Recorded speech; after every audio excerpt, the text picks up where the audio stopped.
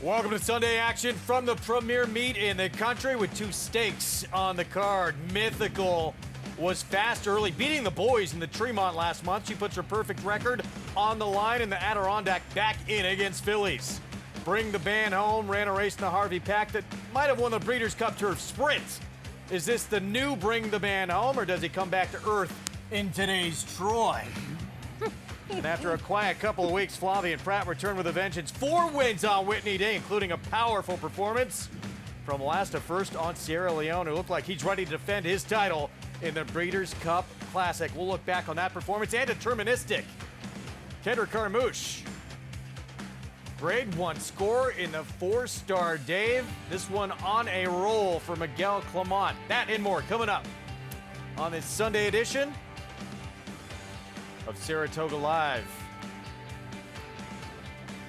Louisiana in the house, we know that. We'll hear it from Kendrick in a little bit as well. Gorgeous Sunday afternoon coming up. 2 stakes on the card in the Adirondack. Looking forward to seeing this filly Mythical, who has been incredibly fast. 2 wins by a combined 12 lengths those first 2 tries. She'll try and go a furlong further and stretch out that speed in today's 4th race on the card, and then Bring the Band Home. Just a sensational effort. That is the fastest turf race run in the country this year. Can he do it again in the Troy? We will find out later on our FS1 coverage. A lot to look forward to on this Sunday from Saratoga Springs here in upstate New York. We are fast and firm. 7th from Monmouth later today, the Incredible Revenge. Here's what's ahead, presented by Claiborne Farm. Mandatory pay pick 5 in the 3rd. We have an early pick 5 that begins right off the bat in the opener, as we're approaching the 8-minute mark to post to kicking off this card. Greg Wolf with you. I'll bring in the rest of the crew here in just a minute. Here's where you can play it all at Naira Bets. Bet any track, anywhere, anytime. Code to use at sign up, spot 200. Get that $200 deposit match, new customer bonus. Again, there's that code at nairabets.com. Who's with me today? Let's pull back the curtain. Champion handicapper Jonathan Kinchin, 4-time Major League All-Star Paula Duca, Megan Burgess. Good to see you as well. And later today in this Troy, obviously that was an incredible performance from Bring the Band Home. Never seen that kind of race from him before. Is this the best turf sprinter in the country right now? I think so, and I think if you want to rewind to that open, you'll hear that inflection from Greg's voice. He was screaming at me because we've been arguing about what I think is going to happen here at about 5:10 in this Troy. I think Bring the Band Home is the best turf sprinter. I think this horse is loose in here regardless of being the best turf sprinter in the world. And I think that this is a random race downstate at Aqueduct on a Thursday. I'd like this horse to get clear in this group and to wire this field. 109 buyer, and you know, you can make a actually very good point, Greg, that it just came out of nowhere. But he's been in the 90 buyer land, and maybe he just loves Saratoga. His 2 best numbers in his lifetime, if you go figures wise, is here at Saratoga. So maybe it's just that elevated him a little bit more. He's going to be really tough to handle. Is it that easy? It doesn't seem that easy, right? Is it as easy as it is on paper? It can't be that obvious. In terms of a bounce candidate, as some people like to call it, he ran an epic figure, which is all very impressive in its own right, but will he be able to back that up again? And there's a horse by the name of Allegon in this race. It's going to be a healthier price, exits a strong performance in a grade 1 that could challenge him for it as well. So I opted for a bit of the healthier price, but I am all for if you have the argument to back up. Again, one of the most impressive turf sprint performances we've seen all year. Deservedly going to be a very short price off that performance. It was lights out. That's coming up 5:10 Eastern time on our Fox Sports 1 coverage. Grade 2 Troy, 5.5 furlongs on the turf. We're going to kick off the card, though, in about 6 minutes with this race to begin an early pick 5. $17,000 nom winners of 3 life claiming. So everyone just 2 wins on the resume. Huge scratch in here. Distance mile and an eighth with the 4 coming out. JK, that was the one to beat. Absolutely. Would have been very tough to beat in here. Had a big figures edge against them, but now it becomes a little bit more wide open. Here comes our post parade. We will start with a 1 St. James. Katie Davis rides. This horse was not very impressive last time trying the 9 furlongs. Was beaten 16 lengths. Here's the slight second choice, 6 Kings, Rob Falcone Jr. Yeah, claiming this one from the Emera Shockley barn, taking the blinkers off a 2-blinker experience. Christopher Elliott, Wayne Potts ready to reign. Yeah, so horse has run his last 2 races on synthetic. Neither of those were very good. It's going to have to get much better. This one has not lived up to the name. The number Yeah. Are we on Masterwork? Yeah. Oh, okay, yeah, Masterwork. You know, run at this level 3 times in a row, hit the board 1 time. BD Saints moves to a new barn, Ilkay Kantramachi. They've been really good off the claim, has this barn all year, and I would think this horse is going to run a pretty good race. And the man who had 4 wins yesterday, including that victory in the Whitney on Sierra Leone, there's Flavien Prat, Solo Empire. Yeah, was second last time. I think people will gravitate towards that as an option here, but let's not forget he was beaten 12 lengths. He's the favorite right now, 5 minutes away from kicking off this Sunday card. Start the early pick 5 in this spot. And, you know, obviously the 4 coming out changes this race quite a bit. Paulie, 6 Kings, 1 1/8 last start, ran good early, backed up a little bit late. Now the blinkers come off. Yeah, blinkers come off, and Robert Falcone Jr. looking for something to reach back with this horse. But you look at this horse's numbers, even with Amir Shockley, this horse would be probably your favorite. So I just think a little bit different now. Ricardo Santana will be aggressive with the blinkers off. I thought the 2 was clearly the horse to beat. Let's bring in Maggie Wolfendale for the first time on our Sunday coverage and get her thoughts here on 6 Kings. Yeah, 6 Kings, I feel as though he is a difficult horse to keep weight and conditioning on. I feel like for any barn, he is always a bit lighter framed. I will say he looks pretty good, though, in his hindquarters, which is sometimes where he does look quite weak, and he is moving incredibly well. Going first off the claim here for trainer Rob Falcone, Ricardo Santana opting to stay with the pony, as this horse has been sharp throughout the preliminaries. The blinkers do come off. We'll see if it settles him at all. I didn't think he looked that rank or anything last time. It's just he dueled with the horse and therefore dueled into submission. Golden Purchase emerging out of that race and complementing it, though, with a victory and beating your current favorite, Solo Empire, with an 81 buyer. So I like what I'm seeing from 6 Kings. He will be my selection here. I think he will be forward like the other favorite in here, but at least he gets to do it from the inside. And we'll take a look here at number 6, BD Saints. As you heard Paul say, Ilkay Kantramachi is doing great work off the claim. And it was kind of historically speaking, we saw many horses with this barn change, they'd often get better with more time in the barn, which I still think could be the case. But with BD Saints, his biggest Achilles heel is getting out of the gate. He often struggles to do so. So we'll see how he reacts getting out of the stalls this time around for the new barn. He is fairly sharp.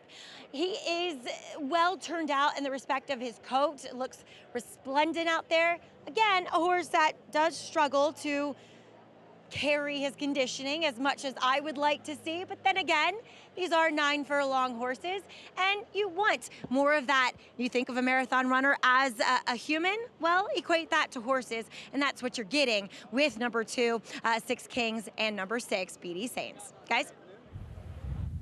Maggie, thank you. Great crowd on hand for our Sunday action. I shouldn't say most, but a lot came in, obviously, for Whitney Saturday, Hall of Fame Friday, and decided, hey, let's just stay through the whole weekend here. It's a good weekend to do it. You have Whitney on Saturday, like you mentioned, the Hall of Fame on Friday. Then you have this beautiful weather here today, and then tomorrow night, one of my favorite cocktail parties of the entire year, the sale. Yeah. The Fasig-Tipton sale. It's a lot of fun. Yeah, and if you come here and you win like $150,000 in a pick 5, go over there and raise your hand. I don't know if 150 is going to get you one over And there. that might not Maybe get a you tail, one, but maybe you could say, hey, I was the underbidder on that horse. Be careful. I know. It snapped somebody Might in the get forest. stuck with that last bid. A lot of talent has come out of that sale over the years, and yeah, Monday night at that Fasig-Tipton sale, always a What do you think the extremely highest fun one? night. What do you think the highest one goes for, JK? I mean, I think the over-under is probably $3 million. I'll take the over. There's some pretty cool pedigrees. Like there's a full sister to journalism. Ooh. There's a gun runner out of Paradise Woods. Wow. There's a bunch of flight lines. Obviously, those are going to be a ton of fun. So it's going to be a lot of fireworks, I'd imagine, tomorrow night. Minute to post to kick off this Sunday card. 6-5 favorite, 6 Kings, and a rider who's been one of the great stories, Paul,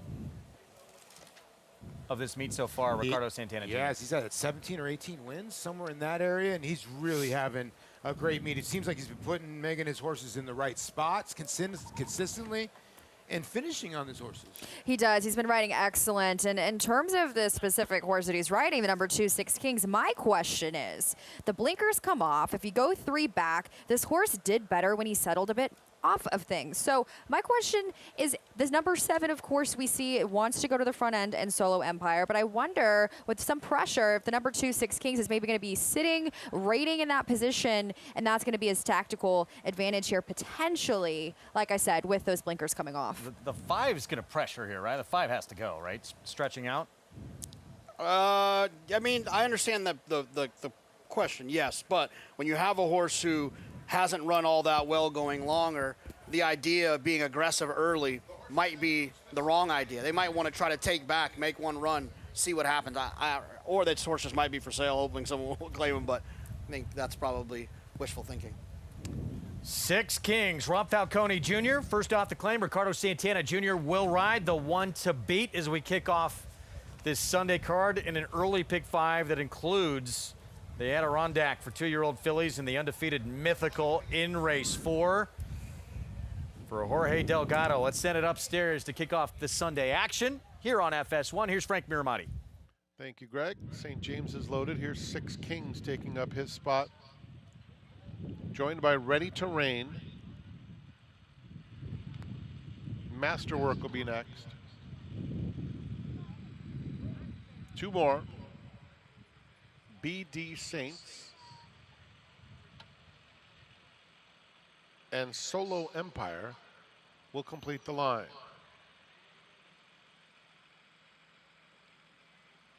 Goes in. They're in the gate. And they're off. A little bit of a jostle for Masterwork, who tries to speed up and does so. Masterwork, after breaking last, is vying for the lead into the first turn.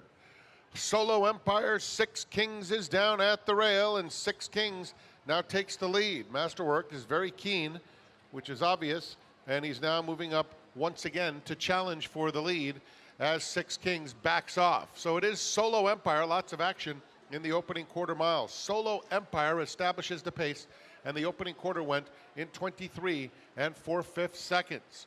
A 2-length advantage over Masterwork in second. On the inside, Six Kings is third. They are followed by BD Saints, 5 off the pace in fourth. It's a half dozen or more. Back to St. James and Ready to Reign. Solo Empire through a half in 47 4. Leads it by 2 lengths. Six Kings takes up the chase on the inside of Masterwork. BD Saints is still in fourth, 4 lengths off the lead with less than a half mile to go. 8 lengths to St. James and Ready to Reign. Around the far turn, Solo Empire, the controlling speed. Masterwork holding second at this stage. On the inside of him, Six Kings, those two stride for stride. Now Six Kings gets the best of Masterwork. BD Saints still with plenty of work to do as they turn for home. Here's Six Kings ranging up now to challenge Solo Empire at the top of the stretch, and Six Kings is the new leader in mid-stretch. BD Saints 5 lengths back in third. Coming to the 16th pole, Six Kings trying to hold on. BD Saints will only try to get into second as Solo Empire is there currently. Six Kings, too strong, gallops out to win it by 4. Solo Empire, BD Saints, St. James. Six Kings, short price, warranted. Rob Falcone Jr., first off the claim win. Ricardo Santana Jr., terrific meet continues. Sometimes you don't have to run that fast. Sometimes you don't have to like the distance that much. You just got to like it better than the rest of them and run a little bit faster than the rest of them, and that's what Six Kings did here with Ricardo Santana. Yeah, like when people say, this horse is not going to be able to get the mile and eighth. They all get the mile and eighth. Some get there faster than others, and Six Kings just sat the trip, and Ricardo Santana with another W. He really sat the trip that I kind of envisioned for him, being able to take the blinkers off, rate a bit back off the pace. I did realize there, though, that maybe the number 7 Solo Empire was going to be able to hang on wire to wire, but there just was no way once this horse was able to make his way in that pitch-perfect pocket trip set by Ricardo Santana Jr., and of course, pulls away from them in the end. An even money favorite and looks like one. He was getting a little tired in that stretch, but Lay actually started to level out, look a little bit better towards the wire here. But yeah, again, not going to challenge the track record here for this distance. 2.761, bottom level claiming company, and does it better than the rest of them in here. Yeah, if I went out there and ran a mile and 1/8, I'd be tired too. Yeah, that's sort of true. But you see, Ricardo, he didn't really have to bring out the stick at all. You got to remind her a little bit. Little crop to the right there, and then the race is kind of over. You could see Frank kind of said, kind of struggling, but you're right, Greg. It seems like after Ricardo looked back and had the race run and flagged him, he kind of leveled out, like you said, a little bit. Even money to kick off this card and start this early pick 5 with a formful beginning. That man right there, this is the best start by a mile he has ever had in New York. Absolutely, and it's unique because he doesn't spend a lot of time in New York, right? He comes here for the summer, but he's a Kentucky-based rider, Oaklawn, at Hot Springs. So when he comes up here and has the success he's having, it says a lot. I mean, he's going up against guys that have all this New York business. It's a very, very impressive start. 2.761, even money favorite, Six Kings, the victory. We're going to take a timeout. We'll be back just getting started here on our FS1 coverage. Still to come on the program, 2-year-old fillies in the Adirondack, and it looks like they all could be chasing this filly, Mythical. 2 for 2 by a combined 12 lengths, including beating the boys in the stakes race last start. Stay with us.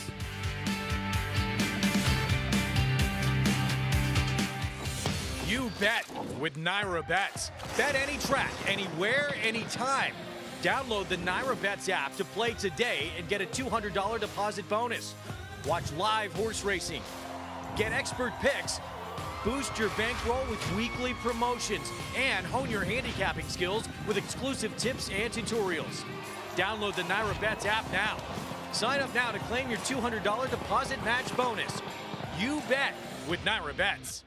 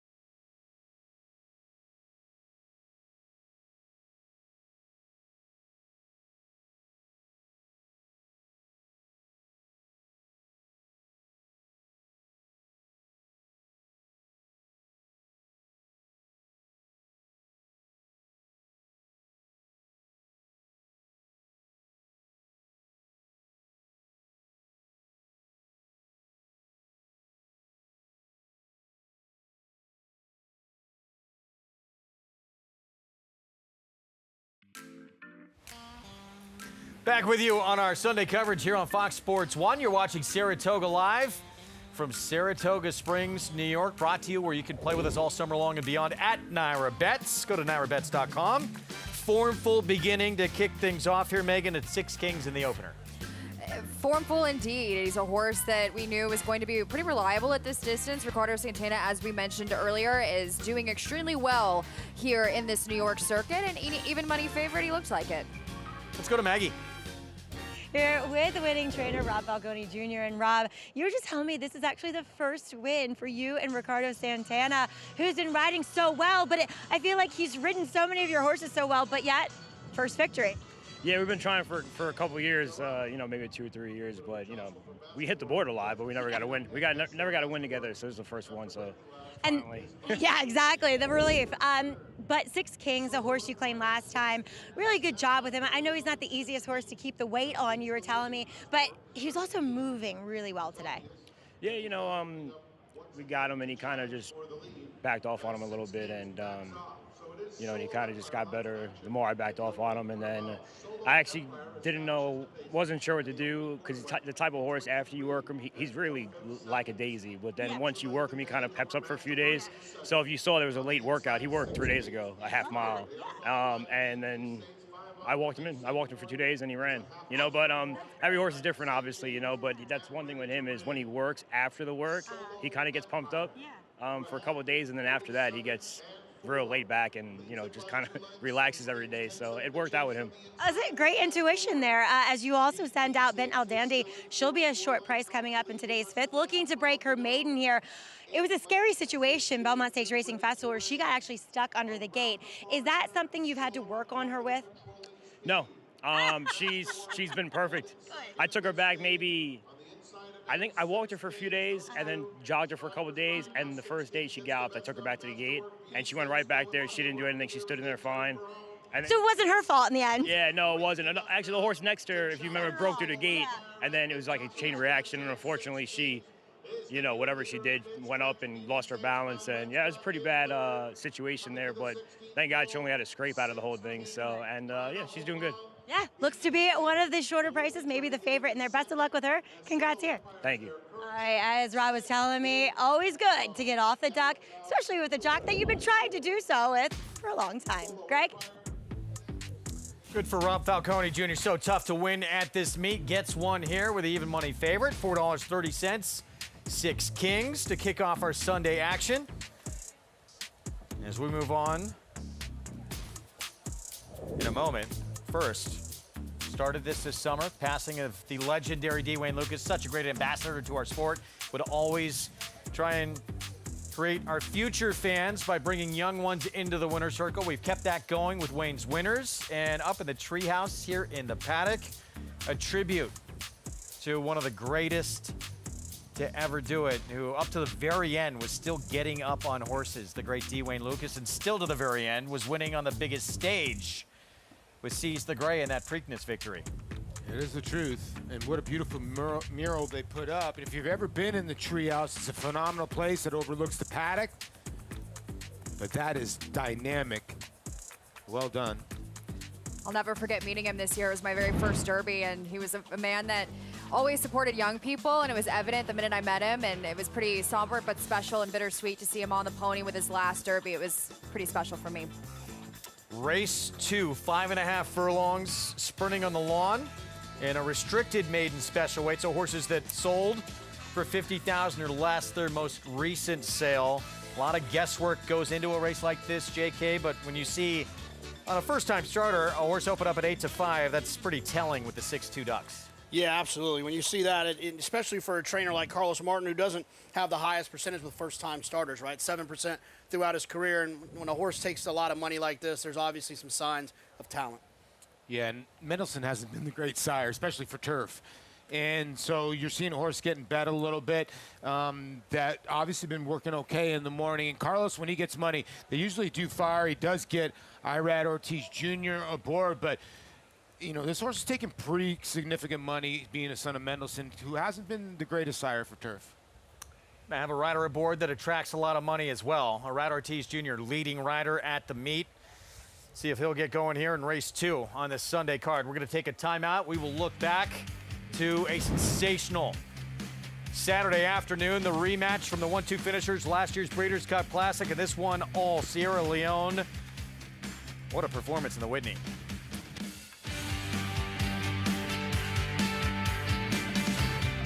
The Saratoga sale, the crown jewel of North American yearling sales. Ranked #1 by percentage of Grade 1 winners, with an honor roll of graduates that includes the past 3 Preakness Stakes winners. National Treasure. Oh, what a Preakness! Seize the Gray. Wade Lucas has done it! And Journalism. Oh my goodness! The 104th Saratoga sale, August 4th and 5th in Saratoga Springs, New York. Where will you be?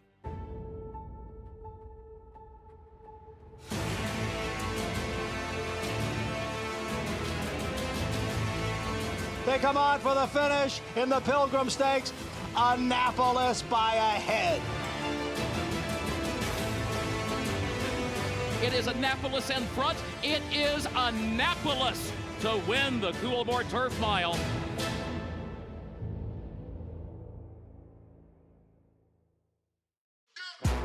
The official Saratoga Barstool Sports Collection is here.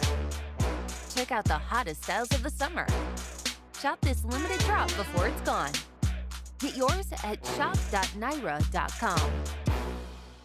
RaceLens is the most in-depth product in horse racing, with unique features found nowhere else. True odds, predictive analysis, and pace projection. RaceLens. It will change the way you follow horse racing and take your game to the next level. As they say, Book 'em, Dano. Prince of Monaco in between. It's going to get very close. Book 'em, Dano. if you can make it here, Book 'em, Dano in a thriller. Book 'em, Dano wears him down. Book 'em, Dano under a perfect ride from Paco Lopez to win the True North. you can make it anywhere. It's Book 'em, Dano in another stellar display, winning the Alfred G. Vanderbilt going away. Bucaro, proudly standing in New York at Iron Horse Stallions.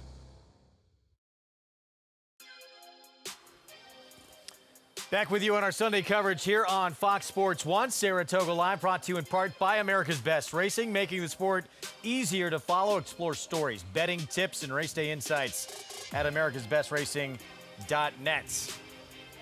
What a day we had on Whitney Day. And Chad Brown, as good as he's been, as dominant he has been, a couple of big ones have eluded him. Last year, he checked off a box with a 4-star Dave. Now he gets his first ever Whitney with Sierra Leone. Yeah, we often talk about Chad and how important the Travers would be, and growing up in Mechanicville, just down the road here from Saratoga.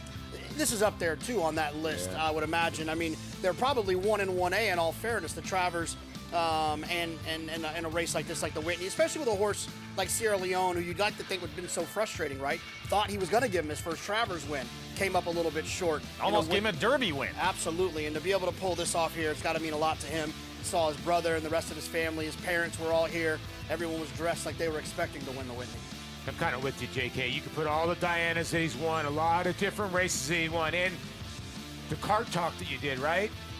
I'm not a dirt trainer. And, you know, a lot of people don't consider him a great dirt trainer. They consider him an unbelievable turf trainer. You know, well, they're wrong. The people they're completely that think that. 100%, they're 100% wrong. And Todd and Chad in the cart talk kind of, you know, thought about it, and the ISO look of Sierra Leone is great. Our Casamigos champion performance of the week, it is Sierra Leone. Anything goes with my Casamigos. Last to first, Megan.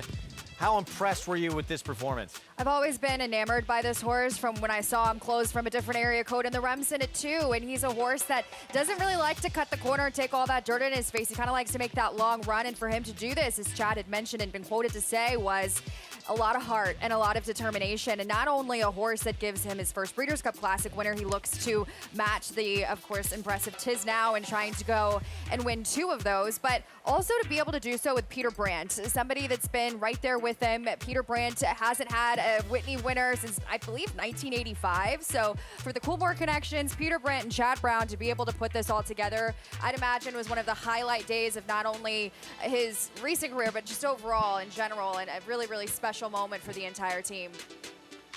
We got to wait and see what Sovereignty obviously does in the Travers. To maybe a lesser extent, what NYSOS journalism do in the Pacific Classic. If that's where journalism goes, he may come here to the Travers. We'll see. But in your mind, I'll ask everyone here, is this standout favorite going into the Breeders' Cup Classic as the defending champ as well? Well, the one thing about Sierra Leone is he's always going to be a little bit dependent on his trip and his pace, right? Sovereignty, I think, is a little bit more forward than he is. Sovereignty also has an opportunity to grow up a little bit. He's still a 3-year-old. We kind of know who Sierra Leone is. He's definitely the favorite going into the clubhouse, the leader going in the clubhouse, but, that could change pretty quickly with Sovereignty, a big performance in the Travers. Yeah, I think he's the leader in the clubhouse. He's going to bring Dylan Davis and contrary thinking with him. I mean, that's going to be his partner, a horse that's he needs a rabbit, and that's just part of Sierra Leone's running style, and so he's going to be a tough customer. And I think that he's won it out there too is a key to that. He's won it out in California before. Yeah, it's same track again. Yeah. Exactly, and we can't forget Highland Falls. He put in a monster performance there as well. He has to also face Mindframe potentially. Both of those horses may be looking to go to the Jockey Club Gold Cup later on this summer, so lots of action still ahead. He has definitely cemented himself as one of the top players of the division. So much for that concern, Maggie. With being winless as a 4-year-old, he looked like a much bigger, stronger, and focused horse on Saturday.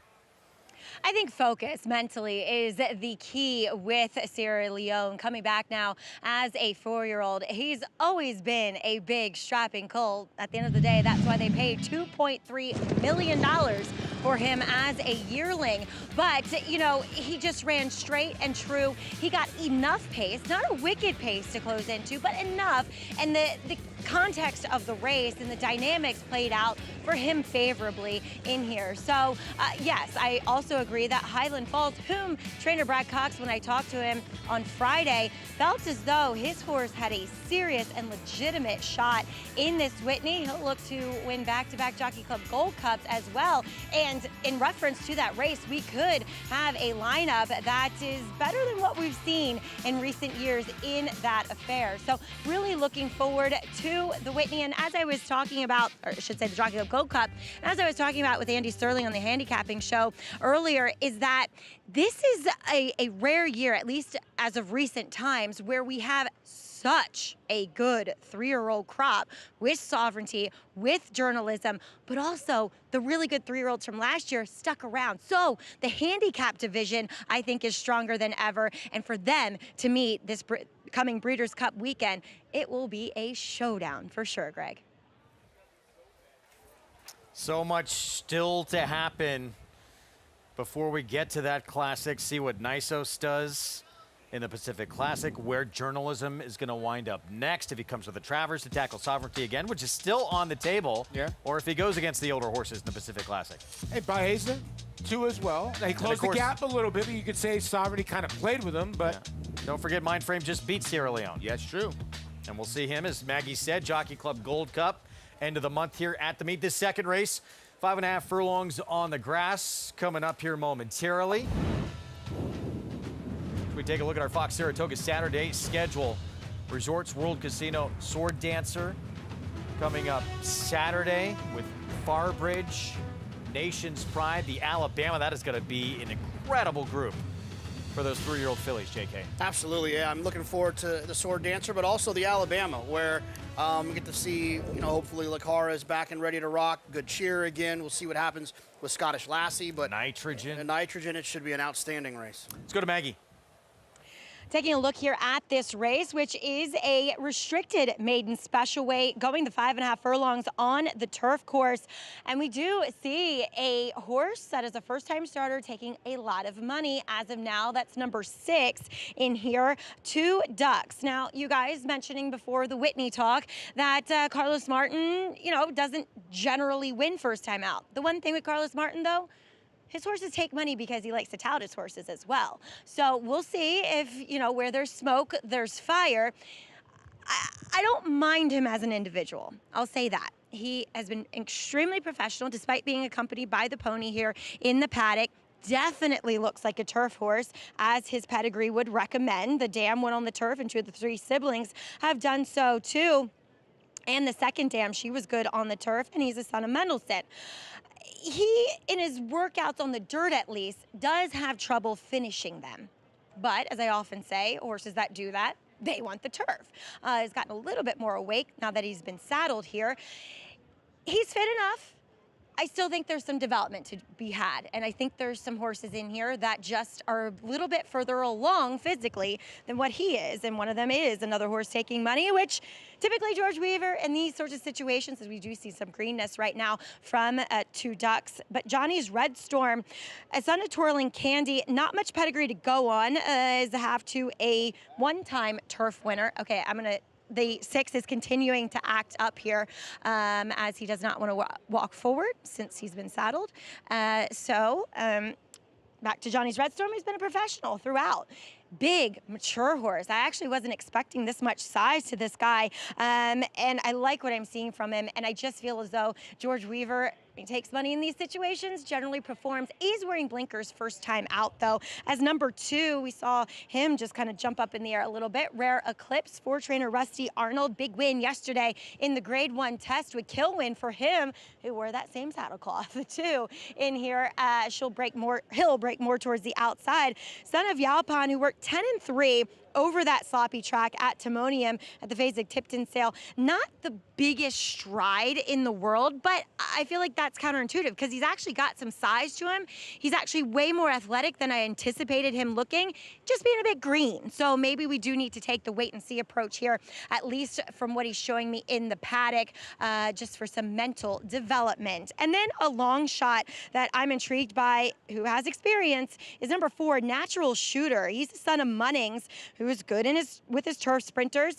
The dam never won a race, but the second dam is a multiple stakes winner and greatest stakes winner on all surfaces. She was proficient on dirt, turf, and synthetic. And this guy comes in here sharp. I thought ran kind of a sneaky good race last time out in that he broke well, but then had several horses whilst running on the inside kind of back up in his face. So he lost ground. And then once Christopher Elliott got him in the clear down the lane, he did run on a bit. He definitely looks like a Munnings, and he definitely has a turf hose. So at a price on a horse who has experience, which, Greg, I think is imperative in these spots, I think he's very intriguing. All right, Maggie, thank you. Post-parade coming up. See if 2 Ducks settles down a little bit. Still 9-5 on the board. 5.5 furlongs sprinting on the lawn coming up, and a lot of unknowns with this group of 2-year-olds. And that's why we let the board try and help us. The 3, George Weaver, Paulie, always strong and have to pay extra attention with his 2-year-olds. Yeah, and that would be my selection in here. I like this horse. And behind us, just the way the 6 was acting, the 4 was kind of acting up to as well. And George is having a really great start, or not start, and we're midway through this meet, but really good meet. 10 first or seconds out of 23 starts. Let's not rush it. Midway days after Wednesday. We got plenty of time. I'm sorry, yeah, right. But yeah, I mean, he's been doing well, and Kendrick Carmouche, obviously we'll show you that. The 4-star Dave. Kendrick with a nice little pose at the wire. I feel like August is going to fly. Right. Are we a bit surprised that number 4 is 13-1 up there? Because I am. I mean, has that key experience that we're looking for. Melanie Giddings had Olivia's Grace, who won a maiden event here a couple weeks ago. Switching surfaces, though, and here's a look at the 1, who this one, interesting. The dam actually won the turf debut, and the second dam, first out winner as well. And Junior Alvarado and Gary Contessa will team up here, the son of Golden Sense. Other half of that entry, essentially fast. Yeah, a son of essential quality, needs to improve. Rusty Arnold, Rare Eclipse. Coming off a career-high day, of course, winning the test with Kilwin, looks to continue that momentum with a first-time starter, off to a hot start. Here's the George Weaver barn with Johnny's Red Storm. Yeah, I had to work on the turf June 20th, and a lot of dirt work since then. I landed on this one. Melanie Giddings, Christopher Elliott, Natural Shooter. As mentioned, I thought the price was pretty healthy there for a horse with experience. The only one with turf experience in the field. Be raging on. Yeah, Flavian Pratt will get aboard. Ruben Silvera was aboard last time. This horse kind of ran in spots. Might be a little better today. 6 still favored. 2 Ducks for Carlos Martin. Strong work tab, and there are lots of turf in the pedigree, as mentioned by Maggie, with wins in the female family on grass. And Capanaparo, Dutro Jr. barn, Jose Ortiz. Yeah, a son of Caracaro, who has been working steadily at Belmont. No works up here at Saratoga. Been very good with a 2-year-old first-time starter, is that sire. And then here's Knocking Luck. Silver State first-time starter, Silver State former Met Mile winner. And Antonio Zano has only had one runner the past 5 years in a maiden special weight on a turf event and won that. So placed with intention versus staying at home in Florida. Silver State freshman sire without a winner yet. It will come. We'll see if it's here at a huge price. So the second from Saratoga. Race 2 starts in early pick 4. We'll break from the gate when we come back. Flightline is in full flight. Flightline turns it on at the top of the stretch, and he's in cruise control. And Flightline takes off. Take a good look at this, because you're not going to see this too often, maybe never again. Flightline, 20 lengths clear. World-class racehorse, world-class performance at a world championship event.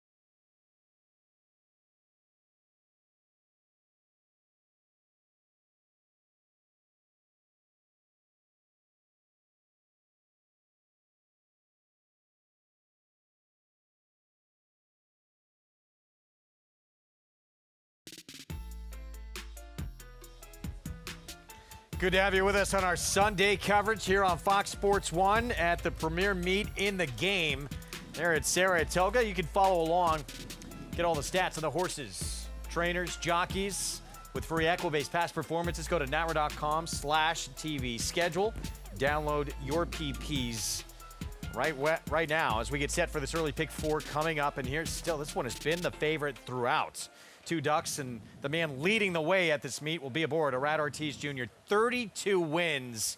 And again, not till after Wednesday are we at the halfway point, so still a chance for him to stay ahead of the pace for the single season record here, which is 66 by Ramon Dominguez. It's amazing. It's amazing. And, you know, JK, when you look up there, Joel Rosario is riding back in form. Flavian's had a lot of seconds. Ricardo's always been one of those 5-tool kind of jockeys. I think mentally he's in the zone right now. And PJ Campo, his agent's been amazing. The 2 Ortiz brothers, my goodness. Kendrick Carmouche, too, having a breakout meet. Grade 1 win, 4-star Dave yesterday. Let's go back to Maggie. And taking a look here at number 7, that is Campanen. Such a weird name. Campanen Paro. Yeah. Anyway, he is the son of Caro Caro, and actually Caro with his horses, with his juveniles, I should say, first time out, is 6 for 22, and he's had a couple turf sprint winners as well.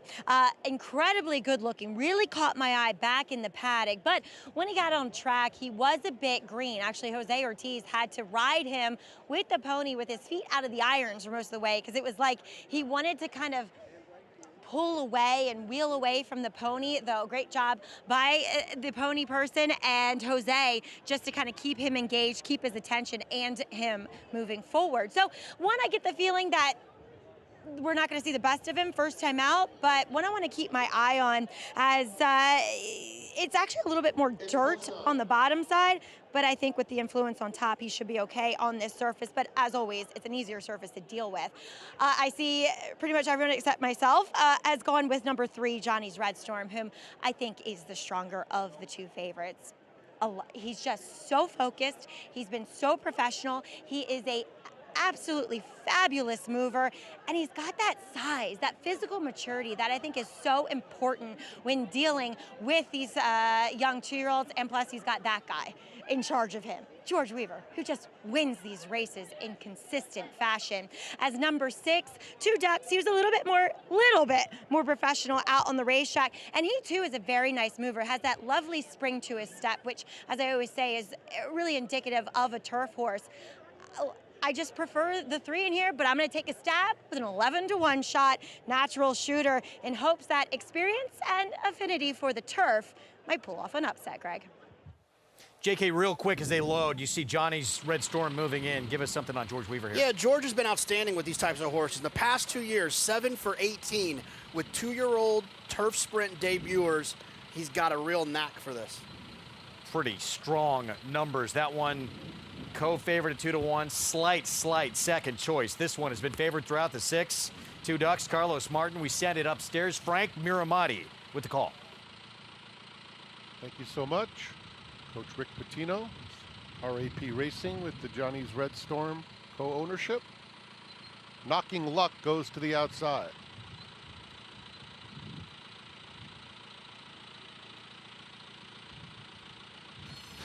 And they're off.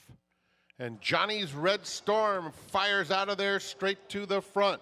Be Raging On has some speed in second and 2 Ducks third. It's another 2, back to essentially fast in fourth, followed by Rare Eclipse. Capanaparo is next, racing on the outside of Rumble, Young Man Rumble. And then it's another 2 lengths to Natural Shooter and Knocking Luck, strung out through a quarter that went in 21 and 2/5 seconds. Johnny's Red Storm, the favorite, in charge by 3. Chased by 2 Ducks. Top 2 choices dominating. It's another 3. Be Raging On is third. Capanaparo Red Cap is making some progress on the outside. They're at the top of the stretch. Johnny's Red Storm hugs the hedge and goes on with a 4-length lead.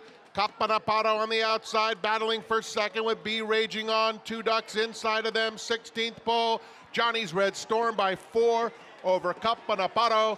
Johnny's Red Storm, nothing but net. Wins by 4.5 lengths. Capanaparo second. Be Raging On finished third. 2 Ducks fourth. Johnny's Red Storm. There is George Weaver. Put a full court press on this group from the outset. That was a big performance in the debut. JK called it right before the race, but this horse was brilliant, JK. 101 and 3 stops the clock and was kind of green in the stretch. George won a race at Royal Ascot a couple years ago. I hope that he didn't rent his coat and tails. I hope that he bought that, because it seems like it's something he's going to start to need pretty often here. I mean, what he's doing with turf sprinters as of late is unbelievable. This one will make it 8 for 19 out of the last 2 years, debuting horses in turf sprints. That's right, turf sprints, where a lot of things can go wrong, and you got a mistake can be very magnified. He's still finding a way to win at over 50%. Close to 50%. Well, Crimson Advocate, one of those who was so impressive for him. That was the one who won at Ascot. This horse was good. My goodness. There's George with the patented glasses, and we go back to the start, and the race was over at the start, Megan. Absolutely. You read my mind, Paul. Especially when you get into a rhythm as Kendrick had. He just looked much more comfortable, in my opinion, than the rest of the field. Two Ducks was running along there, but especially when you have a young horse like this, it's able to pull away from this group in a turf sprint by open links. That's when you know you have talent, and it didn't matter in the stretch as far as his greenness was concerned. He managed to put all of that aside and still run on well, but as far as his class, his demeanor in the paddock, he just was the best of them today. Break like that with all this inexperience, and you can just break the spirit of those behind you, Paul. Yeah, and he just did. And you could see he was kind of leaning like a young horse does. Sometimes they want to go towards the fence. It's just something they do. You could see Kendrick kind of corrected him a little bit left-handed, let him just kind of jog out, and it seemed like he was a little bit straighter on the gallop out. But one thing you always look for, those ears, and his ears were ready for another command at the wire. And like I said, 101 and 3 for green horses is a nice little effort here, and this horse is on to bigger, better things. Johnny's Red Storm, Kendrick Carmouche, Grade 1 win, 4-star Dave yesterday. Deterministic wins here for Rick Pitino, George Weaver. Stay with us.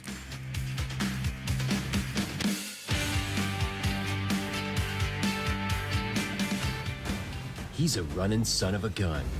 Papa Cap now has the advantage. A graded stakes winning 2-year-old. Grade 1 Breeders' Cup Juvenile runner-up at 2. Multiple Grade 1 placings at 3. Finished in the top 4 in 11 out of 12 starts. And from here on in, it's just a matter of how far. Papa Cap, an easy winner of the best, pal. Papa Cap, standing at Walmack.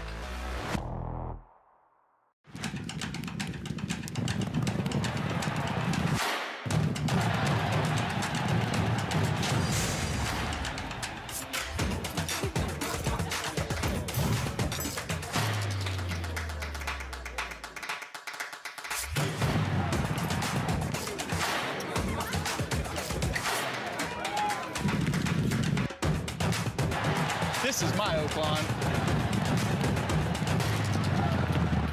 The brilliance of the legendary Arrowgate and the speed and stamina of the sire of sires, Uncle Mo.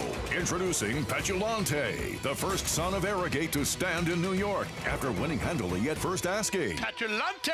He's got a kick here, and he's going to prove much the best. He won or placed in all 7 of his lifetime starts, including the Grade 3 Salvatore Mile. Petulante, Nimbus class, Petulante! Petulante, now standing in New York. For information, visit IHDVStallions.com today. Racetrack Television Network brings you every race, from every track, on every screen, every day.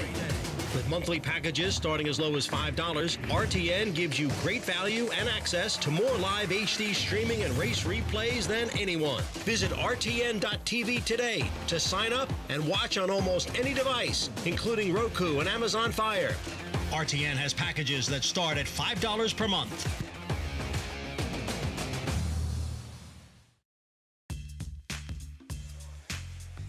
Back with you on our Sunday coverage here on Saratoga Live. First 2 in the books. Program brought to you where you can play it all at Naira Bets. Bet any track, anywhere, anytime. Spot 200, that code to use for members that sign up. What a summer this man's having. Kendrick Carmouche, Grade 1 win in the Manhattan on Deterministic. Backs it up with another Grade 1 in the 4-star Dave on that same horse on Saturday on Whitney Day. And a win here on a talented first-time starter, Johnny's Red Storm, for trainer George Weaver. Yeah, George has been outstanding with these first-time starting turf sprinters, and this is another one. He's already had a few very, very impressive ones. Excited to see what happens next with Johnny's Red Storm. He rides his horse so confidently. You kind of saw him, obviously, when you have those kinds of open links on a field in a turf sprint. It's still kind of managing that, and he stopped hitting him. He just knew what he had in that horse, and another excellent ride by our favorite Louisiana bred, that's for sure. I know Pitino and the Red Storm, they came up a little bit short of what they wanted to achieve this season, but they were terrific all year long. Let's go to Maggie. So pleased to be joined here by Coach Rick Pitino and John Cronin. And guys, obviously you experienced so many thrills in sports, but Tell us, what's it like owning a horse that wins up here at the spa? Well, John and I owned horses 25, 30 years ago. I think when I was at BU or the Knicks or something. And he said, let's get back together. George bought the horse, and we have 2 horses together. One, Zuby, my captain at St. John's, and John named it Johnny's Red Storm. So a little offshoot on the St. Johnny's Red Storm. A little green and white silks for the coach. Little retro uniforms for Christmas, maybe. So we'll see. Absolutely. And two, as you guys said, like teaming up with George, who's just so good with these types of horses, definitely had this one ready. Yeah, George, he said, "Come on up, Coach. I think we're going to get a picture taken." So I don't usually believe in that, but he was a rocket ship coming out. He was right.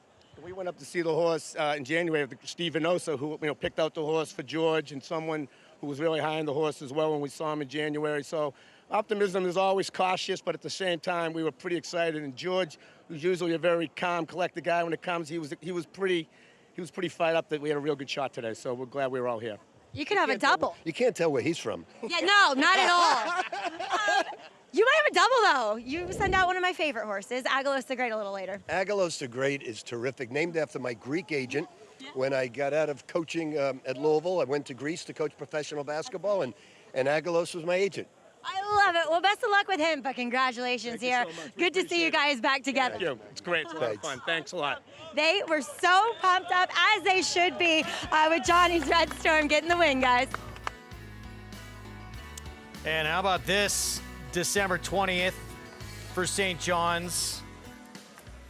A date against Kentucky in Atlanta, Georgia, where he had quite a bit of success. Yeah, he had a lot of success at Kentucky, and you're right. He's turned around St. John's basketball, and they were the best team in the Big East this year, and a couple guys drafted too as well. I mean, guys from Rutgers that were drafted high, so the Big East was a tough conference, and it's good to see St. John's back in the basketball world. Back in the days when Louis Carnesecca was there and Walter Berry and some of those boys, Chris Mullen, Mark Jackson, I believe, if I'm not mistaken. Yeah. So, yeah, it's good to see them back in spot. It's good to see Coach Bettino back in the game.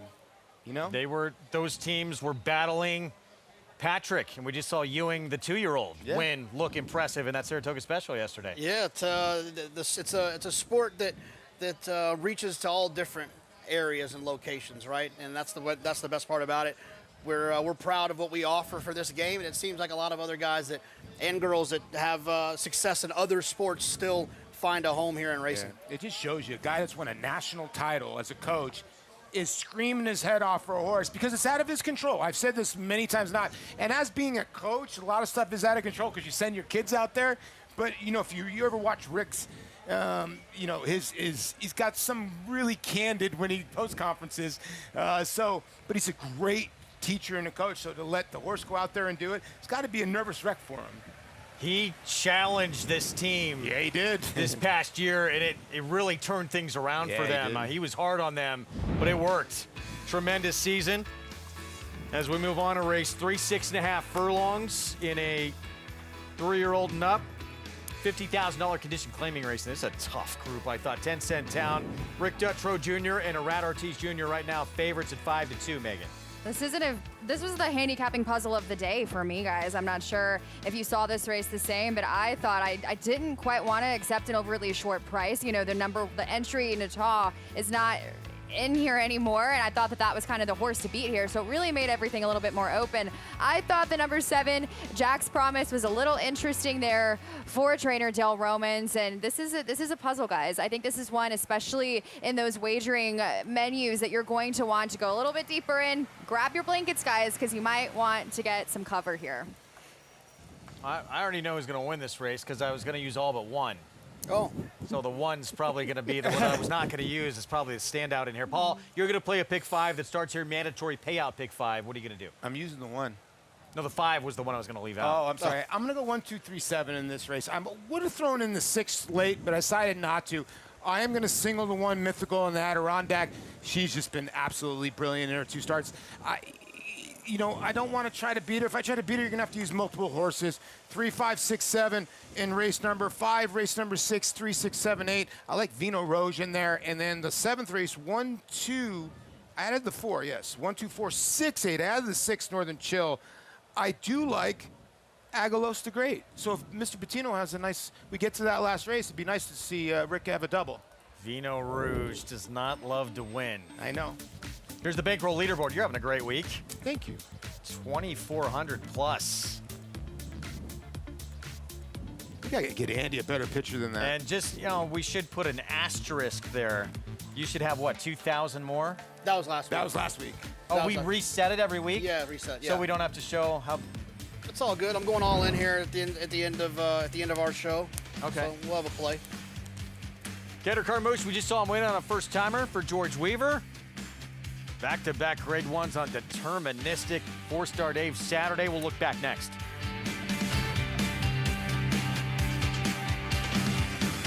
It's a domineering display by the ultra-talented McKenzie. McKenzie in a dominant performance. Chancer McPatrick proves best. Chancer McPatrick wins the Champagne impressively.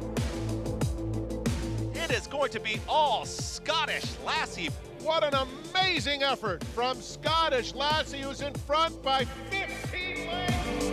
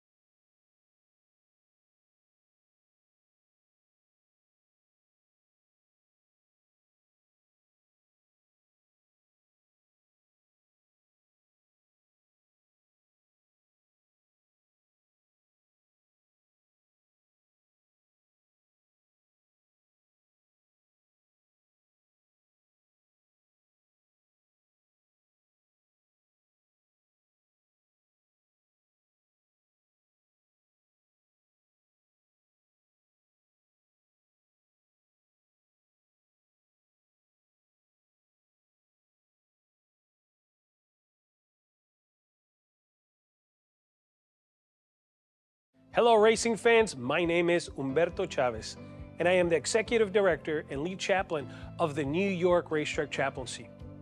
There's nothing quite like the thrill of race day, the speed, the power, and the excitement of thoroughbred racing. But what you see here on the track is just a part of the story. Behind every race, there's a team of dedicated workers, the men and women of the backstretch, who wake up before dawn to take care for these incredible animals. They make racing possible, working long hours in all weather to ensure the horses are healthy, trained, and ready to perform. At the New York Racetrack Chaplaincy, we are here for them and for their entire family as well. We provide children's programs, teen mentoring, women's enrichment, and men's educational programming, recreational activities, social activities, and non-denominational religious services. Thanks to supporters like you, we can continue serving the people behind the scenes of our great sport. They are the heart and soul of racing, and with your help, we're making sure they are cared for. We touch all aspects of their lives, providing the tools for them to become the best person, the best spouse, the best parent, and the best backstretch employee they can be. So the next time you're cheering For your favorite horse, remember the dedicated hands that made it all possible. Thank you for being part of their story. Together, we race forward. Thank you. On the 16th annual Jockeys versus Horsemen charity game to benefit the racetrack chaplaincy and the Permanently Disabled Jockeys Fund. Always a fun night. Going to happen this Wednesday, 7 p.m., Saratoga Springs Rec Center. And we got some new faces in here. The Jockeys team, Angel Cordero Jr. will coach, assisted by Taj Ridley, who is the head of player development, assistant coach for the Maine Celtics of the G League. But for the last 15 years, the Horsemen have been coached by Todd Pletcher, Kieran McLaughlin, switching things up. Ken McPeak and Rick Schosberg are going to take over. And the ringer in the game this year, a lot of people remember from up here, former Syracuse star Ryan Blackwell, who made that game-winning buzzer beater in the 1998 Big East tournament against St. John's, by the way, to send that team to the Big East championship. He's going to be the ringer for the trainers. Jockeys, I believe. For the jockeys? Doesn't the jockeys always get the ringer? Jockeys usually get the ringer. Well, the jockeys don't need it because Manny Franco will take over. Rich Schosberg goes old school with a little. He has like a little wristband looking a little Pete Maravich style. Rick, he's great when you go there. But Manny Franco, if you got to go, is by far the best athlete. Don't let anybody fool you. He's got a nice jump shot. He's got a I've wicked heard from crossover. multiple people that he could have been drafted in baseball as a shortstop. Wow. It's going to be fun. Get there if you can. And one of our own is going to be on the mic, by the way. Mitch Levitas calls the action. Deterministic. Kendrick Carmouche, back-to-back Grade 1 wins now for Miguel Clement on this horse who, beginning with that Fort Marcy, this horse just completely turned things around. He is so fun to watch right now. No, he's been sensational. He's such a cool horse, and let's not forget he won the Gotham as a 3-year-old on the dirt, and he just found a new dimension on the front end, or being at least forward enough in these turf races. And I know some people had the question of whether the mile was going to be too short for him. I thought it was just right. And you heard Kendrick right after the race say he's going to love those tight turns and short stretch out at Del Mar. To be able to do so against this quality of a field, you've got a Grade 1 winner in Spirit of St. Louis. You've got one of the best turf horses in the country, and Johannes coming off the layoff didn't quite have the greatest of trips, unfortunately, but this horse was ridden to perfection by Kendrick Carmouche, as JK had said, has really found a new dimension, being prominently placed, and it's worked for him. He has solidified himself now, two Grade 1s. He's one of the leaders of the division. It's going to be really exciting, as you mentioned, to see Kendrick tackle those tight turns later on this year in California. Very good in this race.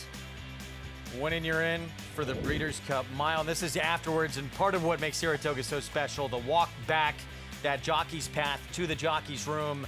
And this man always gets stopped quite a bit for pictures and autographs. Listen, he kind of like myself. He wears his heart on his sleeve, and when he wins something big, he likes to go nuts. And I was down there in the winner's circle when he won a race, and I had the Saratoga Catholic team that won the championship, the AAA championship. He was giving them a speech. He was so pumped up. But when he's pumped up after a race, Kendrick will give you a picture, whatever you need to. And that's one of the greatest things about Saratoga. Jonathan, a little bit of a tweener horse, too, when we get to that Breeders' Cup Mile, because the Europeans, they bring monsters for that race. Is he good enough to win a race like that? I mean, look, he's going to have to continue to improve, but one thing he does have is he's got the weapon of speed. A lot of those Europeans come from out of it, so sometimes a horse like Deterministic could just get comfortable, get loose, and then, someone behind him that might be, quote, a little bit better, gets into trouble. I think he puts himself right in the mix. You can win the 4-star Dave here. You can be at least competitive in that race. Let's go to Maggie as we get set for this third. That's right. We do have some layoff horses to talk about here in the paddock. Number 1, Celestial Gaze will make his first start for trainer Rick Dutrow. Now, he's one that, typically speaking, has some trouble showing some early speed, but it's kind of an odd race in which you have several horses in here that are turning back in distance. So where will he find himself in the running of this affair? Now, I've often liked him in the paddock before. I like him here again, and he does look fit enough overall. So we'll see what he does from that inside post position and if he can work out the right kind of trip. Moving on to number 5, that is Confabulation. Now, Linda Rice had him entered 2 weeks ago for the 30,000 and decided to scratch him that day. Now he comes in protected, as you can run horses when coming off a several-month layoff. Protected, you don't have to run for the tag. You can do that twice off of the bench. And looking at Confabulation here, while the bulk of his form has been going longer, he does have a 6.5 race where he finished second. And don't forget, this is actually a reclaim for Linda Rice too. So the fact that she gives him some time, I don't know necessarily how to interpret that. Now, in other starts, he's looked as though he's not fit. And today, off the bench, he looks incredibly fit. Looks as though he might need to strengthen a bit over his top line. And he is a horse that you might notice is a little warm, but that's typically how he is. At the end of the day, my heart of hearts, you know, my kind of rules I follow in the paddock, he looks like a horse that's better longer. So we'll see how he does negotiate this 6.5 furlongs for the second time. Coming in from out of town is number 7, Jack's Promise. He's a 3-year-old that has faced some really tough fields in his last 2. I mean, Patch Adams is there, having won his start 2 back, and they were run in really quick fashion. And he's a horse that if you go 3 and 4 back, when he was able to lay closer to the pace in softer fields, he came through and ran races that would be competitive against this group here. I like what I'm seeing from him. He looks like your true out-and-out sprinting type, and he's shown that sprinting on the dirt is really what he wants to do. And despite being a 3-year-old, and this is his first start against some older company, he stacks up just fine against them here in the paddock. A little tough to get the tack on, but they did him on the walk, and he has responded beautifully. I think he's an interesting player in this field, Greg, sitting up there at 7-1. Yeah, 7-1, and Maiden faced just incredibly tough company the last couple of starts, including Patch Adams. It was completely outmatched in those 2 high-level allowance races back in Kentucky, and now this is a horse that both of his wins have come at this level tag, and he's done so very effectively. And now this, as Maggie had stated, is a race where a lot of these horses are making the cut back in distance. It can make paces murky, it can change the dynamics of things, and I really wanted to opt for a horse that was a proven sprinter. This guy fits the build, and he's a horse that if he returns back to any of his priors earlier this year, he's going to be extremely hard to beat in this race, and you're getting a very healthy price up there at 7-1. I'd put together back-to-back wins until he faced just much tougher company than what he's going to get today. Here's 10 Cent Town, favorite at 2-1, and a horse that Arad Ortiz Jr., the leading rider at the meet, will be aboard, has won on this track as we go back to April 12th on a wet track, JK. Yeah, he has, and he's like you said, he's won here before, and this performance was pretty good. You know, sometimes you wonder when they jump up and have the best race in like a sequence, especially on a racetrack like this, you wonder if it was the racetrack that moved him up. But the pace was pretty quick in here. I thought he ran pretty well considering how fast the pace was, regardless what the surface looked like. 2 Cent Town is interesting. You know, he just hasn't had a win in a while, and that was over a muddy surface. So he hasn't had a win in a while over a fast surface. So you wonder, do you want to take this horse at 2-1? He's also a horse that doesn't have a win at Saratoga. He doesn't seem to kind of put it together here, which is also something that I've seen from him. And I wanted to see somebody, maybe a fresh face, especially with just how well these Kentucky shippers have been doing at this meet. Rhythm Nick, 7-2. This horse has been popular in the claim box, and 6-1 morning line down to 7-2 in here. What'd you think of that last performance, Paulie? I thought it was good. It was really good. Ricardo Santana Stakes. Now, you're taking this horse from Mike Maker, but this horse, like you said, has been in so many different barns. Mike actually went back and reclaimed this horse. That gives you confidence this horse is very, very sound. And, you know, a trainer that doesn't claim a ton of horses, 8% off the claim. Can he improve? This horse is getting bet at the windows. It's a confident move to take a horse for 12.5 off of Mike Maker and then raise the run for 50. It's either a really, I'm going to be honest, it's either a really sharp move or it's really kind of silly. I'm going to bet that it's sharp, and I'm going to go with the 6 here. Well, the figures and the way this horse has been running, too, suggest he belongs here, doesn't it? No, absolutely. I mean, he definitely fits. You know, even prior to his turf sprints that he had that were nice numbers, his dirt races prior to that at Oaklawn were right in the mix. And this horse ran incredibly well, as mentioned, off of an extended layoff. And to do that, earn one of his top speed figures, now coming back even fitter and fresher, now second time out. I think that JK is right. He makes a ton of sense there, up there at 7-2. Post parade coming up. 5 minutes away from race 3 starts a mandatory pay pick 5. Paul put one together for us. And again, Paulie, this first leg, how deep did you go? I went 1, 2, 3, 7. I am not using the 6. That would have been my next horse. I think the 2's interesting for Derek Ryan. Difficult race to start it off. We begin with Celestial Glaze, Rick Dutrow Jr. barn. Scratch the more preferred entry, but this horse a more reasonable price as he takes a step up in tag and class, does so off the freshening. Fast track for the first time this year for Riyadh Moon. Yeah, back in the day, this horse had some nice numbers, but just keeps going the wrong direction. The other Dutrow runner with a Rat Ortiz Jr. Here's 10 Cent Town. You're taking favoritism here. Seems the experiment with turf was kind of throwing things at this horse. Didn't really encourage for me here in this spot. Cutting back to sprinting. Call me fast. Yeah, ran extremely poorly last time, but now comes back for the same price for the Cantermossis. Confabulation went by. Linda Rice. Comes off the 8-month layoff, and I really like that route to sprint angle in doing so. Consistent form last year. Scratched a couple weeks ago, as mentioned, and lands here. There's that big jump up in class, the 6. Yep, this is where I'm landing. I thought this horse ran well enough last time. It's a pretty confident move. Jack's Promise dropping down in class. This is where I land, and he is definitely facing a group that's much more to his level here. And 2-back Heroes Medal. One for Linda Rice now with the Ilkay Cantermachi barn. Yeah, a little sneaky. Probably needs the race to fall apart from that outside draw, but it could definitely happen. 3 minutes away from this third. Again, starts a mandatory pay pick 5 sequence. And a difficult group to begin things here to kick things off. Been a slow meet for Rick Dutrow Jr. He's got the 1. He has the 3. Formerly used to train White Barrio. He got him late back in 2023. Led him to a Whitney and Breeders' Cup Classic win. White Barrio, is he just not what he once was? I mean, I think he's just one of those horses that has some really good performances and then has some questionable ones, right? That's who he is, I think. I think in the right group, the right grade 1 type where there's not a lot of superstars and he's the favorite, he can win those types of races. But when the big boys show up, Sierra Leones of the worlds, and not so much yesterday, but the fiercenesses of the world, I think he struggles with those types.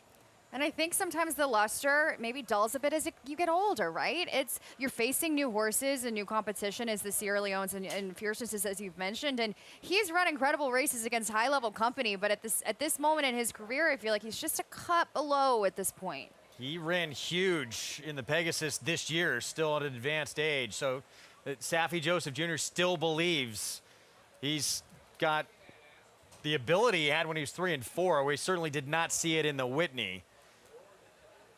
As we're 2 minutes to post here in this third. Let's go back to Maggie. Yeah, taking a look here at a horse who has been fighting for favoritism throughout with number 3, 10 Cent Town. Now, truth be told, I've never been his biggest fan. He's a horse that runs well to obviously win this, but he just doesn't win that much. And I just don't necessarily trust him. I did not like him at all in the paddock. At all. He was quiet, listless, not striding out. Then suddenly he decided to wake up and be some good-looking thing warming up 10 Cent Town as he gets back from that turf experiment. One of the better times I've actually seen this horse move.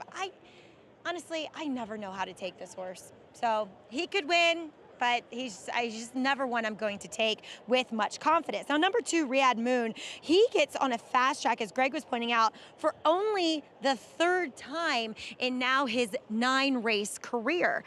And the last time I saw him, which was first off that trainer change as he was bought at the Fasig-Tipton digital sale in March, he has put on weight and he is bulked up. And I think it's intriguing that Derek Ryan does send him here.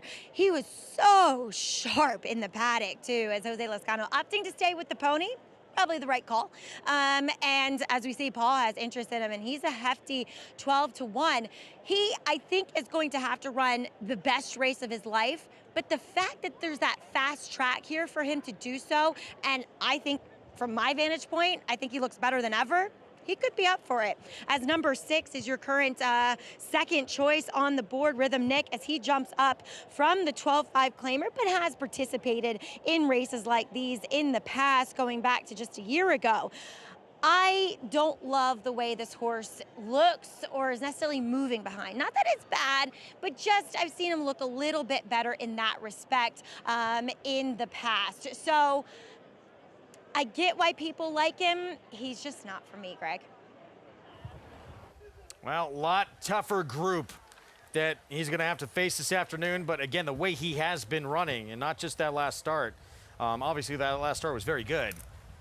He's earned his place to tackle tougher. And we'll see how he fares, though. Favoritism remains with 10 Cent Town as Rick Tutter Jr. tries to get this meet going for him a little bit. Yeah, and I think the opposite could be said with trainer Dale Romans. You know, he's had 3 starters this meet. He had a really nice horse in the way of Bobrovsky. Am I saying that correctly, guys? It's coming. It's hard to come out. Bobrovsky. And 2 winners, 1 to hit the board, 67%. He's very intentional with the horses he sends here. It's a good sign. You just call him Playoff Bob. Playoff Bob. There we go. Sergei Bobrovsky, yeah, one of the great playoff goalies in NHL history. Paulie, how do you feel? I feel great. About your pick 5? Oh. Who concerns you that you don't have? In this race, everybody. 4, the 6. So this is a tough open. race. I tried to get out of this race with 1, 2, 3, 7. Riyadh Moon is very well named. Looks a little bit like the moon. It's gray. Good He's luck going to run big. Everyone in this mandatory pay pick 5. Let's go to Frank Miramati. Jack's Promise just went in. The last one to load is Heroes Medal. Going up. They're in the gate. And they're off. Slight bobble for Call Me Fast. It's a very good start for Riyadh Moon. The gray along the inside is flashing speed. Confabulation in the orange is in the mix too. But there are several vying for command, including 10 Cent Town, who's racing in between those two. They are followed by Rhythm Nick, who's 4th and 2 lengths off the lead. Jack's Promise is next. Call Me Fast, 3rd last. Racing 3 clear of Celestial Glaze and Heroes Medal at the back of the field. 22 seconds flat for the opening quarter mile. And it's a battle around the far turn between Riyadh Moon and 10 Cent Town. Confabulation, Rhythm Nickel on the inside, and Call Me Fast is 5th. 5 lengths off the lead, with less than 3 furlongs to travel, followed by Celestial Glaze. Then it's Jack's Promise. The half went in 45 1/5 seconds. 10 Cent Town at the top of the stretch is the leader. Turns for home with a 2-length lead. Confabulation. Here's Rhythm Nick moving right into contention. And down on the inside, also in with a big chance, is Celestial Glaze. Celestial Glaze is coming at 10 Cent Town. 10 Cent Town, Celestial Glaze nose to nose. And Jack's Promise has surfaced in the center of the racetrack. Driving finish. Jack's Promise surges to win it. Celestial Glaze 2nd. 10 Cent Town finished 3rd in front of Confabulation. Jack's Promise, big drop in class. Dale Romans faced 2-back, a horse that won a graded stake at this racetrack. Junior Alvarado. Nice pick, Megan. Take this one, Megan, with a nice little root. I like it. Oh, I was getting a little excited up here. Nice prize, Dale Romans. I mean, he's had 4 runners and 3 winners this meet. They're absolutely on fire. This horse was wide around the stretch. He was making that run. He had a really nice pace to chase into and gets the job done. That was a fun one to watch. It was a wide open field, and it raced on like that. It was a really exciting race, and congratulations to Dale Romans and the team. This horse ran very, very well on the drop down in class. Good job by Junior Alvarado, because I know you were paying attention to this horse the whole time, Megan. This horse looked like he was running in place, and then all of a sudden kind of went wide and got around horses, but it didn't look like he was getting anything. He did. And there you see Dale losing all that weight. He looks tremendous, by the way. And, thanks in part to his pickleball game. Yes. That has kept him in shape. He's And ready to plays, take with anybody his on. wife, Tammy. This one by a horse that he trained who was very good sprinter, promises fulfilled. Yeah, he was outstanding, promises fulfilled. It was a lot of fun to watch. And look, Junior's been riding extremely well, right? I mean, you think about the success he's had with the big horse and Sovereignty. But just, I think when you get on a good horse, sometimes you can start to get pretty confident. And Junior's just riding like he's got a ton of confidence. You saw that 3 Paulie 10-cent Towner at Ortiz Jr. Rough start out of the gate. Yeah, rough start. Really ran well because had a deal with Riyadh Moon, the 2 early, and you see Riyadh Moon kind of go through the back of this race as you get on a little bit later. But the 3, I thought ran so good to be, only lose by about a half a length after that start. It's definitely one of those races where you want to see 10-cent Town back so you can bet him, because that was an exceptional effort considering his troubled start, being able to contend on the front end, but it was all Jack's promise to collect the pieces at the end. Pickup mount for that man yesterday to win the Saratoga Derby Invitational because the rider could not make his flight on World Beater. Yeah, he won the Derby, he won the Belmont, he won the Jim Dandy. He's going to be an overwhelming favorite on Sovereignty in the Travers to come. Things going pretty good for Junior Alvarado. Teams up with Dale Romans here. Nice call, Maggie Wolfendale, who liked this one also at 7-1. 7-1-3-5 finish. And an upset to kick off a mandatory pay. Pick 5 in a race we thought would be difficult. You do get an upset score here. Prices when we come back. Junior Alvarado for Dale Romans to take this third.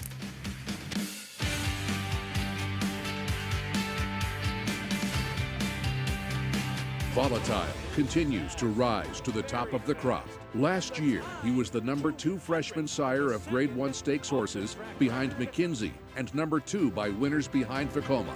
He currently ranks ahead of Medaglia d'Oro, Nyquist, Quality Road, Constitution, and Warfront by percentage of black-type performers. His newest graded stakes winner is Tip Top Thomas, who established a new track record in the G3 $300,000 Indiana Derby. Volatile. Think fast. You bet with Naira Bets. Bet any track, anywhere, anytime. Download the Naira Bets app to play today and get a $200 deposit bonus. Watch live horse racing. Get expert picks. Boost your bankroll with weekly promotions and hone your handicapping skills with exclusive tips and tutorials. Download the Naira Bets app now. Sign up now to claim your $200 deposit match bonus. You bet with Naira Bets. Arabian Night has won the Pacific Classic. Jockey's Warrior, so fast. Winning your end, federal judge. And Charlatan is going to run them off their feet. Mage to win the Kentucky Derby. Obliteration is a star. Our shot gets the win. These 2 juveniles going at it. Logan's at 14. Journalism has won the Break the Stakes. Who's in for Mohegan? Obviously everyone. A cheers with friends, then it's off to the races. A moment of calm before the dark and stormy. One more dance floor. Who needs skill when you have style? And feeling like it's the best time ever? Smile. Hats and nightcaps? Yes. Then it's down for the thread count to start it all again tomorrow. This is how it feels when you're all in for Mohegan. Mohegan Sun. Back with you here on our Fox Sports 1 coverage. Sunday from Saratoga, sun shining. Where else would you want to be? Our program brought to you in part by legendary Claiborne Farm. 100 years of doing the usual, unusually well. Jack's promise for Dale Romans with Junior Alvarado. Picks up the 3rd win of his career, rolling from off the pace. Let's go to Maggie. Here with winning trainer Dale Romans. What a meet! Limited starters. It's been good. It's been really good. We didn't have a lot to come up this meet, so we had to throw darts when we ran. I think this one well spotted, though. Last 2 races at Churchill against a world of better horses. They were a lot better horses, and he's a fickle horse. It's like if he can't compete, he just quits. But today, and I was worried about that around the turn. He backed up out of there, but here he came running. How about Junior sticking all over him too? Because when I saw him backing up about the 3/8 pole, I said, oh, this was a terrible pick. Yeah. And then Junior kept after him, and he needed all of the stretch, but he got there. Junior's great. Everybody knows that, and he's really come to life in the last couple of years. But I told him it looked like a hits a violation to me, but he said no, he stopped at 6. I'm glad he can count. I could never do that. Can you imagine? No, you're going 40 miles an hour in that squatted down position, and you have to worry about counting. I have trouble walking and chewing gum. Well, at least you know how to train horses. Well done. Thank you. All right, Dale Romans, always a pleasure to catch up with. As you said, it's way more fun talking to you after a win. He's had some incredible moments in his career. Jack's Promise, $16 for the victory. And this was, you know, that's your Megan or Maggie. This was one of those tough races to try and get through. Yeah, I told you, I was a little bit worried in this race, but got through it, Greg. Survive and advance. That's right. That's how you do it. It's that kind of pick 5. Up next, Spendthrift Farm. 2-year-old race of the day brought to you by the 6-time reigning champion General Sire into Mischief, sire of this year's Kentucky Derby, Belmont Stakes, and Jim Dandy winner, Sovereignty. And the Adirondack, this race goes through Mythical. She's undefeated, 2 wins by a combined 12 lengths, including JK beating the boys in the Tremont with ease on this racetrack last start.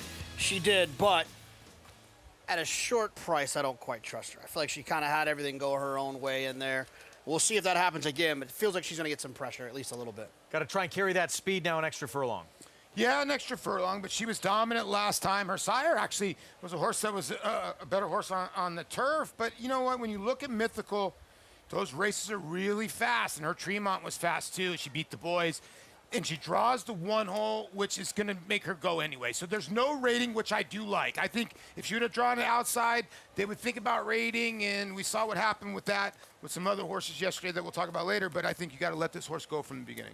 Exactly. I do think she's going to be the primary speed threat, but there was a fair amount of pace in this race. And last time, this filly just didn't really face any challenges. And I kind of, as far as I don't want to say a bounce back candidate, that was a big figure. And she's going up against progressing 2-year-olds. Not saying that these other fillies are going to be able to meet her at that extensive level, but there's some that are going to be able to rate off of the pace and potentially move forward as well.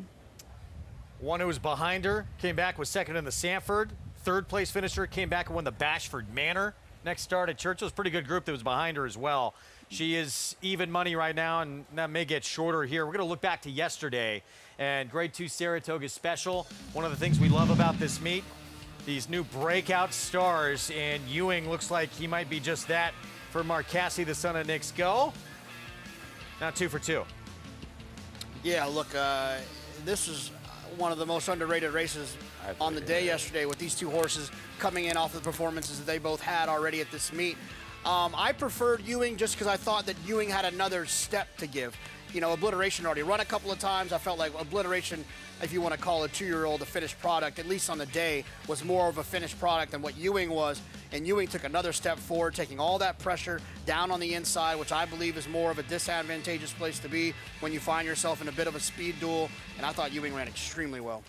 Yeah, he looked the part. I know, Megan, you and I were right there on the rail when this race ran. He kind of touted himself right before the race. He did. I kind of said it in my explanation of him. He kind of looked like a Zeus. He kind of gave me that East Avenue vibe as 2-year-old, where he was just so gorgeous. And Obliteration, I think, is going to have a future sprinting.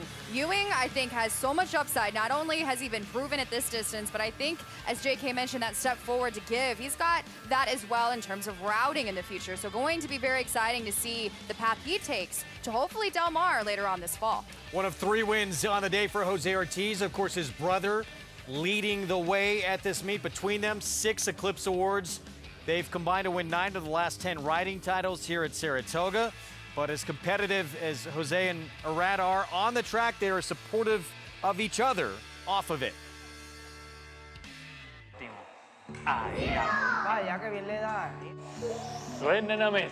Every single sport that we play, we compete. We play this game every day. Who you think is gonna be the winner there? We never faced each other against each other. We never did. Like now. Like now, yeah. ¿Energy de qué? ¿Energy de qué? First of all, it's very fun to share your success with your brother. We spend together more than 15 hours a day.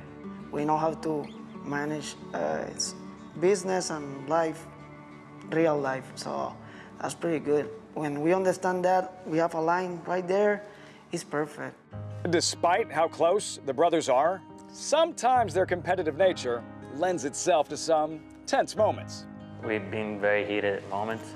We curse a lot and say a lot about words in Spanish. When we was younger, we never throw punches, but we've been so close.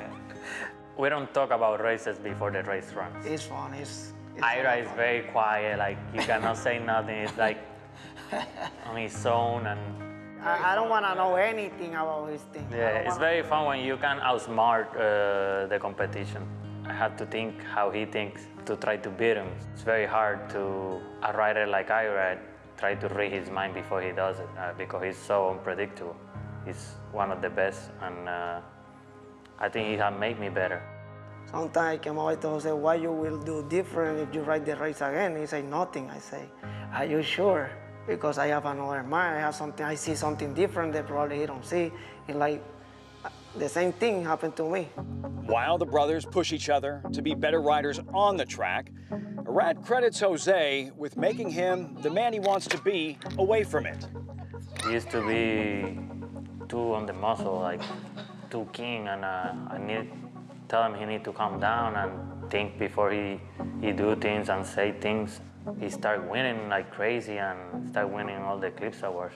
And I told him just, my job is to keep you grounded and keep you doing the right thing.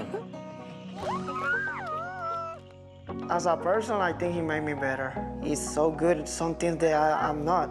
So I try to get whatever I can get of him to make me better in that part of the racetrack. He's been working, so he's been doing a lot better, become a better person, a better father, better son, and everything. So it's nice to see that. Always gonna have him. He's my brother, he's my blood. I love him.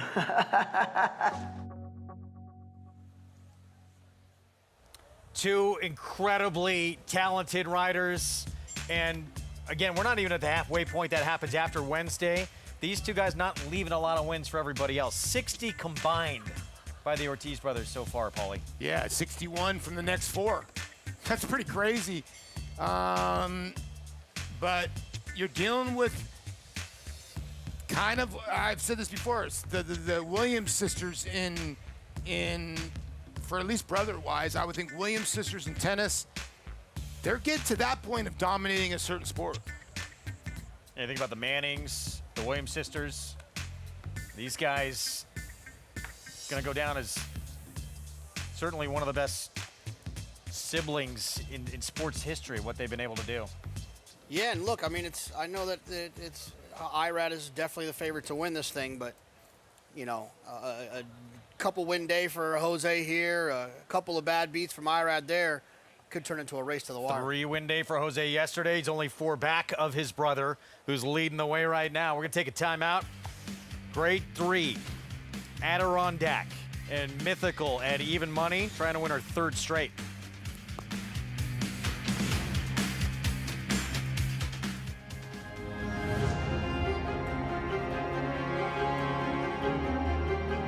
Greatest Honor has taken the lead now. Less than a quarter of a mile to go, and Greatest Honor starts to get away. Greatest Honor, he's an easy winner in the Holy Bull. And here he comes now. Greatest Honor finding his best ride right when he needs to, and he's gonna run down during the clock to win the Fountain of Youth.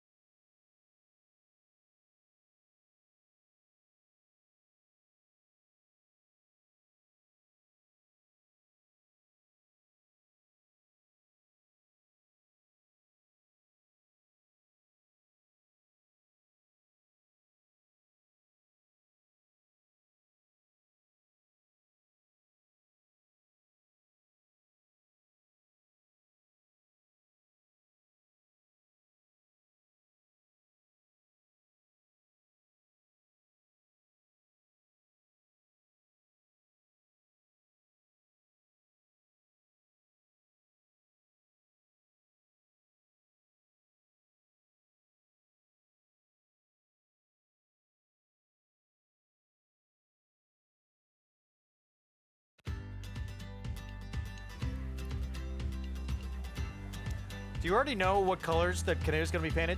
I think blue, huh? Gotta run the race for it. We've had some big upsets. Obviously, at this racetrack, pretty big one. Happened just a few years ago. American Pharaoh, Triple Crown winner, got beat here. Yeah, and the master of the Travers, Javier Castellano, got him. How many Travers he got? Like 7? 7. That's something that will never be broken. It's too many Travers. It's too many. Let's go to Maggie. Taking a look here at the field for this Adirondack as we'll check in with your favorite. That is number 1, Mythical in here. And props to Acacia Clement, who helped me out with notes. I've actually never seen her prior to a start, but Acacia was in the paddock for the Tremont when she took on the boys last time, and I totally get what her note suggested.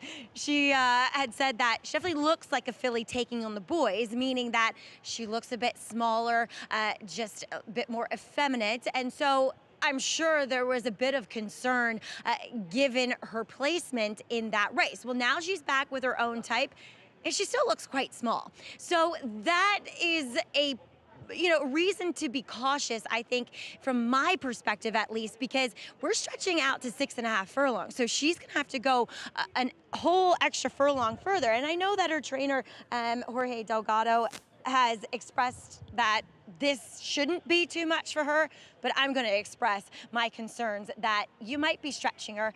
Brilliant speed that she has, and I do respect her for that, and she's been the utmost professional and very classy here in the paddock. Again, it's just the 6.5. Moving on to the New York bred number 3, Angel Gift, who debuted against, maybe you could question the field, because it was at that time where we were writing those restricted maiden special weights for horses who RNA'd or sold for $60,000 or less, or New York breds, just to kind of fill the races up. So you were getting $300,000 to $500,000 New York breds in those races, and they were obviously dominating. Angel Gift, I loved in that race. She just was so classy acting, so professional in her debut, and she just looked physically better. Well, I gotta say, again here, it's much the same. And I know that figure came back a bit light. We don't know what she really beat, but she did it so easily. So there's every reason to believe that if pushed a little harder, she could run a faster race, and I think she's up to that task. Now, total wild card in here is number 5, Meringue, for Rudy Brissett, whom she debuted on the turf. And to be fair, if you're gonna split hairs, there's a bit more turf pedigree. But there is some dirt as well, and the fashion in which she won that race was really impressive. So often we see 2-year-old racing dominated by front runners. She was so far last down the backside, circled the field, and just ran by them to get in front in the shadow of the wire. And that was going 5/8. This filly looks as though she wants every bit of ground that she can handle. Now, she might be a little bit more turf inclined looking at her physically too. But if they start hitting up front, which there's several horses that could be forwardly placed in here, I think she very well could come and pick up the pieces, Greg. Yeah, sort of the X factor in this race as you get a look at Mike Rapoli, Todd Pletcher, and Arad Ortiz Jr. there. Obviously, Mike Rapoli, who has won just about every single big dirt race there is at this meet, had never won a Whitney. Disappointed in the outcome with Fierceness, who on days can be amazing. Other days, like we saw yesterday, he's not in the mix. Still think he's got another big one in him before his career's over. Yeah, I think they learned a lot about him yesterday, that you can't take a hold of him. He's just one of those horses that wants to be free running on the front end, and you got to deal with the consequences where he is. And as soon as Johnny V grabbed a hold of him, and then they got to the stretch, his tail started wagging. He was not having fun, and he got inhaled, let's be honest. So I would think Johnny got to kind of ride him a little bit, going, we can't really grab him. We got to kind of let him go and see what happens. But now with pace in some of these races, it's going to be tough on him. Well, I'm going to pick the 3 here, Angel Gift, who's out of Georgie's Angel. I thought the horse was impressive on debuts, a New York bred. The other fun fact, this horse is a half to Cave Rock, who is a really good 2-year-old. But another fun fact is right across the street tomorrow, there's a flight line in there by the same dam that's selling tomorrow. So it could be a big update for them. If this horse can win here, indeed. it can make the hammer drop at a pretty high number over there with this flight line. Cave Rock started 3 for 3 in his career with 2 grade 1s, was second to Forte in the Breeders' Cup Juvenile. Let's go back to Maggie. Here with Rudy Brissett, fresh off the red eye, so he just apologized for not being totally dressed. We forgive you. Okay, thank you. I appreciate it. But sending out Meringue here in this Adirondack, I know she won on turf first time out, but the way she did it was so impressive. Yeah, I mean, I ran her on the turf just because that was the only race available that week. It has nothing to do with the surface choice. Good, I like to hear that. So, you know, it's... we know a little bit the family. The second dam is Kawascat, Mr. Mud trainer. I was at the barn when he trained her. She was turf, but she could do dirt. And then, you know, street sense on the bottom, frosted on the top. So, and she's worked pretty good on the dirt. So I don't see why I will not try at least. Am I right in saying it looks as though she'll benefit from more ground too? Yeah, I mean, you know, the gate incident, she's better than that at the gate. She's not the fastest in the world, but she is better than that. She got bumped first, got scared, bumped the rail, bumped the guy. I mean, it was just, you know, it was just one of those things where you have no control. And Luan break her out the gate twice in Kinland, and he knew her. So, I mean, we have total different ball game today. We're on outside, we got room. So, you know, I mean, I didn't say anything to Flavien, just maybe a soft hand, but that's it, you know. Well, thank you for your time and best of luck with her. Thank you, I appreciate it. Greg? Rudolph Brissett, we wish him the best with this filly switching surfaces. We start with the big favorite, Even Money Mythical. She's fast from the inside. It shouldn't be a problem. I just think she's too short of a price. Tom Amos with Spa Prospector coming off a maiden win on a wet track here. Yeah, it was impressive, and usually Tom's horses will improve. Angel Gift, her mom won the Schuylerville, started 2 for 2. Yeah, this one might make it feel a little bit better for Mike Rapoli after Fierce's disappointing run in the Whitney. Mark Cassidy, Tiz Insight. This horse kind of ran in spots and then kind of surged late to win the first start of her career. And here's the Rudolph Brissett filly getting on dirt for the first time. Yeah, it was impressive. First time out on the grass, took some money that day and did it the right way. See if she can handle the switch over to the dirt. Even Money, though, here on the speed of the field as the inside post. Again, she beat the boys in a stakes race at Saratoga. Back on Belmont at Saratoga week. Beat them pretty easily. And the third place finisher, again, Romeo in that field, would come back and win the Bashford Manor at Churchill Downs, improving 19 buyer points. Not only did Romeo win the Bashford Manor, he sold in a racing age sale of like $1.7 million, breaking a record at that sale. She was, impressive. There's nothing you could knock about what she's done on the racetrack. The problem is I just think she's too short of a price for what could be with these other horses improving. I agree with that. And I want to say something just about Churchill Form in general. With Romeo and his performance, that track was very much, I guess, catered to him that day. It carried speed. And then we see Blinging It Back come back and just run very strangely off course. He dropped considerably yesterday that we saw. So I'm still trying to figure out, as far as her speed figure and as far as the progression of the other fillies in this race, just how good she is. And I do think in terms of physicality, I kind of gravitated towards the number 3 here in Angel Gift. I thought she just looked a bit better. Yeah, Angel Gift, as we shift to the Todd Pletcher Rapoli runner, she didn't break great in that debut either. Broke in a little bit. It was her fault, and then bumped into a rival. We'll see what we get her out of the gate, but it was such, after that, it was very professional what she did. Absolutely, and you've seen the success that Todd's had already at this meet with 2-year-olds. Not like you needed to be reminded of Todd's ability to win with a 2-year-old, but I think a lot of times between these two and all the way from 2 to 3, Todd does a great job developing these horses to continue to improve and to take steps forward. They're not just typically horses that win first out and then you don't ever see them again. I think this one will continue to improve, and I think we'll get some nice pace to close into it. I would imagine Irad will try to get her out of there a little bit cleaner this time. 2 to 1. What do you think? I mean, certainly upside, you would think, with this filly with that pedigree. 100%. And Todd's had, 7 or 8 2-year-old winners so far in this meet, and they've been running great guns. This filly was good, like you said, first time out.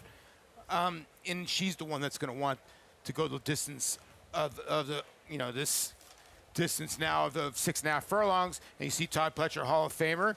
The one is a tiny little horse when she walked behind us, but she looks like a little pocket rocket.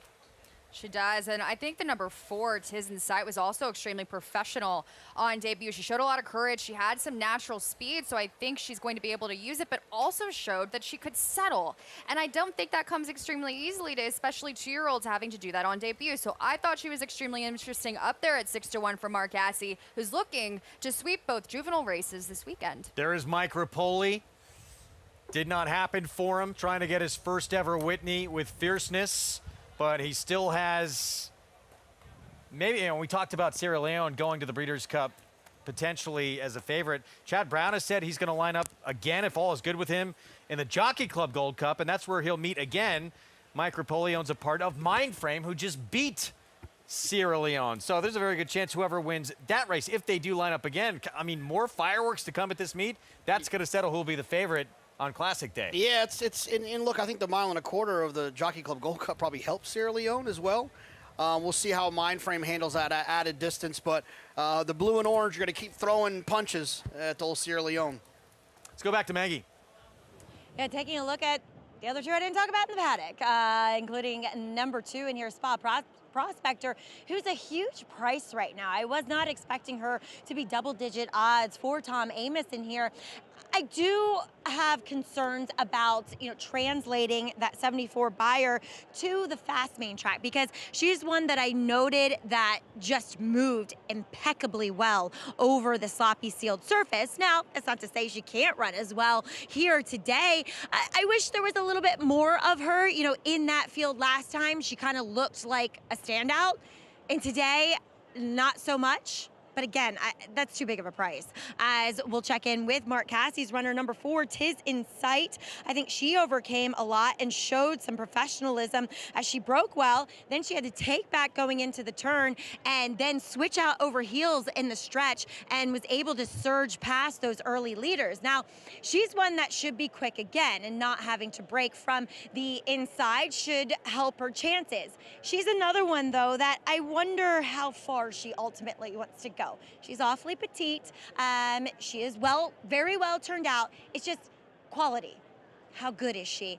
I originally picked Meringue, and I'm still very interested in Meringue, but Greg, I cannot get over how well Angel Gift continues to look. I thought she looked good in the paddock. She looks 10 times even better out on the racetrack, warming up with Rod Ortiz Jr. aboard. She just looks next level compared to the rest of her foes today. So, debut winner for Todd Pletcher, 2-1 second choice, that big pedigree. We mentioned a sister to Cave Rock for Bob Baffert, who was a 2-time Grade 1 winner in those first 3 starts, runner-up to Forte in that Breeders' Cup Juvenile. How good did you think Cave Rock was going to be? How good? It's a funny story. My Breeders' Cup betting challenge that year ended during that Juvenile because I was all in on Cave Rock. So that's how much I liked him. Fierceness won the race, right? Forte, yeah. Spendthrift Farm 2-year-old race of the day coming up, and some potentially Keeneland, yeah. future stars to come in this 2-year-old filly division. Surprised to see all that love. I mean, there's a lot of things to like with Angel Gift. Mythical, though. 4-5 Maiden in here, and she broke so quick in that last start. Maybe just no one catches her here. You're exactly right. This filly is going to the lead. She's going to be tough. I think it kind of similar to that Ewing Obliteration matchup. I think that the number 1 is going to be more sprint type, and I think the number 3 has the potential to be a little bit better with more distance as well. Grade 3 Adirondack, that filly right there, 4-5 favorite, 2 for 2. Won those first 2 starts by 12 lengths combined, beat the boys in a stakes race in the Tremont. Now back in against her own sex. She's not only the one to beat, she is the one to catch for trainer Jorge Delgado. We send it upstairs. Frank Miramati, the call. Tiz in Sight goes in. Meringue completes the line.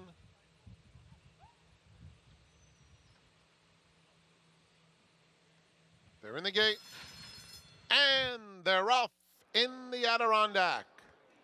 And Mythical, once again, flies out of the gate. Angel Gift has sharp speed, though, and is right off her flank. And Spa Prospector comes away in third. Tiz in Sight, 5 off the pace, 3 clear of Meringue.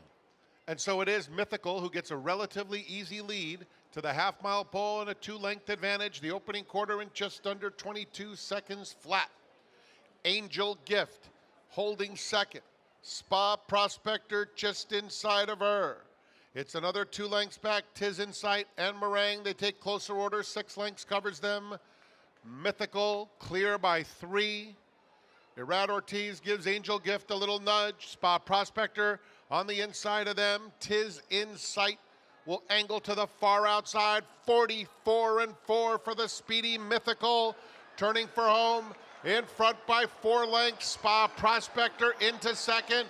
On the extreme outside, Tis in Sight. Meringue running a good race in between. Coming to the 16th pole.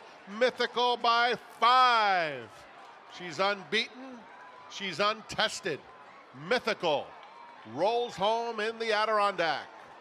Meringue second best. Spa Prospector and Tis in Sight. No one able to catch Mythical. Speed so dangerous. 3 for 3 now, JK. Absolutely, and you get excited when you have a horse like this. It's special. There's a lot of ways to get beaten horse races, and she's dodged all of them 3 times in a row. This filly saw up there, we picked the 3 who unfortunately finished, well back. And she said, hold my cocktail, guys. I'm going to get the lead and I'm going to pull away and go 44 at the half in doing so. This is a talented filly. I thought to myself right here at this point, I said, is somebody going to go catch her? And nobody managed to do so. She is much the best here in this field. Elevated the phrase. Wow. Never heard you hold my cocktail. She did, though, didn't she? Ran really fast, 21-44. That second quarter in Michelle Jaramillo, from 22 basically flat to 44-4 is changing the difference. That 93, that was legit last time in the Tremont. 3 for 3 now. Let's take a look out of the gate. Angel Gift, the 3 did not break great last start. Keep your eyes on her here. And goes a little stumble coming out again. Yeah, look, it's definitely a significant stumble, but it had absolutely no bearing on the outcome. She's had a pocket trip. It was an unfortunate beginning, obviously, that we just saw, but in terms of her overall trip dynamics, it was pretty clear cut that nobody was going to catch the number 1 Mythical.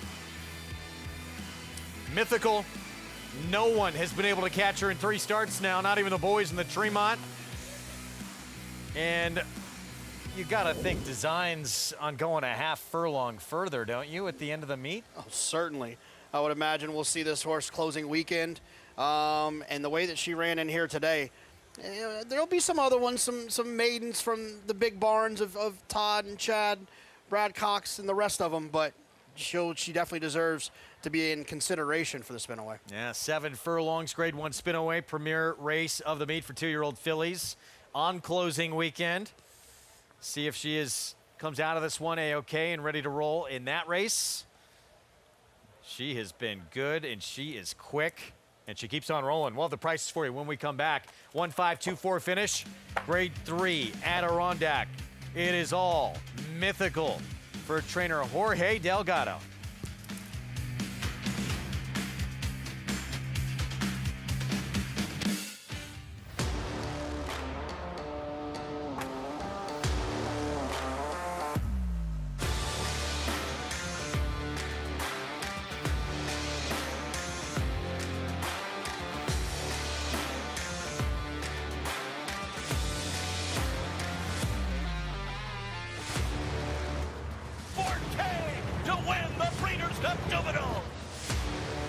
Eclipse champion Blame, standing at Claiborne Farm. It all comes down to this. Good afternoon, ladies and gentlemen. The moment that defines the year, when the world's most influential buyers gather, and every decision, every bid, every opportunity shapes the future. At a marketplace that brings the thoroughbred world together, and where futures are forged, because every moment matters. At the World's Yearling Sale, Keeneland, September. He possessed such natural athleticism. It is Golden Pal winning the Juvenile Turf Sprint. He's very, very agile and quick. Golden Pal has repelled the challenges. Each and every race, he just got better and better. Golden Pal broke like a rocket. Golden Pal, wire to very confident horse. Golden Pal, the lead is out to 5 lengths in deep stretch. He's just got a brilliant mind. They're all behind Golden Pal. I'm going to be breeding everything I have to him. You're never more here than when you're here. Here is more than just a horse race. Here is where you want to be. And here's the horse that's going to make it happen. They're off in the Breeders' Cup. Here she is, coming around the final turn, making sure that this year, you won't be anywhere else, but here.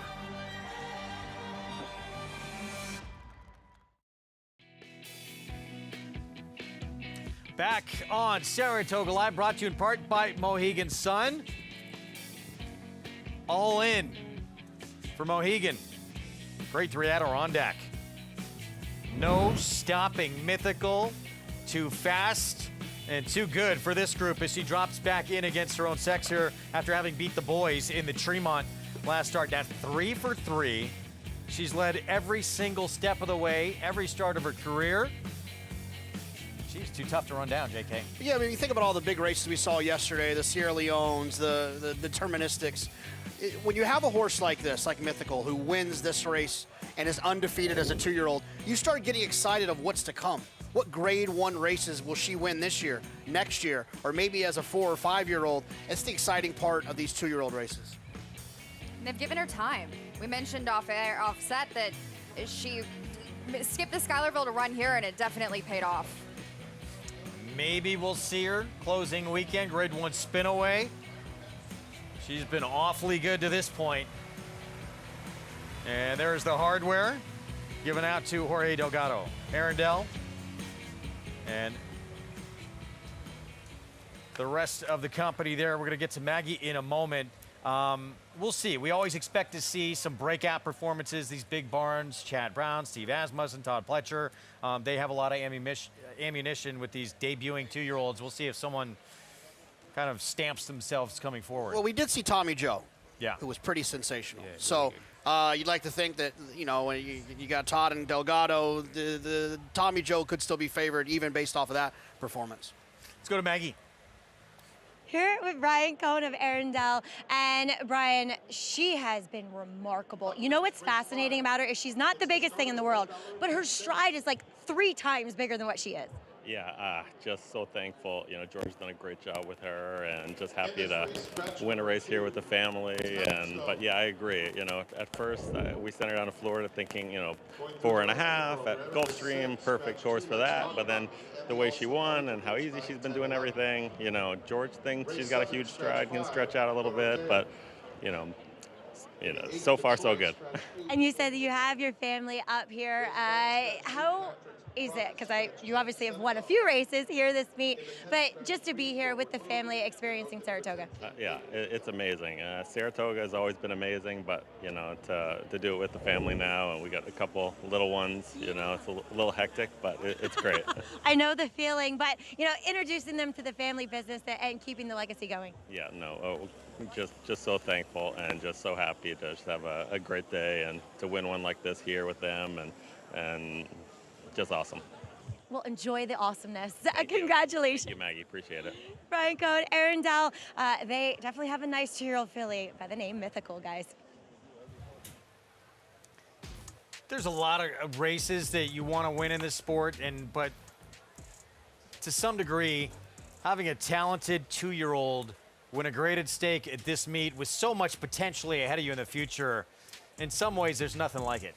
Yeah, there is nothing like it because you got that future still. You're undefeated, right? You can keep on going forward. And you heard him say that they think this horse can go a little distance of ground. We'll see how that pans out, but she's done nothing wrong to date. Race 5 starts the pick 6, closes out the early pick 5, mile and a 16th on the turf. Everyone trying to get that first win on the resume. And Megan, this board tells you the story. It is wide open. It is wide open. And then this morning, as I was looking at this race, I kind of had some Some favoritism over to the number 3, Bint Al Dandy, but you've got a Chad Brown runner in this race, the number 1 that I feel could be competitive, and you've also got Brendan Walsh here with the number 4, who I think could be a candidate for improvement off of that effort at Ellis Park. But I will say this, the number 3, as Maggie had that interview with her trainer earlier on in the program, that she does have her quirks. She had an unfortunate incident.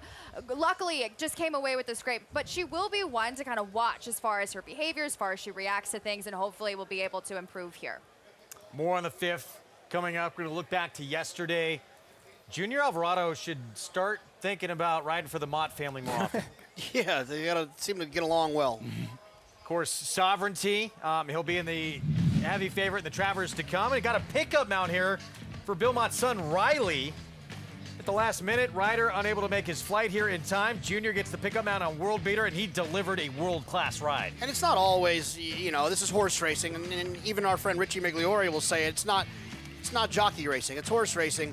But Junior Alvarado's ride made every bit of the difference here, because I am still convinced this is still the 5th best horse in this race, and Junior still found a way to get it done. Yeah, kind of turned the tables on Tescore, got inside of Tescore, and was able to outfinish the horse onto the inside, and Junior did make the difference here. Wow, he was able to get to the hedge early, got it to the 2 path, and then just outfinished Tescore for Manny Franco and Grand Motion, but this was, like you guys said, a world-class ride.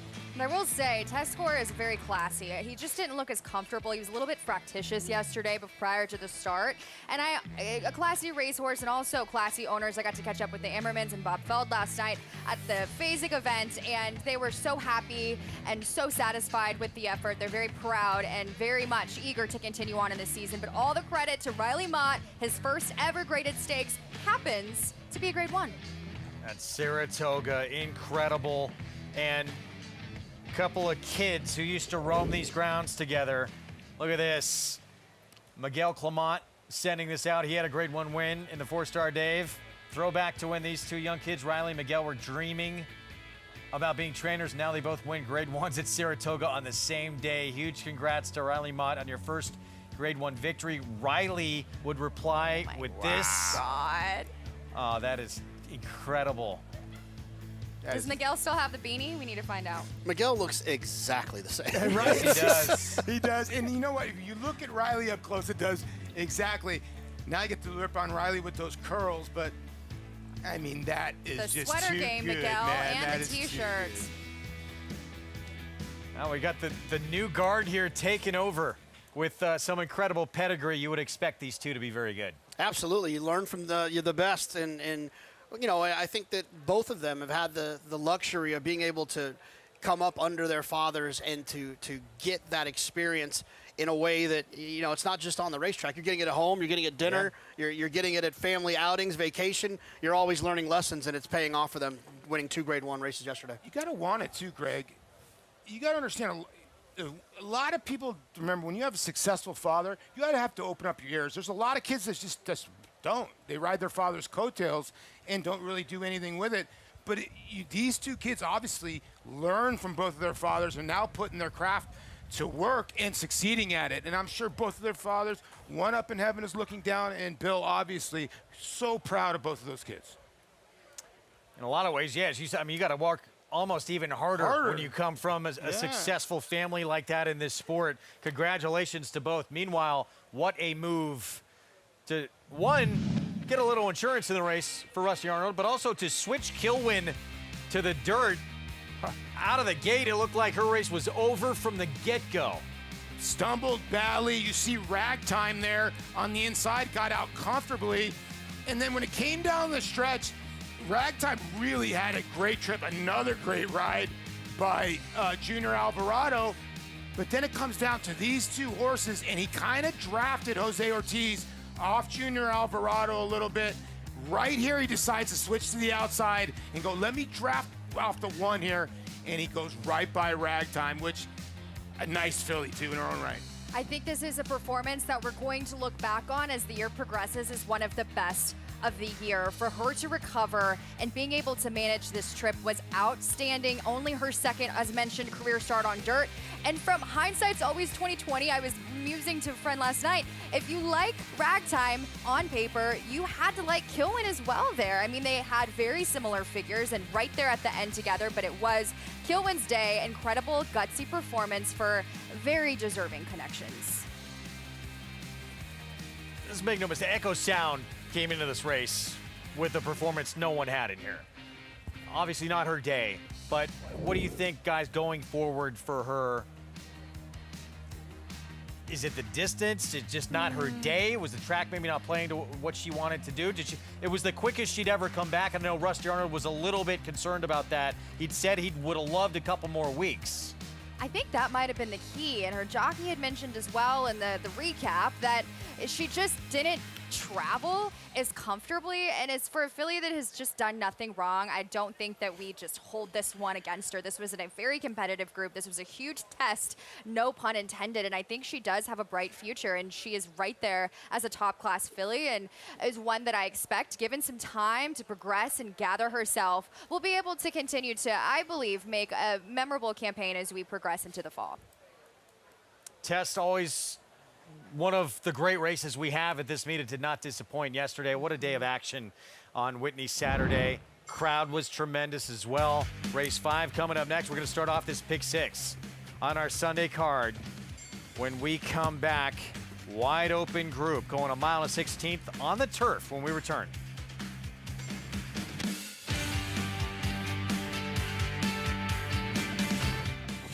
You bet with Naira Bets. Bet any track, anywhere, anytime. Download the Naira Bets app to play today and get a $200 deposit bonus. Watch live horse racing. Get expert picks. Boost your bankroll with weekly promotions and hone your handicapping skills with exclusive tips and tutorials. Download the Naira Bets app now. Sign up now to claim your $200 deposit match bonus. You bet with Naira Bets.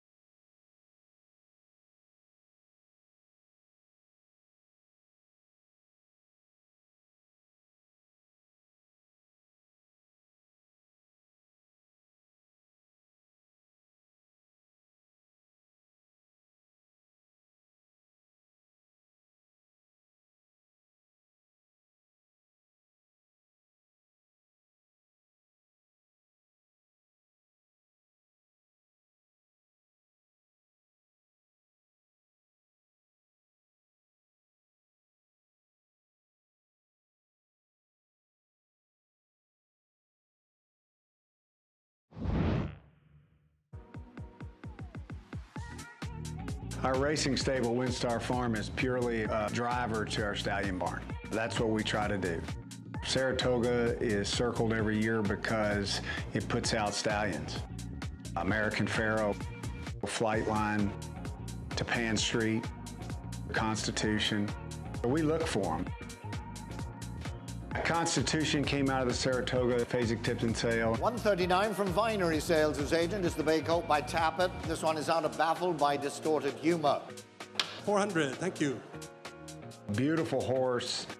Did a lot on the racetrack, winning the Florida Derby and the Don, and been a great stallion for us. Boyd and his team do a great job of putting athletes up there that we can zone in on. Just always love the Saratoga sale.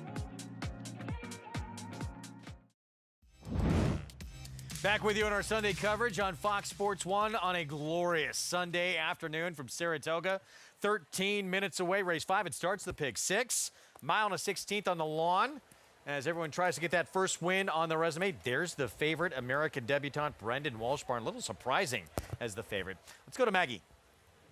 So pleased to be joined here in the paddock with CEO from Spendthrift Farm, Ned Toffee. And Ned, you were just telling me that I need to get excited because my biggest horse crush ever has his babies just across the street. He does. Jackie's Warrior is well represented across the street. I think he's got about 8 yearlings in there, which is pretty strong. A first crop horse with 8 out of about 200. So, and they very much look the part. You would not be disappointed. Jackie's a spectacular looking horse. We couldn't be more excited to have him. He loved it here at Saratoga. Yeah, he's going to make an impression with his first yearlings tomorrow night and Tuesday. 3 consecutive years of grade 1s up here, or grade stakes up here at the spa. Who else should we be looking at? Well, the other horse that's got a couple of yearlings across the way among our first crop sires is Cyberknife, is a multiple grade 1 winner, and he's got 2 gorgeous yearlings across the way. So really excited about those as well. And then there's this horse, I can't remember, Into Mischief, I think? Into Mischief just keeps marching along and walking his beat. He's represented by some real rock stars across the street. We're actually selling one ourselves out of the really good Munnings mare, and I'm drawing a blank now on her, but multiple grade 1 winner. So really, I'm a chatterbox. Yeah, well done. I'm getting old. And, he's really nice colt, and several other really superstar colts. Nice fillies as well. So we look for him to have another big sale. As he always does, and a nice winner for him yesterday, and kind of your namesake as well. Yeah, the big gray Into Mischief. We're both big and gray. But I saw him this morning, and he couldn't look any brighter, and hopefully bigger and better things to come there. That, of course, was Ted Noffey. Well, Ned Toffee, thank you so much for everything, and best of luck at the sale. Thank you. And Greg, I am so excited to see those Jockey Warriors babies. We're all excited. It's going to be so much fun. He had some incredible moments at this racetrack. Thank you to Spendthrift for being a sponsor of our 2-year-old race of the day. So proud to have them on board. As we get to this 5th race here coming up. Wow, 9-5 on this Brendan Walsh, second-time starter who debuted at Ellis. Did take money in that race. What's going on here, Paul? Well, I mean, Ellis is a rock-hard turf course. 109-1, 133. This is a whole different ball game. Now, there was another horse that was shipping up from Ellis yesterday that got scratched before they got to the gate. I don't know. Irad gets aboard. This horse does have maybe the best number, I guess, coming in this race. Galileo on the bottom side. So I would think would like this racetrack a little bit better than that racetrack, but why wouldn't you have started here? I don't get the 9-5. I think your 6 will end up being the favorite, Cliffs. I think it's interesting, though. The number 1 channel check for Chad Brown is a little chilly up there at 5-1. We see, of course, the 4 taking all the money, but Chad Brown in a race on the turf with a maiden. I just felt like that was kind of interesting there. And while I didn't love the filly on paper, I think the blinkers off angle for her is really strong as you're assessing how Brown kind of moves his horses forward. I think she has an opportunity here up there at 5-1. Let's go to Maggie. Start with your current favorite coming in from Ellis Park for Brendan Walsh, as you guys were saying, American debutante. And now she was one that broke alertly from that inside post position, sat the right kind of trip, but at the end of the day just came up a little bit tired. You know, she was swapping leads down the stretch, and that's always indicative of a horse that's trying to find more energy, but ultimately just couldn't. Now, she wears a big blue shadow roll. She is a bit of a high-headed sort. It's kind of just the way she's put together, too. So trying to get get her to naturally put her head down, to look down over that piece of equipment and what it's intended for. Do I love her here? No, but I understand the appeal, as number one is channel check. She kind of did the opposite of what blinkers are meant to do. Usually you put blinkers on a horse to get them to have more continuity to their races, to their runs.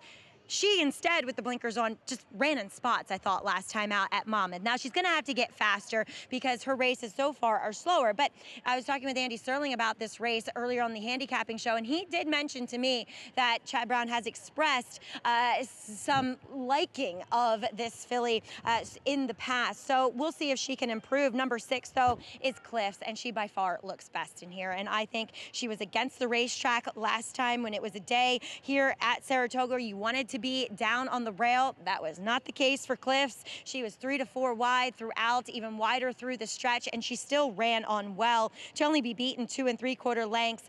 I liked her that day. I thought, you know, why is Cherie sending her here to run on the turf? I totally picked up what she was throwing down, and I think she'll only improve with this being her 3rd start. Greg? Thank you, Maggie. Post parade coming up momentarily as we approach the 7-minute mark to post here for the race that kicks off the pick 6. Before we get to them stepping onto the track, JK, in this pick 6 sequence. Yeah. Did you see somewhere to key someone?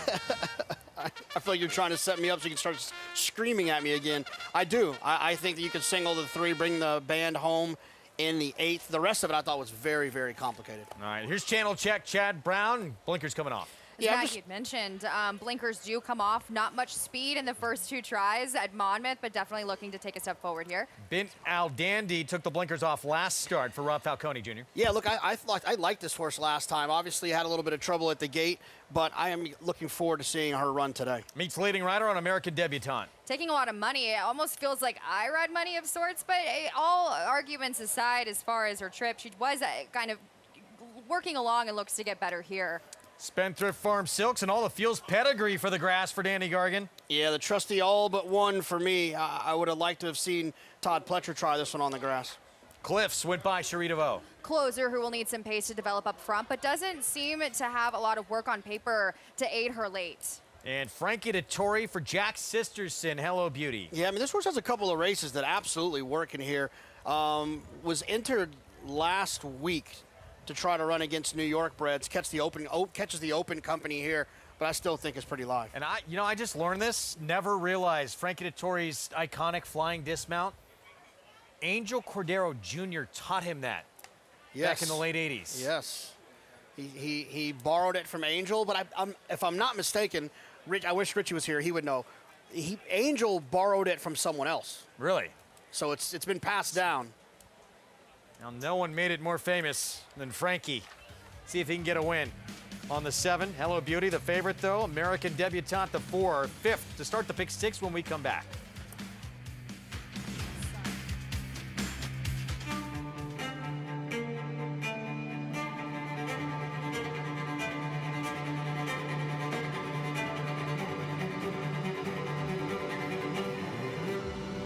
At the top of the stretch, obliteration,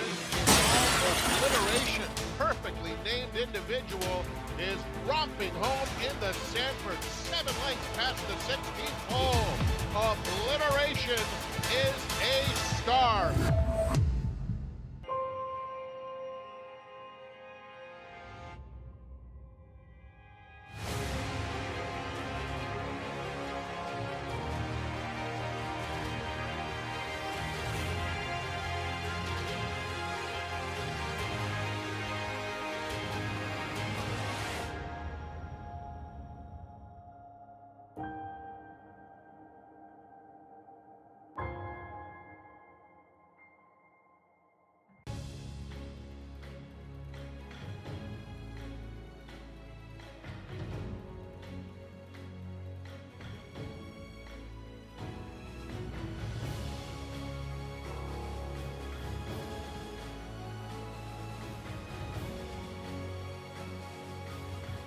Olympiad leads American Revolution. Olympiad gets the gold in the Jockey Club Gold Cup. Racetrack Television Network brings you every race, from every track, on every screen, every day.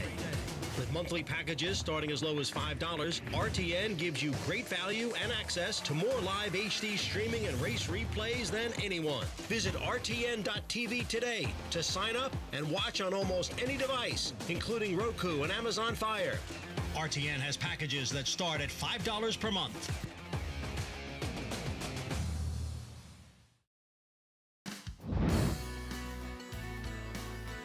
Pick 6 coming up on Saratoga Live here on our FS1 coverage. You can play it right there at Naira Bets.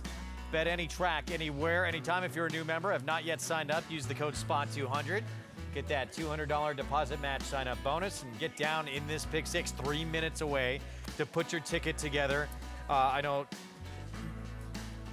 obviously, JK mentioned bring the band home. It's going to be a single probably on 98 or 99% of these Pick 6 tickets. Vino Rouge, though, another horse that's going to take a lot of support, or maybe you can get thin. If you're going to the last race, I would not single Vino Rouge. No, I wouldn't either. Gosh, I had 4, 5, 7, 10 in the last. I tend to think maybe the 4 is a horse you need to throw in for Brad Cox. JK's right. It's difficult. It's very difficult because race number 8 is the one horse you can single, obviously, but race 7 is going to be tough. I don't even really like Vetriano in there who's going to be favored.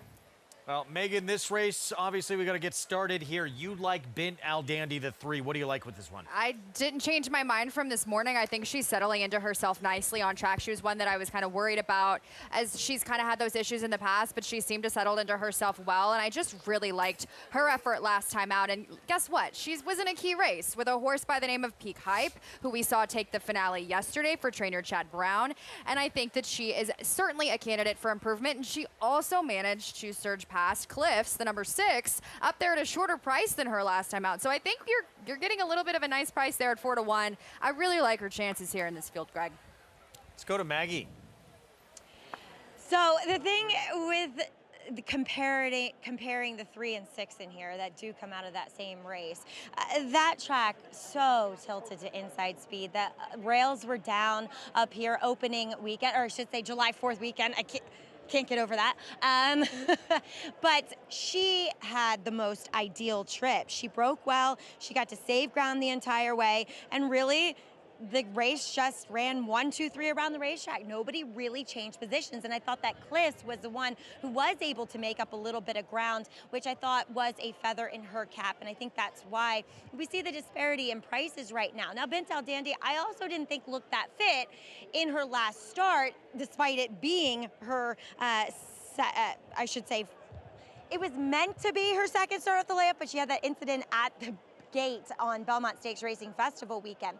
She could improve here, and she has a bit of a tactical advantage over some of her rivals, over her rival Cliffs in here. So I like what I'm seeing from her. It's an improvement from her last start. She is dangerous.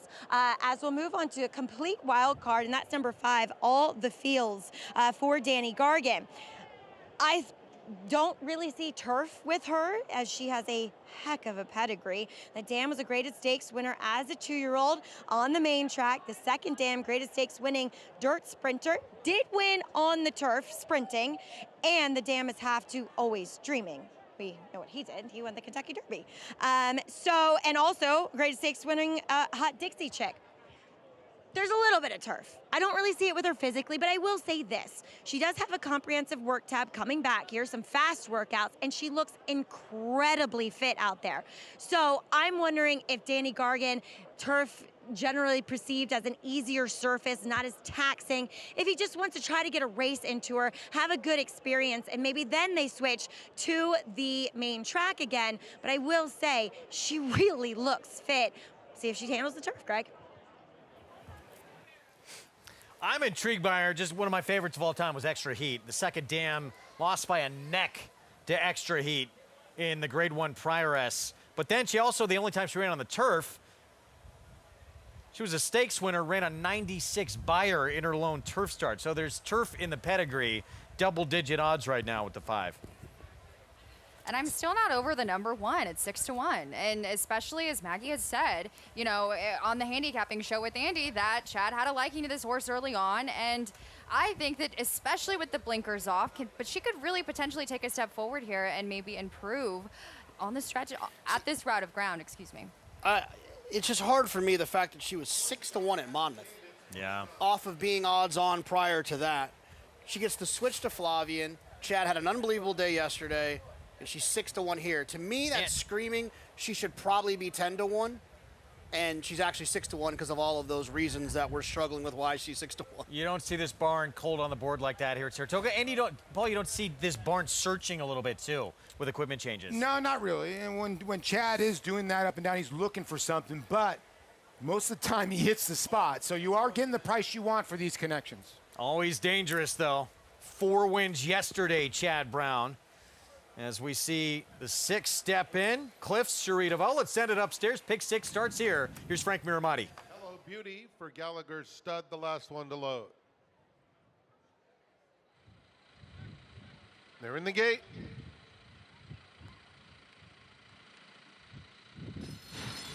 And they're off. Bint Al Dandi almost beat the gate and opens up 2 lengths. Cliffs comes away in second. Channel check. Hello Beauty on the outside. Here's All the Fields, not quick out of the gate, but very fast now. An American debutante is at the back of the field. So All the Fields will press the hand of Bint Al Dandi into that first turn. Bint Al Dandi still under a hold, though, while maintaining a 1.5 length lead. All the Fields is trying to get to that front runner, and that means 5 lengths back to Cliffs in third. The quarter went in a snappy 23 2/5 seconds. They're followed by Hello Beauty. Channel check is toward the back of the field, just in front of a nicely settled American debutante.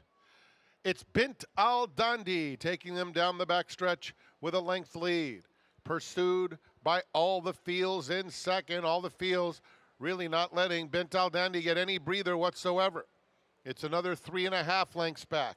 Hello Beauty racing side by side with Cliffs, 47-2. And here's American debutante getting into the race. Only 5 lengths off the lead. 3 in front of Channel Check. Bint Al Dandi by 2. Cliffs on the inside with Hello Beauty coming right together. All the Fields is dropping back. In behind them, American debutante and Channel Check, 111-1. They're at the top of the stretch, and Cliffs has come to Bint Al Dandi. Bint Al Dandi still fighting on bravely. And American debutante's trying to pick up the top pair late, but it's Cliffs with the upper hand late. Cliffs just in front. Bint Al Dandi so tough, but will have to settle for second behind Cliffs. A beautiful trip under Jose Lezcano to beat Bint Al Dandi.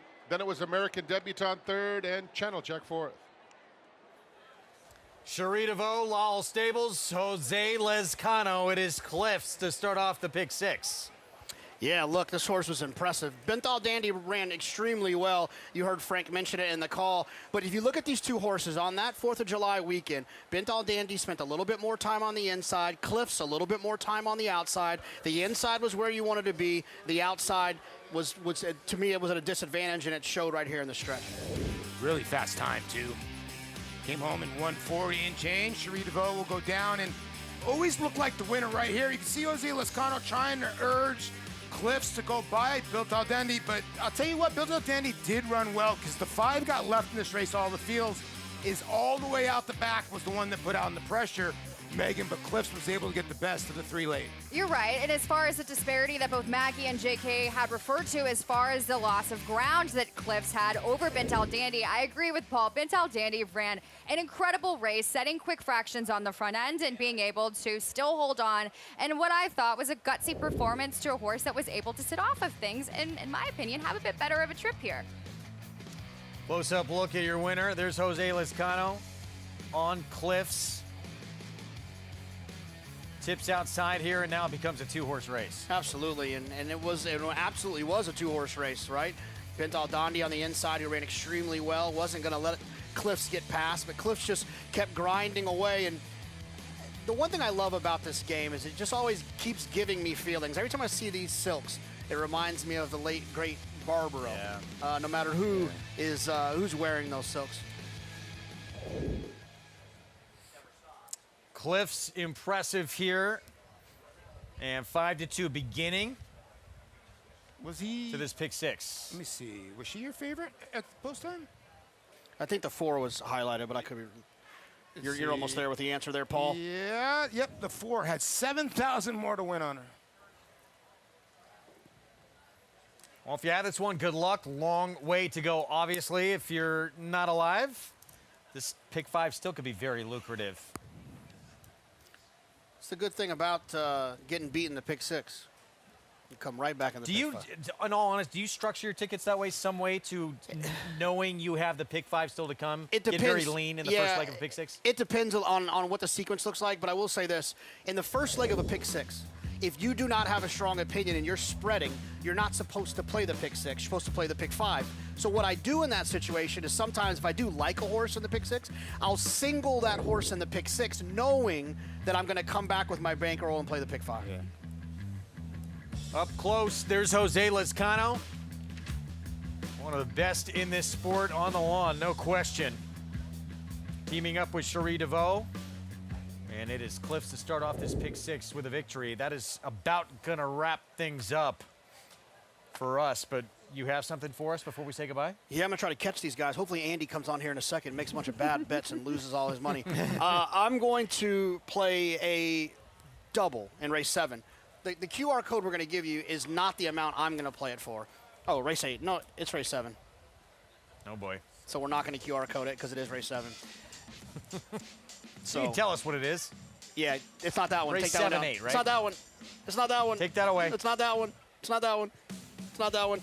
I'm going to play a double in race 7, 2, 3 with 3. So I'm going to use the 2 Keywade and the 3 Vetriano into the 3. Bring the band home, your favorite horse today. So I'm going to play in this bankroll challenge a $375 double. I have $750 left. It's good math, 375. 2, 3 with 3. Starting in race 7, double. Race 7, 2, 3 with 3. Good luck. Not a great sign that we got it wrong in the graphic. No, that was 100% my fault. So Okay. me and Justin, the graphics guy, were even. He got me last week with and I got him this time. We're even.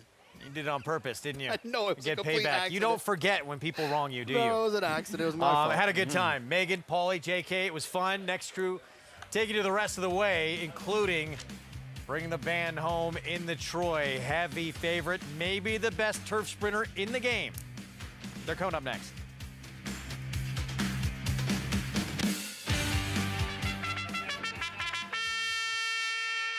For years now, Monmouth Park's 50-cent Win Early Pick 5 has helped players win early and often. This year, we're adding more. Monmouth Park's new Middle Pick 5 boasts a player-friendly 15% takeout and more opportunity to score. Start your day winning early. Continue to winning more. Play Monmouth Park's Win Early and Middle Pick 5s. First post 12:50 weekends, 2 p.m. Fridays.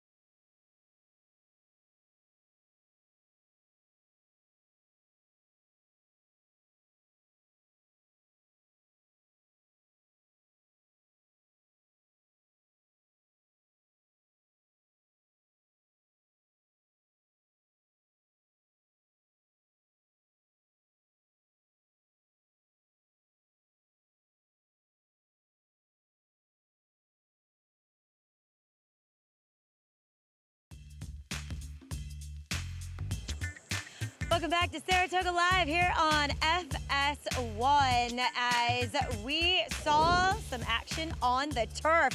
Cliffs for some familiar silks of Leone Stables gets the job done. Jose Lescano in the irons and Cherie DeVoe, conditioner, as she joins me now here in the winner's circle. And Cherie, last time we saw you bring her to Saratoga and try the turf after a decent effort on the dirt. What prompted you to switch surfaces? It's kind of always in the back of her head. She's a big two-turn, scopy-looking filly, but mostly her pedigree. She's by Omaha Beach. The mare's by Arch. She kind of looks like a turf horse. So, you know, we tried last time, and we're encouraged by her effort, encouraged enough to try it one more time.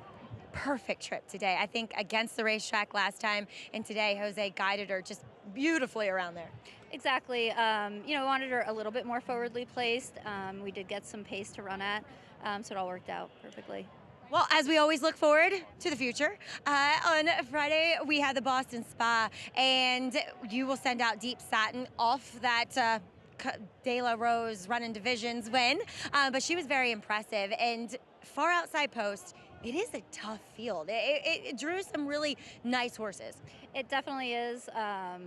Definitely a tough race, but that's what you get when you come up here for any graded stake, any race for that matter. But she's training fantastic. She put in a really nice work this morning, trained well out of that, and that's kind of what we were hoping for her to try there. And I try not to make, you know, compare it against each division, because it's always, you know, in turf racing especially, it's hard to gauge a final time of a race because it's just the complexity of how the race is run. So, you know, just have to go on, you know, how she's training. And, you know, when you have fillies and mares, a lot of it is not just winning, it's about hitting the board and that residual value that, you know, is so important with them. But expect her to run a really good race and a great showing of herself. Excellent. That's great news. Best of luck with her. Congrats with Cliffs. Thank you so much. All right. Cliffs gets the win.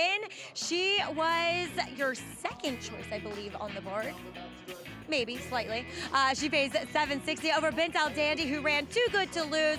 An American debutante rounds out your trifecta. Well, coming up in a bit, we will have the Grade 3 Troy coming up. Bring the band home.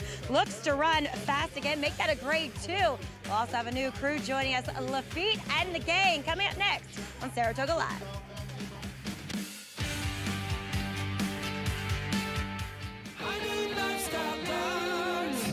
As a lifestyle guard, I help people live their best day in the sun. That means keeping the games going. Coming to the rescue when the floaty is too floppy. And delivering high noon when the cooler's empty. Oh, do you have any peach? High noon, sun's up. Cyberknife was a very talented horse from day one. A very gifted, fast horse, a lot of speed, able to carry it around 2 turns. Looks a tremendous amount like Gun Runner, same ability and talent, beautiful physical, outworked every horse on the board. Holds the track record in the Haskell. He won it in impressive fashion, beating a very good group of horses. And Cyberknife has won the TVG.com Haskell over Tama. Jack Christopher finished third. The Arkansas Derby was one of his best. Showed how much talent he really does have and stamped himself as one of the best 3-year-olds in the country. His name is Cyberknife! Cyberknife ranks up there as one of the most talented horses I've ever had in training. Multiple Grade 1 winner, brought it every time you let him over there. Excited about him passing on his durability, his soundness, and his talent. And if he does, he could definitely be a breed-shaping stallion. In this country, we believe in what we're made of. Grit. Drive. The will it takes to be different. We've been called to serve this great land. Because we were made for this.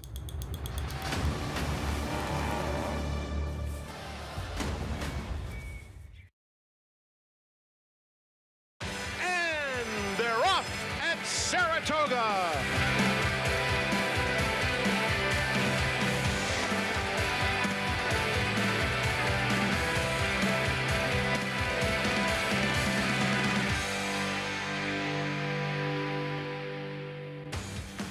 Yesterday at Saratoga, a Whitney to remember. Look at that image. Chad Brown with Flavian Pratt's daughter, Elena, Sierra Leone, exercising all Saratoga demons.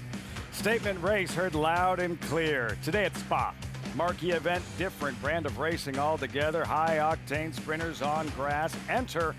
Bring the band home. Lightning fast and hard to catch. Odds-on favorite in the Grade 2 Troy. Trained by Mark Gassi. In total, won 7 races yesterday. 7. Newest member of the 4,000 Wing Club. Not slowing down anytime soon. This is Saratoga Live. So glad you could join us on Fox Sports 1 Live Look. Saratoga Racecourse, Saratoga Springs, New York, winding down Whitney weekend. Another good crowd on hand. Another picture-perfect day for thoroughbred racing. Just outside the paddock, welcome everyone. I'm Lafitte Pinkai on the heels of a record-breaking Whitney Stakes Saturday. We have so much to recap, and we'll get to all of it. But coming up on the second half of the Sunday program, late pick 5 on tap, Grade 2 Troy, plus bonus racing from Monmouth Park. Today's race is brought to you by Claiborne Farm. As promised, that late pick 5. Troy is the 8th. And the Incredible Revenge, race number 7, right around now. But let's say hello to the co-host first. Champion jockey Richard Migliore, New York Racing Association analyst Andy Serling. Guys, yeah, so lots to get to with the Troy in the late pick 5. But yesterday, man, that was awesome. What a day to be here. I mean, it really was. You couldn't possibly ask for anything more. Unbelievable weather, a tremendous crowd, and the racing more than lived up to the billing and the handle. We handled almost $50 million, almost $10 million over the record for the Whitney, and that's because of the fans, and we appreciate it. But, man, did the horses deliver, Richie. Absolutely. Big competitive fields. The racing office did an amazing job putting that card together. The weather cooperated, and the people showed up. It was an electric atmosphere. It felt like a Travers Day. Yeah, it really did. Felt exactly the way a big Saturday should here at Saratoga. So that late pick 5 coming up, and Monmouth Park, their featured event. They are at the gate. The Incredible Revenge with Quiet Confidence, number 3, the 8-5 favorite, will turn things over to Matt Dinnerman with the load and call. Incredible Revenge live from Monmouth Park. Quiet Confidence, post position 3.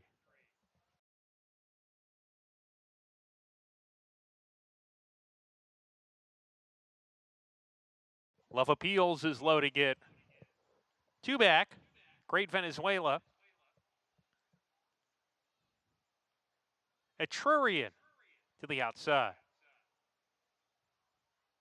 Here's Etrurian, the gray, rounding out the field of 6.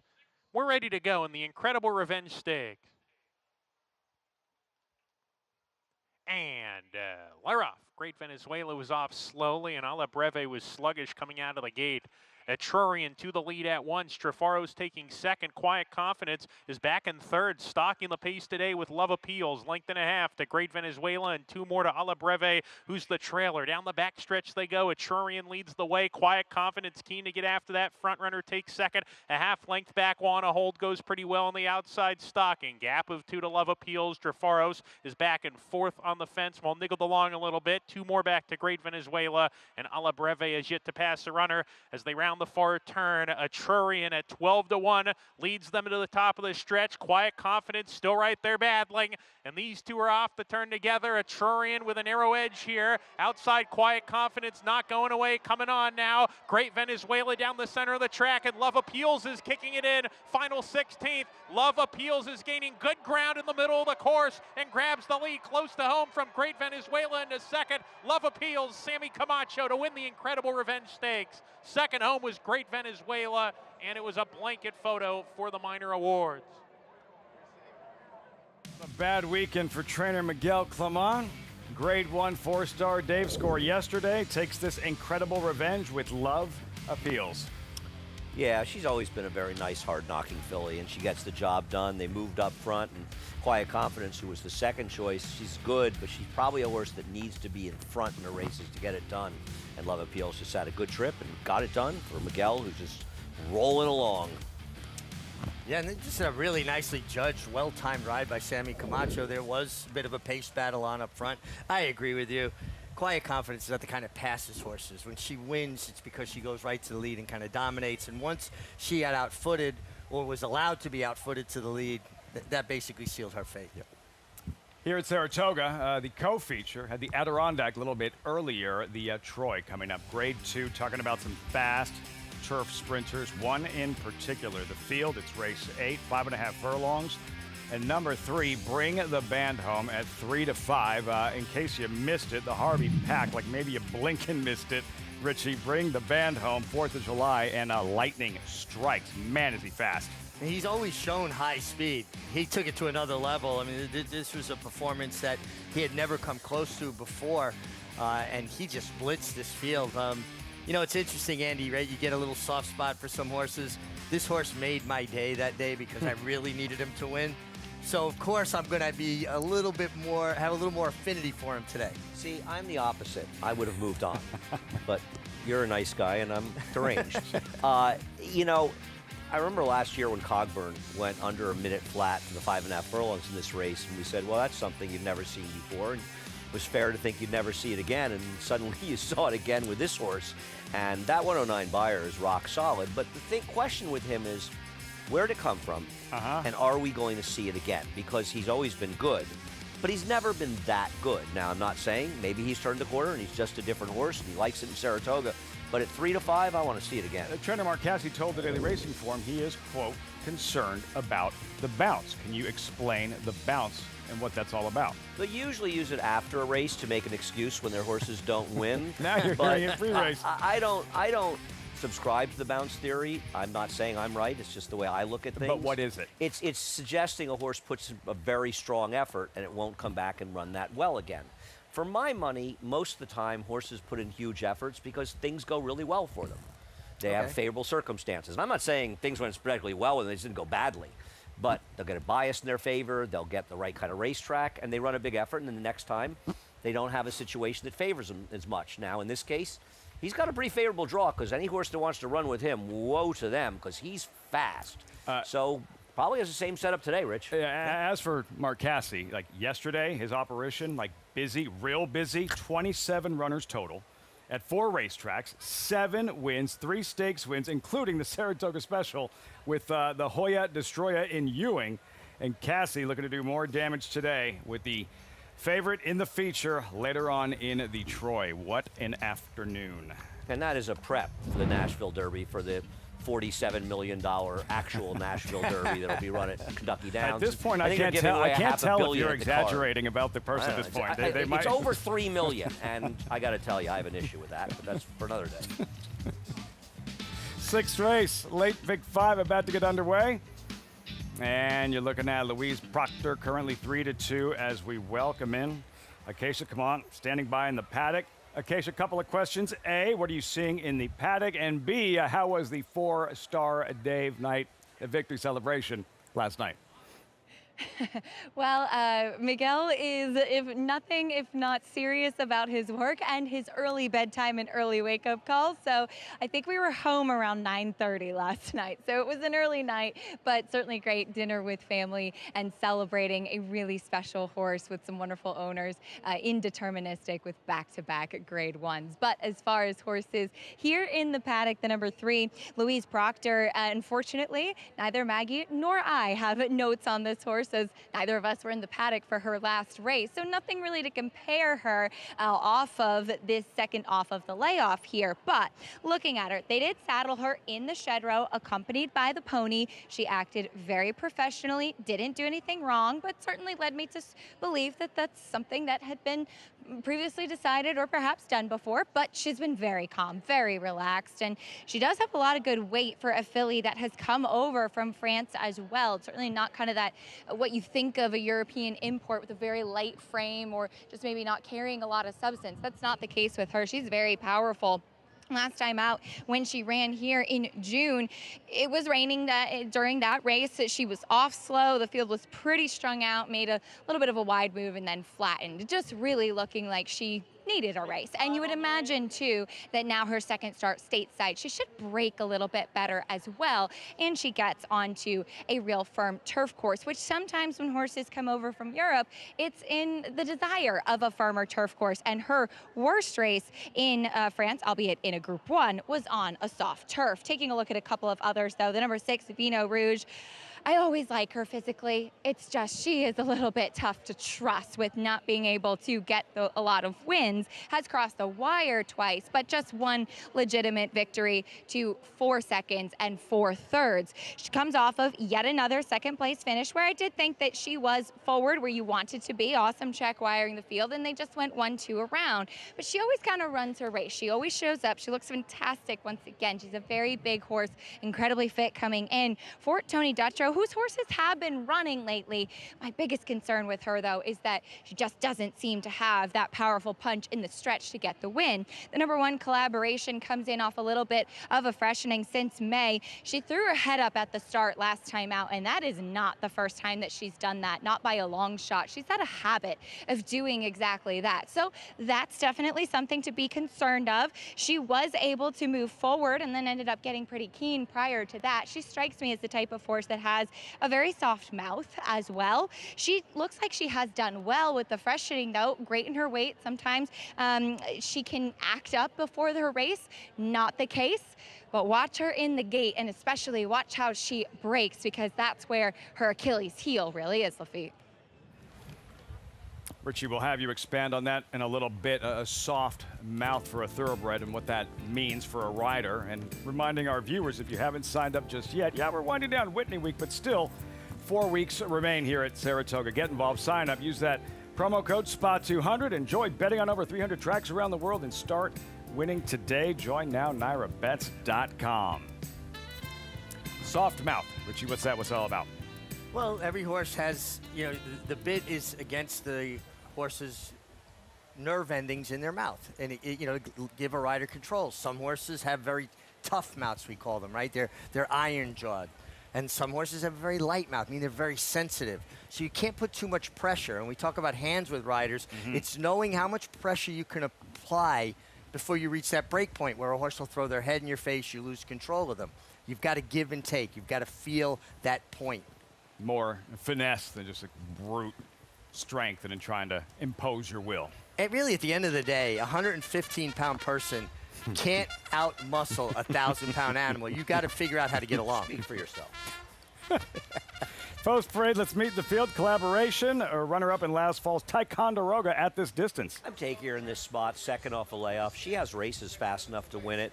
She comes out of a race where the pace fell apart, and I think she can improve second off a layoff. Louise Proctor, French filly, far back in her U.S. debut. I'm scared of her. She ran a race where the pace held together, and she ran well to be 5th, but you know what? Chad Brown's horses are usually ready off the bench, but she's dangerous. Can't fool me.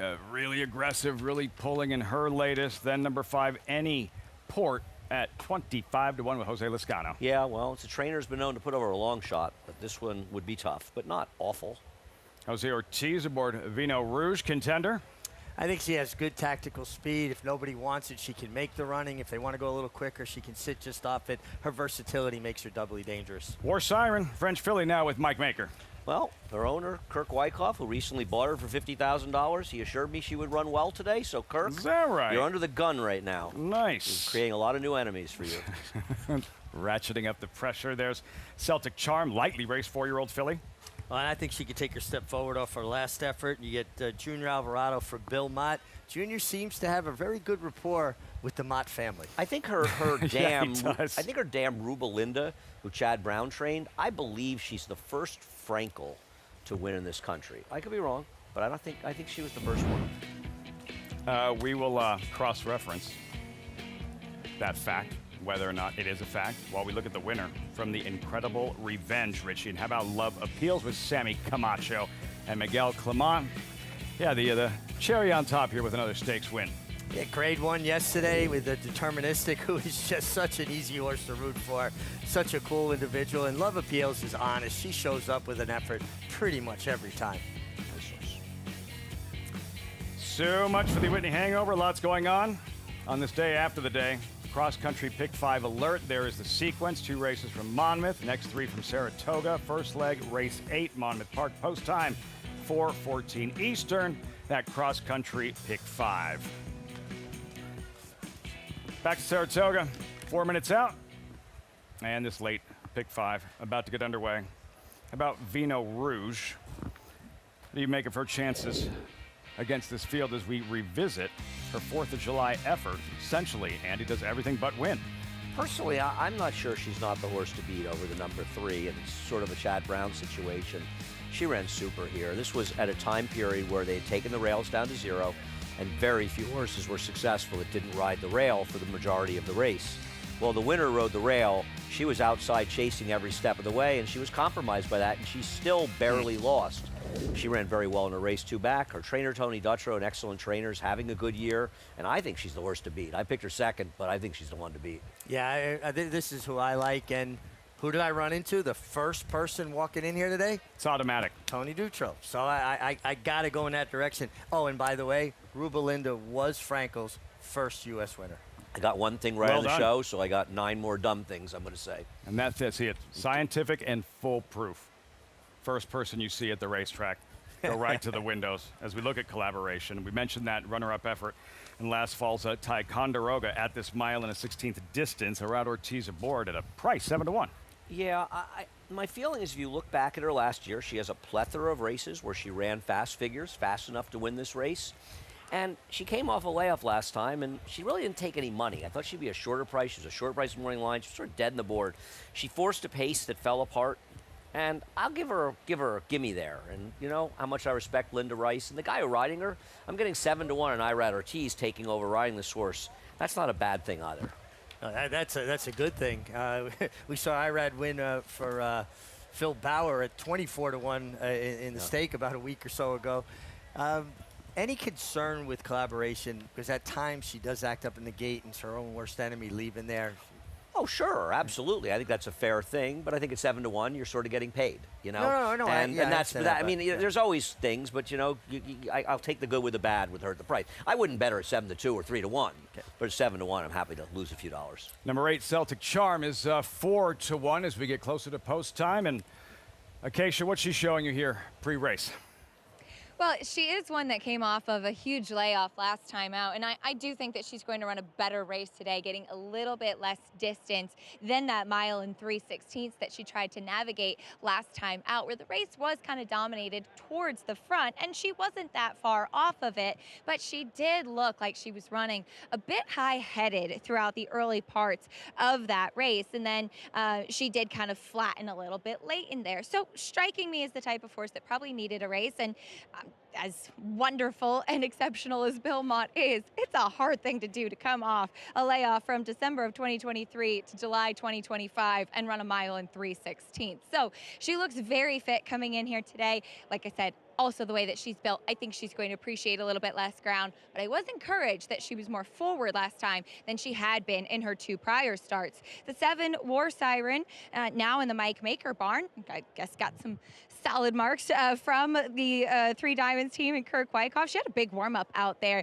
She does look fit coming back off of the layoff since February. Unfortunately, that last work at Saratoga not available on First TV, so not able to really watch her, but watching her in the warm-up, she moved very well. She is a small and kind of unassuming type of filly, not really your kind of typical Warfront build, but like I said, she does look fit. Everything is in the right places off of the bench in here, and she has some natural speed. Given the intent that Manny Franco showed with that warm-up, she should be forward in here, Lafitte. At 8-1, War Siren. My concern with her is she's run well in her 2 turf races, and she's even run well off the turf, yet she sold for only $50,000 at an auction. And I asked Kirk Wyckoff about that, and he said she had some issues, but he feels they've given her time, and she's doing very, very well, and they do expect to be forwarded here. So he thinks she's doing well. Now, on the other hand, she's still got to probably improve a little bit to win this race. But I do think she's a little bit interesting, especially potential speed. Strategically, Richie, what are you looking for in the early stages? Well, I think War Siren could be one of the speeds, as could be Vino Rouge, depending on the tactics that both camps try to take. I think Irad's got to go from the rail with the 1. I think the 7 could clear and the 1 could sit second. We'll see. And I think that the number 6 Vino Rouge could be sitting third. We'll see how aggressive they are. Big thing with collaboration is her getting away cleanly. That'll set up her trip. I agree. And I think they were 4 with the 6 last time because of the way the track was playing. Louise Proctor, the favorite, who should be closer today. Again, so far back in her U.S. debut. The favorite with Frank Mirmati standing by. Time for the late pick 5 on this day after the Whitney. Race 6 from the Spa live on FS1. Here's War Siren Lafitte taking up her spot in the very familiar colors of Three Diamonds Farm. Celtic Charm completes the line. They're in the gate. And they're off. Collaboration hopped in the air at the start. It wasn't too bad. Here is Vino Rouge and War Siren. War Siren intent on getting to the front and has done so. Any port in the yellow colors. Collaboration now tugging from 4th. Then comes Louise Proctor, 5th in the early stages, 5 lengths off the lead. It's another 2 back to Celtic Charm, and Can't Fool Me is at the back of the field. And so they round the first turn, and it is War Siren who ran an opening quarter in 24 3/5 seconds. War Siren leads it by a length. And then it's Vino Rouge racing in 2nd, Anyport 3rd. Collaboration remains in 4th as they swing on to the Saratoga backstretch. She's 4 lengths off the lead. Celtic Charm is next. Louise Proctor in that green silk's 3rd. Last, and Can't Fool Me is in behind her, 49 2, so it is a leisurely pace up top for the front-running War Siren and Manny Franco, doling out these fractions by a length and a half. Vino Rouge in 2nd. Anyport has been 3rd every step of the way. And then it's Collaboration, who's 4th and 5 lengths off the lead. Celtic Charm, Louise Proctor, and Can't Fool Me. They've gone through 3/4 of a mile, and Vino Rouge in 1:13 flat takes a crack at War Siren at the top of the stretch, and Vino Rouge has pounced. War Siren on the inside, Anyport. Then comes Collaboration, Louise Proctor in the center of the course. Celtic Charm is trying to make some headway along the inside the final furlong, and it's Vino Rouge clear by 3. Anyport is giving a good effort, and here's Louise Proctor. Louise Proctor coming at Vino Rouge. Vino Rouge had something to hold on. Louise Proctor ends up in a close photo with Anyport behind them. Collaboration in a photo for 4th. Driving finish. Vino Rouge turns back Louise Proctor. Acacia Ritchie, well done. First person you see at the racetrack. Full proof. It's automatic, man. Well, that isn't why I picked her. It just reinforced my my confidence in my pick. Vino Rouge, listen, she got the setup in a perfect spot. There wasn't much pace on whatsoever. War Siren went to the lead. We thought she might. And it was a very sedate and controlled pace. She got first run and was able to hold up the 3. Louise Proctor, who I thought improved. Anyport ran extremely ran really well. I needed her for 2nd. I got nosed out of my exacta, but Vino Rouge was good. You know, the difference between a horse like the 3 and 6 is the potential forward position of the 6 versus the 3, who's much more at the mercy of the pace, and that's one of the reasons I thought she should have been favored in this race. Louise Proctor did run well. Is it possible she ran the best race? Yes, it is. But that doesn't always get you the money, and I'm moving on from Collaboration, because if she can't behave herself with Irad Ortiz riding her, she ain't behaving herself with anybody. She go back to the start. Collaboration. Richie, what happens? Yeah, I mean, she started to, act up a little bit, and she kind of hopped in the air at the break. Didn't really get herself left badly, but you want to get away cleanly. You want to get away smoothly. But I don't even mind the break, to be honest. I mean, I agree with you, but she didn't really call her. It was more that she just acts up and she's turning her head, and Irad's having trouble with her, and she's uncooperative. And for that reason, I'm moving on from her. She's, I don't mind losing on her 7-1, but I'm done. In the stretch, Vino Rouge, who was poised throughout and perched just off the leader, strikes the front. Jose Ortiz goes to work. She responds. And Louise Proctor, uncorking that furious rally, which just runs out of real estate. And the pace maybe worked against her as well. Yeah, no, definitely. The pace scenario certainly benefited the winner, Vino Rouge, who was always in the perfect spot. It's kind of interesting with Louise Proctor, though. She kind of runs a little bit in stops and starts. Yes. She got there and hung with the 5, Anyport. Then she got by her. She just looks like there's not a lot of continuity in her run. I get that, but to be fair, they went 23.26 for the quarter before the last 16th, and then they went 6. So they're going like 20. They're basically going 29 and a fifth the last 5/16. The 5 was sitting a big price or not was sitting a garden trip right off the pace in the inside, and the 6 was sitting perch right off the pace, and the 3 was the only horse that made up any ground in this race. So I hear what you're saying. I just think she's got a running style that's going to compromise her unless they're moving a little bit up front. And when you've got the best horse in the race, or a horse who's your chief competition with significantly more tactical speed, you're going to be compromised. But at one point, she was cut loose. She made this menacing rush, and then she kind of spun her wheels for a little while and then found her best stride again. I just wonder if they're speeding up a little bit at that point. You don't forget, she's making a move into the fastest part of the race, right? I think you make valid points. She looks like a filly to me that would do better with blinkers on. Well, Vino Rouge, though, the winner. Team D, Harold Lerner, winning trainer Tony Dutra, Jose Ortiz. Results when we come back. Plus, in front of 42,000 strong, yesterday's Whitney, Sierra Leone lights up the Spa. Dramatic win from last to first. You're watching Saratoga Live on Fox Sports 1. I have 52,000 starts in my life. I've never seen one that could take as much as he did early and continue to improve. And it is Godite.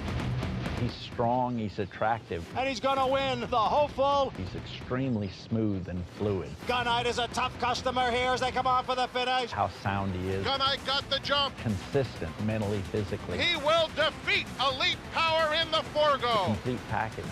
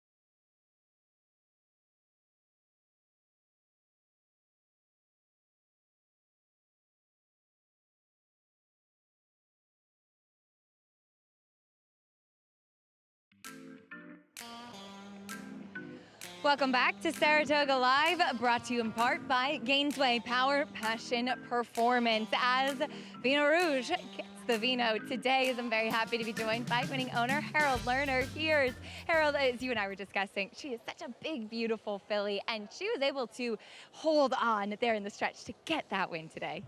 Yeah, she is really a nice-looking horse. We're very happy with her. She's run really well a number of times, and today was our day. She gave it all she had. Jose put a great ride on her. Her last race was super. She just got beat, but today she came back and got the money. I know that maybe she's had a couple of tough luck trips in the past as well, but how rewarding is it to see her get that second victory up here at Saratoga? There's nothing like winning at Saratoga. It's always great to get a W here, and we're very happy. Tony and his team did a great job, and she tries really hard all the time. I mean, she's just a real hard-knocking, big, beautiful filly. She really is very honest, too, in getting the win. And I have to say, I always admire that you are always dressed to match your silks in the lavender. I'm always very impressed by that. You must have a good collection. I do. I have many, many lavender and purple shirts. Hopefully, that'll give me that many wins with the shirts that I have. Well dressed for the win photo. Big congratulations. Thank you so much. As we see Vino Rouge get the win, Lafitte, and for Tony and Kim Dutro. Kim told me it's very much a family affair. You saw their son John on her head in the winner's circle, and their son Anthony also shoes the filly. Spending time with family in the winner's circle, color coordinated. And for Vino Rouge, we talk about the fillies that may have been a little bit unlucky and that the breaks didn't go their way. Well, she deserves credit for creating her own luck as a result of her running style. There's no question about that, you know? I mean, there's some horses, I mean, and the opposite's true. A horse like the 3, her lack of speed just compromises her in some of these races, you know? And it's just going to put her in a tough situation. Being forward, as you well know as a rider, Richie, is good. They've got to run where you've been. Harold Lerner, Team D. And for trainer Tony Dutro starting to pile up a few wins this summer. You know, better horses and getting better luck. And I love to hear, you know, Kay saying what a family affair. Riding for Dick Dutro Sr. years ago, you'd come into the barn, there'd Tony B taking temperatures, checking legs.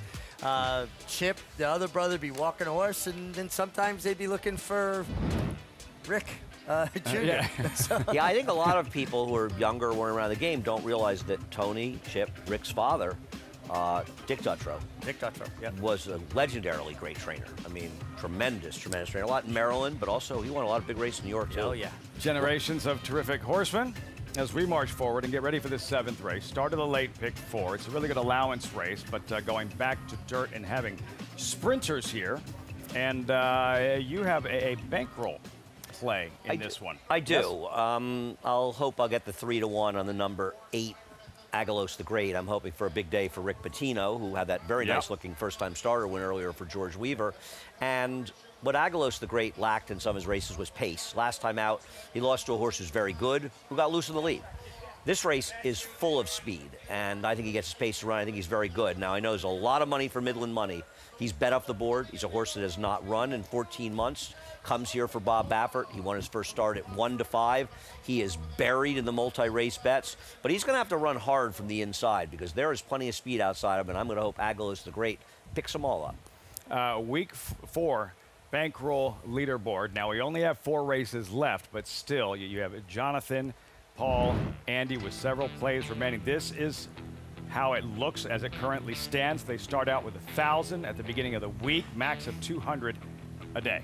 I'm just happy after whiffing the first 2 weeks. I've had 2 straight positive weeks to get me sort of close to even. But Paulie's been doing great. You know, he's live with 5 horses in the pick 5. Basically, if the 3 doesn't win, he's probably going to hit it, which will elevate his total. And he, you know, listen, Paulie has a terrific opinion. I'm not surprised doing well. Jonathan, I know, has some bets later today to try to get back. But right now, we are crushing him like a grape. Paul seeing the ball.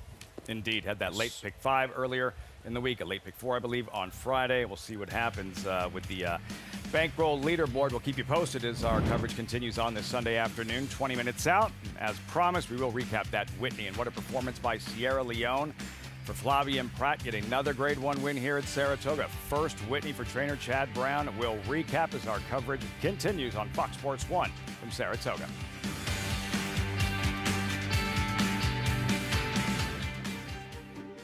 As a 2-time Grade 1 winner with 6 consecutive triple-digit buyers, Liam's Map has taken that success to stud, a proven sire, from the sales ring to the winner's circle, with hundreds of 6-figure yearling sales and multiple Grade 1 winners on dirt and turf, including recent Grade 1 winners Burnham Square and Deterministic.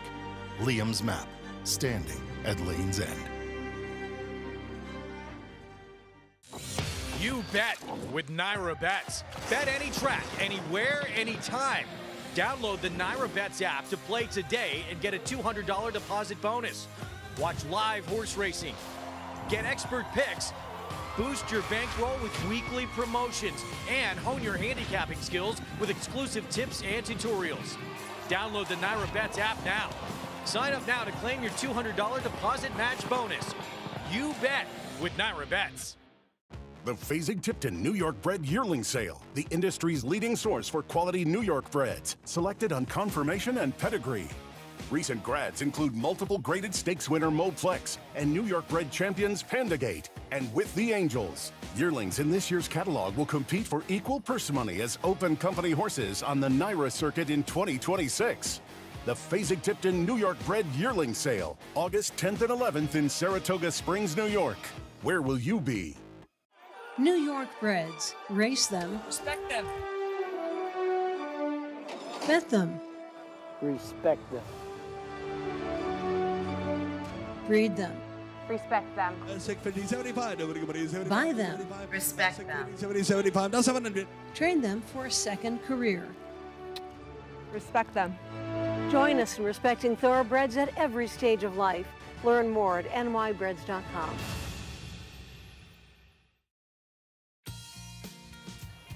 Welcome back. Saratoga Live on Fox Sports 1.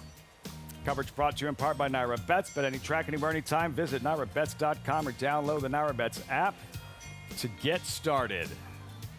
The Whitney viewing stand, wherever you watch the Whitney from, if you're a true racing fan, you enjoyed the view. What a race.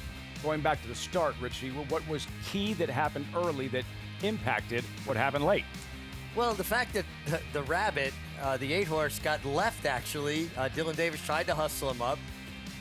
But then when he gets to the clear, he went, oh, my job is to be up there. And I think it really affected how the race ran for fierceness. Watch him grab the bridle right about here when pressured on the outside right there. And now John Velasquez is trying to restrain fierceness. Well, exactly. And look at the position of Johnny's hands. He had to get up off his neck, lean back into him.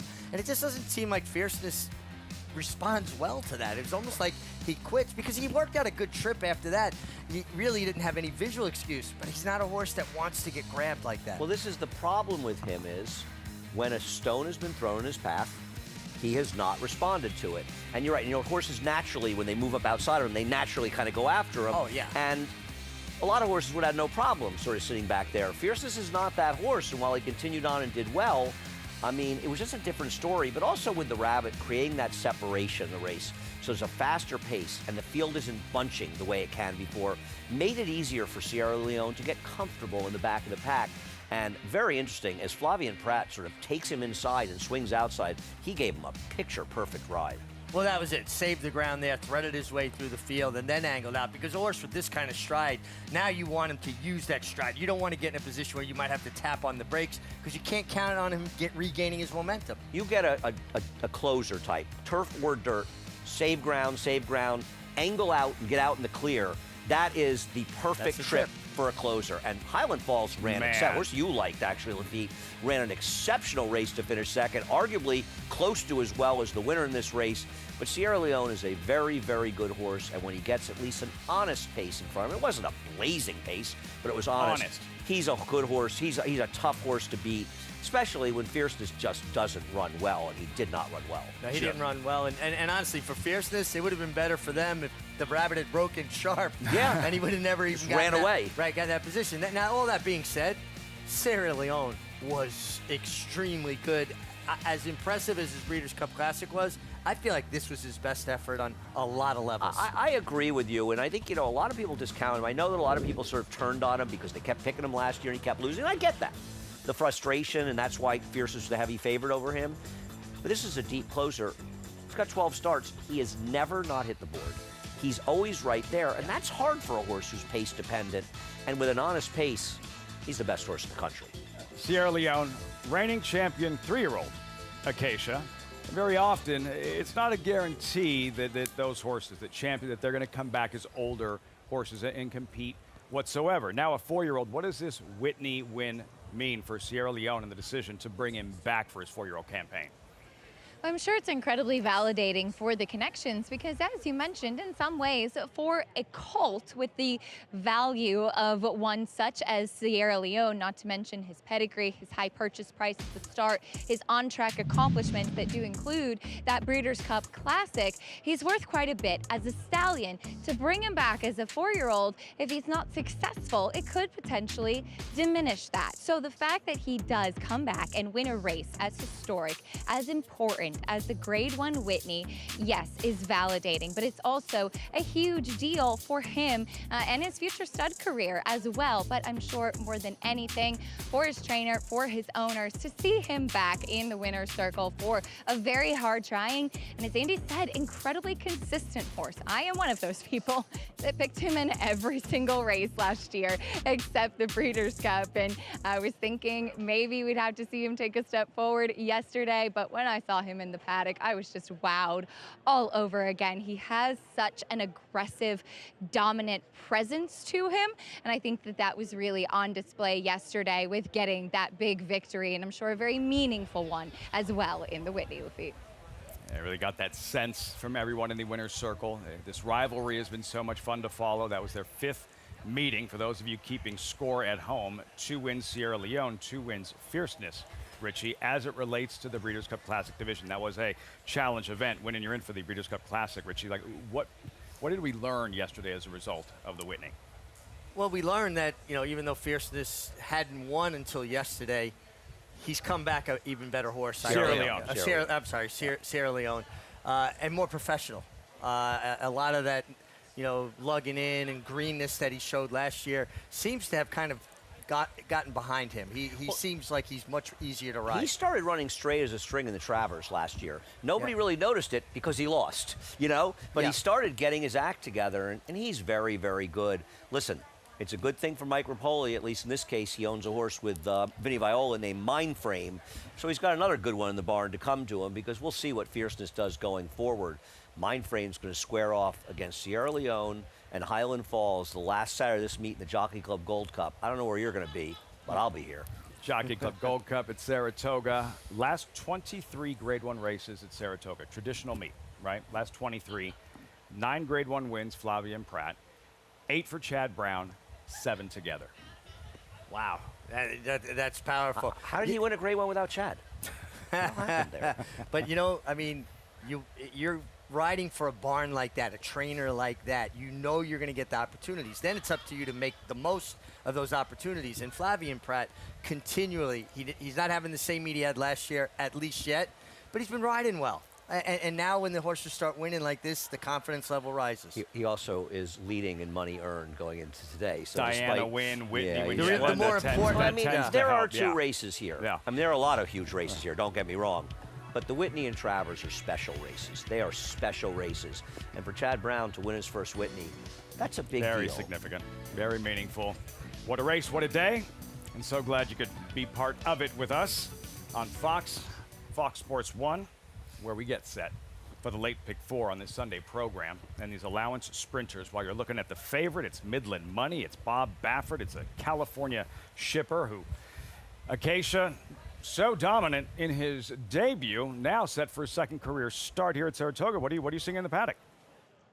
Well, it's a 2nd career start a long time after his debut start. And while obviously I was not there at Santa Anita for his first start, I remember him vividly from the OBS 2-year-old sale last year at the March sale, where he worked 9 and 4 and was one of the talks at the sale for then freshman sire Chancelot. And while Chancelot has had plenty of winners on the track, he really doesn't have a big name horse. Hasn't had that kind of stakes quality success yet.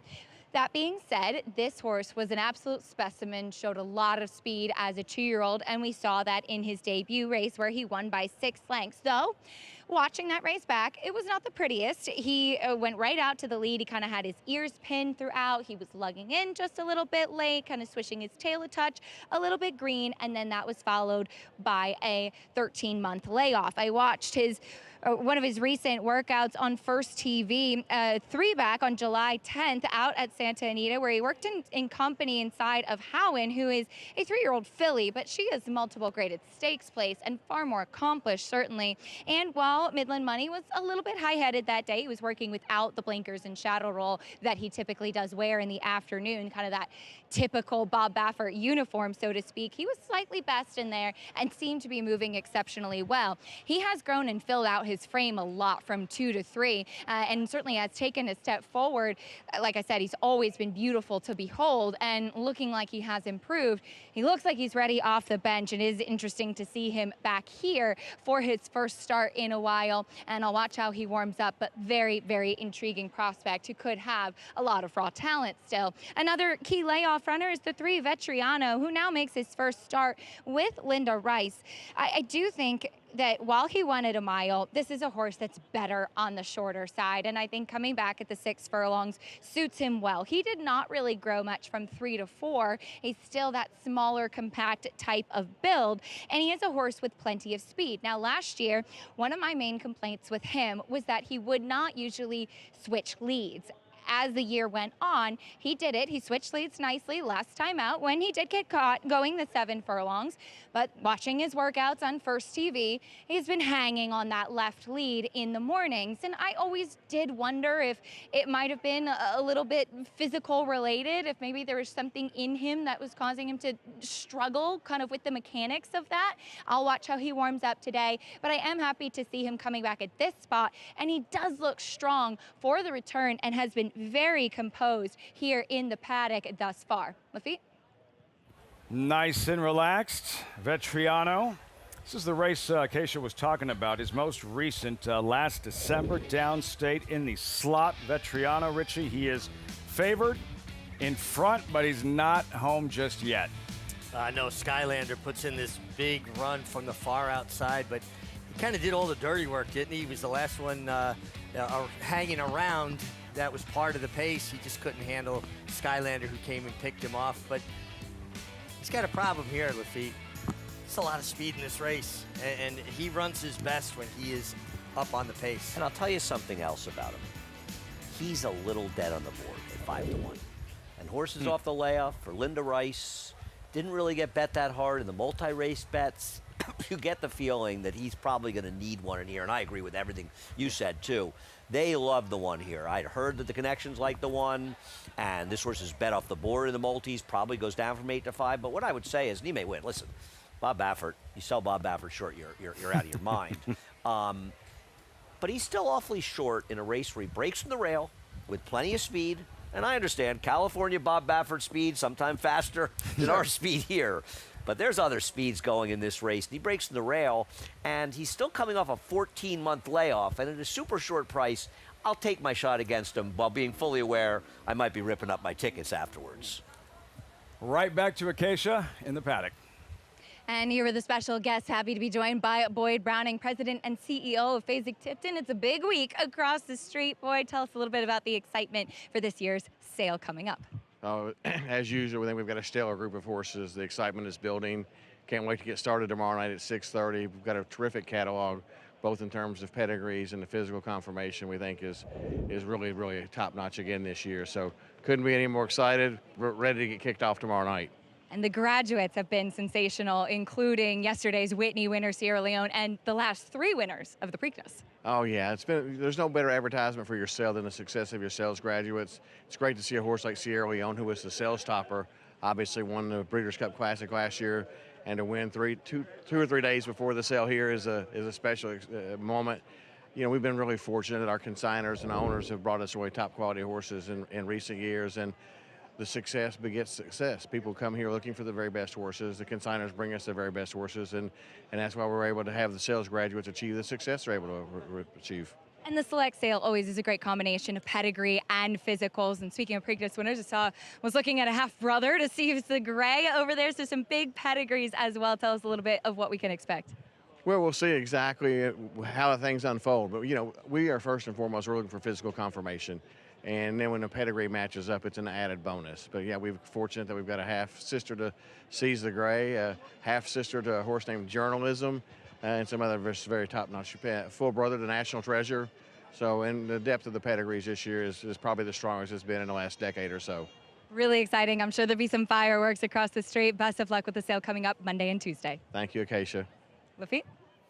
The NFL draft of thoroughbred racing this Monday and Tuesday, as Acacia mentioned, right across the street. We're going through the post parade. There's Vetriano and Jose Ortiz. Listen, the good Vetriano is a very, very fast horse. Will we see that horse today?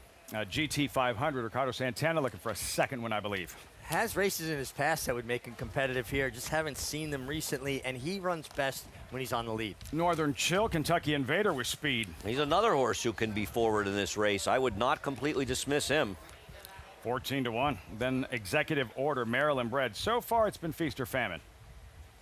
Yeah, I don't know if he's quite good enough to beat these, but he has a couple fast races. Agalos the Great, named after Rick Pitino's Greek agent we learned earlier today. I just think he really gets a setup today, and it's going to complement his closing style. Currently 2-1. Then Private Desire to the outside, and Javier Castellano, a date with the favorite in the Troy, seeking his first win of the meet. Yeah, and he probably will still be seeking his first win of the meet after this race. 24-1 outsider. Tough to make a case for Private Desire, but not tough to make a case for the damage Paul's been doing, and live to 5 of them in this pick 5 here in the mandatory payout. Man is on fire. What is that, 4 times 4, 16? Wow. Will pays Andy. I mean, the worst he can do is with 1 for $397, and I can still pass him if he gets it, but I'm rooting for him to win, and it doesn't matter what I do. I want everybody to win. The Great for you. Yeah, I like the Agalos the Great, and I'll be happy if Paul's cashing for $133. I'll be happy if he gets one of the bigger prices home and makes a big score. And I hope some people followed him at home, and I hope that they can do it as well. It's, you know, I mean, it's all good fun and stuff. But you know, if people are following at home, I want them to win. Best of luck, Paul. And for Midland Money, we're going to discuss his work pattern leading up to his comeback race in a moment, Mig. But this was his debut. It's been a while, back in 24. June for Midland Money for trainer Bob Baffert, and just cruising and breezing to the easiest of wins in his debut. Yeah, I mean, he went off at 20 cents to the dollar, so obviously he had shown that he had a lot of ability. He came from, comes from a barn that knows how to win with young horses and get the best out of them. And this work tab coming into this, it's nothing short of sensational.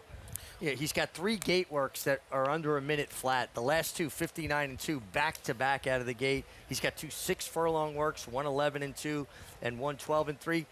He's working as fast as they run the races. You know, Bob Baffert and California speed, he's just a different way of training. And I don't mean this in a critical way, because Bob Baffert, in my opinion, is perhaps the greatest dirt trainer in the history of the game. I mean, he's absolutely brilliant, and I always will believe that.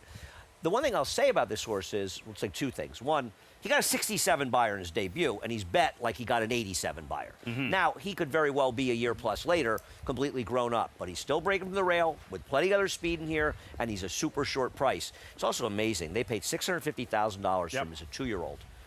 He's a son of Chancelot, who stands for $5,000. So that's a lot of money, and some will remember that Chancelot Amsterdam is quick, or was quick. On the other hand, there's a lot of weight now in the 8 as well. Yeah, there is. Yeah, there is, Acacia. What are you seeing from Agalos the Great as the warm-up continues?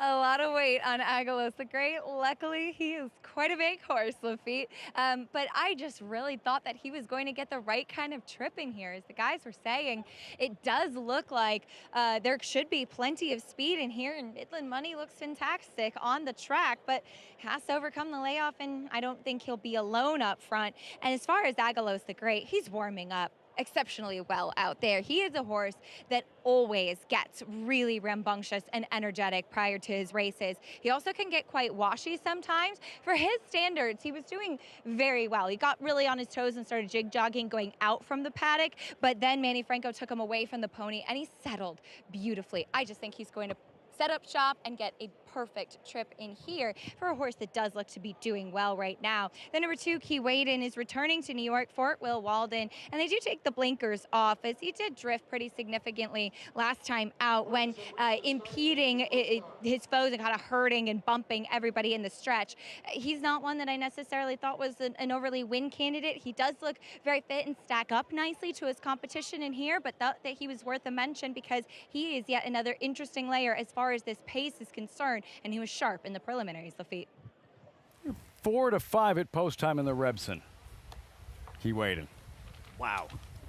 Yeah, he doesn't want to go that far, and I think he's improved cutting back, but he's kind of a forward horse.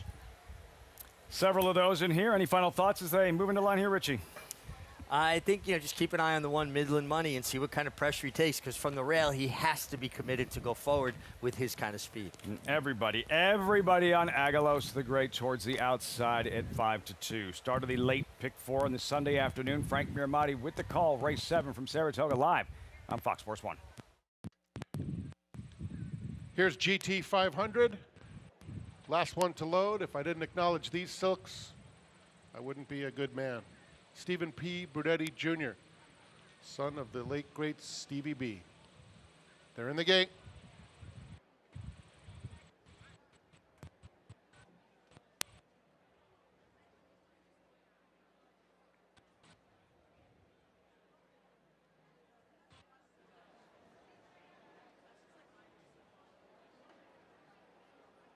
And they're off. Private Desire did break out very alertly and is part of the early speed. Here comes Midland Money, though, and Midland Money, very sharp, takes command, opens up 2. Northern Chill second, GT 500 now third. On the inside, Key Waden is moving right into contention. He's right off the leader's heels, coming to the half-mile pole. They are followed by Executive Order. Private Desire is next, 8 lengths off the lead.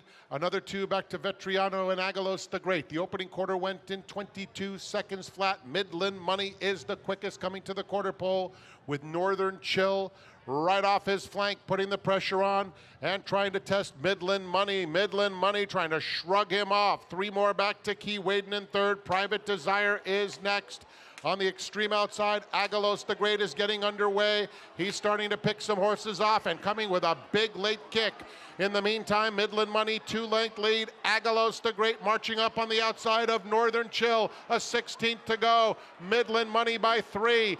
Agalos the Great, Northern Chill. Midland Money, too strong. He's undefeated, hand-ridden by Pratt to score by 3.5 lengths. Agalos the Great was second. Third went to Northern Chill. It's a photo for fourth between GT 500, who was on the inside of Private Desire.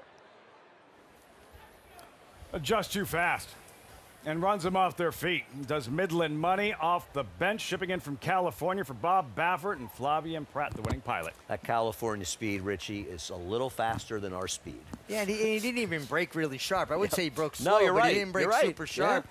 And Flavien hustled him, and he made the lead, and just, like you said, a different kind of speed. Yeah, and Agalos the Great's a cool horse, and he made a big run, and Manny was patient. He angled him out in the outside. He was just second best to a horse today. I mean, he ran fine. Yeah. This horse too good. Watching the horses that would seemingly be spotted well, tracking the leader, that's the difference between stalking, track, and chasing. You felt like they were just chasing to try to stay within range of Midland Money. It also helped that the 3 did not run a step in here.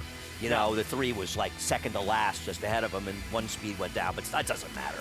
No, but they were off the bridle, trying to keep up with Midland Money. It wasn't like they were stalking in hand.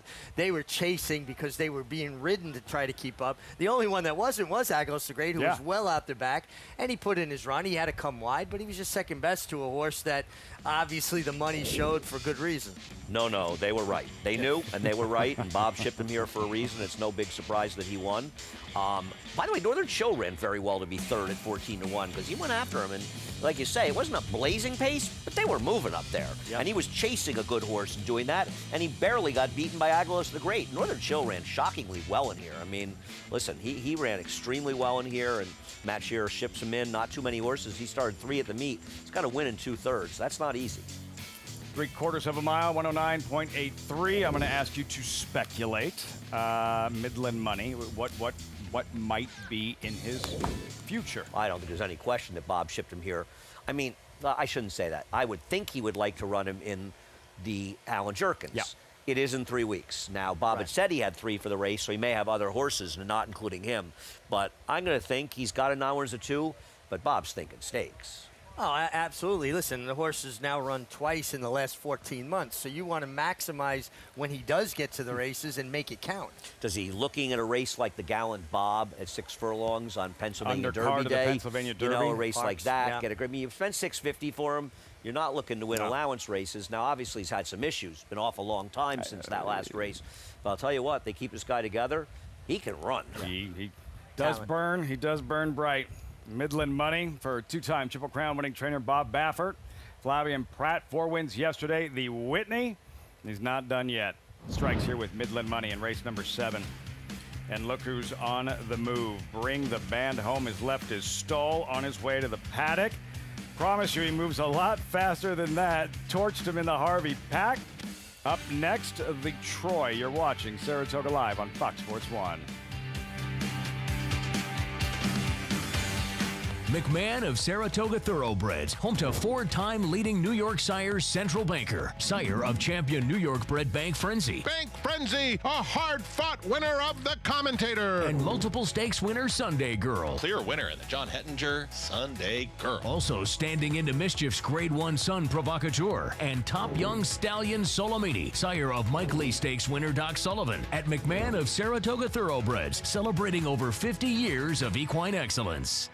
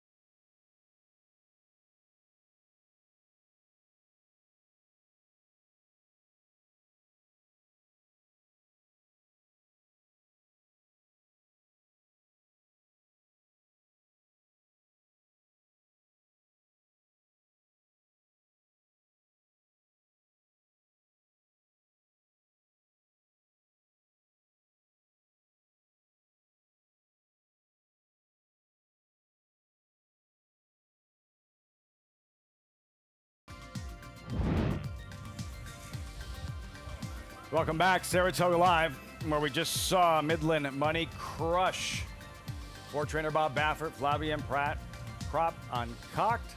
And you pointed out what he had been doing in the mornings and how he had been training for his comeback and indicative in the end of how he would come back and perform in the afternoon. Well, you knew he wasn't going to be short with that work tab. I just thought that he might get enough pressure, but he didn't. He was too fast to get pressure. He just outran everybody. How many short horses do you think Bob Baffert has started in his career? None.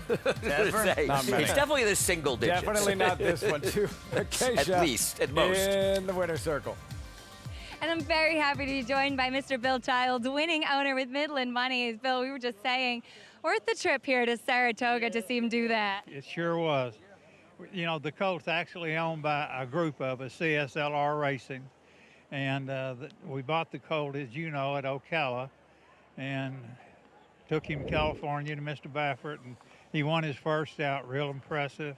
And he chipped his knee, and we took that out, laid him off, and this is his first race back, and he did exactly what we wanted him to. A horse that, I mean, he's just an absolute specimen. He's beautifully put together. Yeah, he really is, and that's the way it was from the time he was a 2-year-old to now. He's always just stood out, been real impressive looking. Give me a little bit of insight on the name. As I was told, you have all the ownership crew here with you. Yeah, all the guys are from Midland. And so they just kind of threw it in and said, it's Midland Money, so we're just going to call him Midland Money. Well, it's worked out so far, 2 for 2. Yes, it sure has. Thank you. Congratulations to the team. Thank you. Tell your husband I said hello. I certainly will. Well, Lafitte Midland money is the money has worked out for sure. Yeah, it has. Heard they like football a little bit in Midland. Thumbs up all around Midland money, and hopefully that, based on what we saw today, how much ability he does have, that he just can physically keep it together and see him string together a few starts. No, I mean, I would guess that Bob is probably working backwards from the Malibu, Richie, with this horse. You know, if he's trying to get him there and figuring out what sort of route to take. And Bob may have a few in the Malibu, as he may have a few in our Alan Jerkins, but you got to think that's the race he's probably looking at.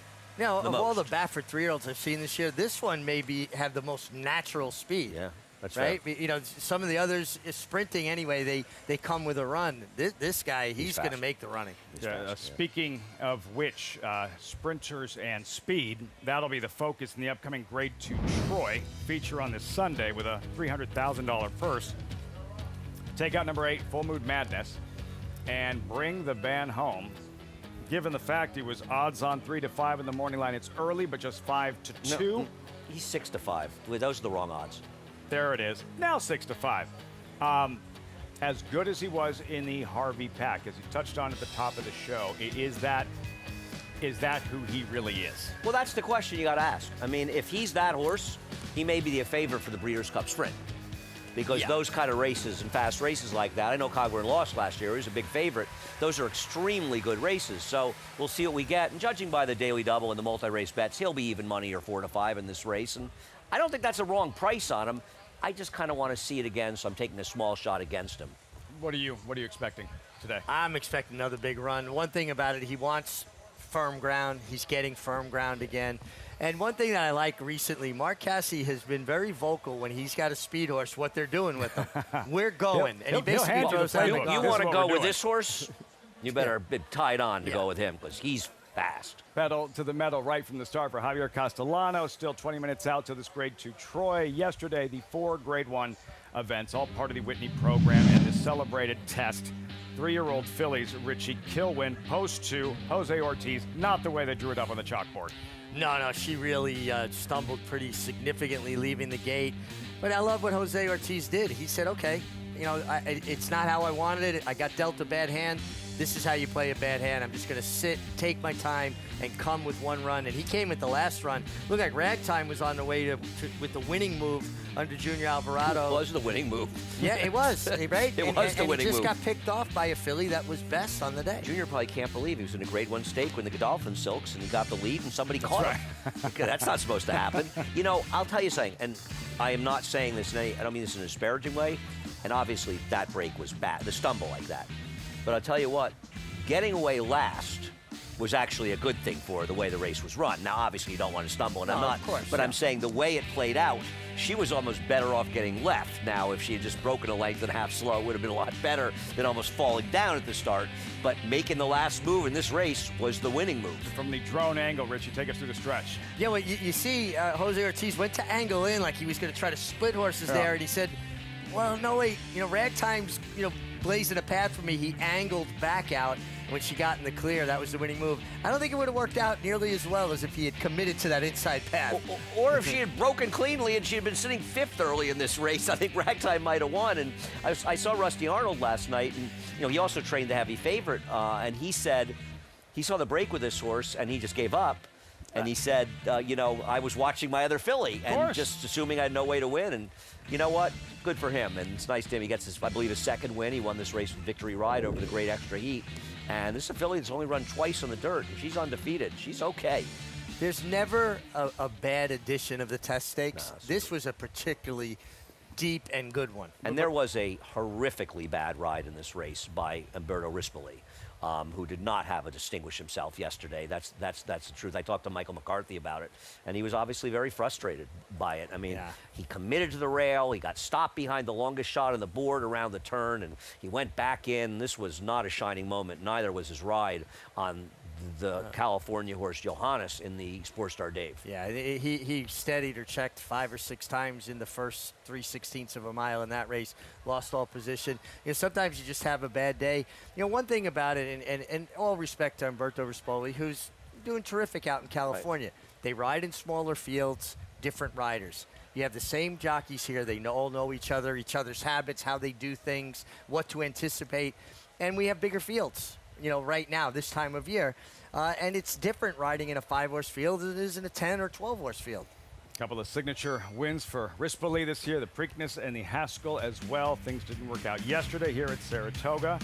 As our coverage continues and horses in the paddock for the Sunday feature, coming up the Troy and Bring the Band Home, trying to win back-to-back stakes races. 6-5 favorite, riders up, post-parade 17 minutes out. The Troy and next from the Spa. 16-2, a big black colt. He's a horse that is built for speed. With Practical Joke, it really is a case of like father, like son. It's domestic product kicking clear and opening up here in the stretch.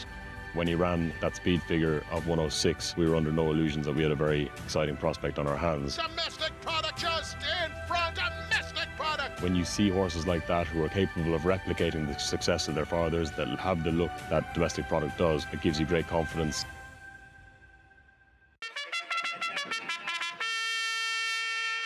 Monmouth Park summer season rolls on with live racing action every Friday to Sunday.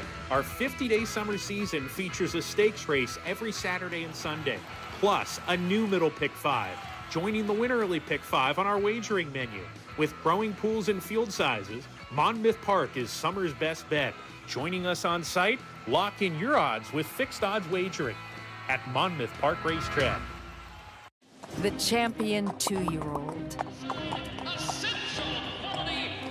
One of 4 champion 2-year-olds in his immediate family. Essential quality at 2. Undefeated. Essential quality, though, has opened up by 5. Devastating. His own first 2-year-olds race in 2025. If they're anything like him and you've got a mare in foal, just imagine. Racetrack Television Network brings you every race, from every track, on every screen, every day. With monthly packages starting as low as $5, RTN gives you great value and access to more live HD streaming and race replays than anyone. Visit RTN.tv today to sign up and watch on almost any device, including Roku and Amazon Fire. RTN has packages that start at $5 per month.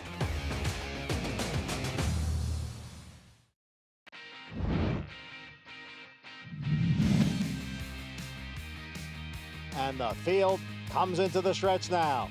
And here is Golden Pal up on the outside to challenge True Valor for the lead. True Valor digs down on the inside. Golden Pal is right there. So it is True Valor and Golden Pal and Thin White Duke putting in a late run on the extreme outside. They come for the finish here, and it is Golden Pal, I believe, narrowly. Very early on, trainer Wesley Ward told us best he'd ever trained, and Golden Pal performed accordingly throughout the course of his career. He did have a lot of good wins. He was a good horse. His Skidmore here, his first career win and his third career start, was mind-blowing. And the way he would break sometimes, he would break so fast, he'd almost leave the rider behind. You could see them trying to catch up leaving the gate. You'd leave with a fistful of mane, and he's still leaving you behind the saddle. That's when a horse is leaving the gate. That was a 2-year-old creating. I was a fan just from being here that day and watching Golden Pal do what he did. It was a Skidmore, it was his third career start. He had raced over Alaska, I think, but from that moment on, like, I wasn't going to miss another Golden Pal race. Isn't that cool that we are in the game, we're immersed in it, and these horses can still make us the fans we were as kids and fall in love with the game. I bet against him every time he ran, so what do I know? Except for one guy I know. Sentiment be damned. Fan bet against him and losing. Golden Pal, he'd be tough to beat in this one, this grade 2 Troy, but we do have a standout in the form of an even money favorite, Javier Castellano to ride Bring the Band Home. And these sprinters, live look there at Bring the Band Home. Pedal to the metal right from the start. That's what we saw in the Harvey Pack. This was 4th of July. Richie and Bring the Band Home. Broke sharp, makes the lead, leads them all on a merry chase, and just blazingly fast. I mean, he just blitzed this field, and then to put separation on a solid field of turf sprinters to win by 4.5, nearly 5 lengths. You don't see that happen. You don't see that kind of separation normally. No, this was this was an incredible performance by him, and if he runs this race, he's going to win this race, and it's not, frankly, going to even be close. I may try to beat him, but I'm not stupid. He's way the horse to beat. Maybe stupid. To Acacia in the paddock.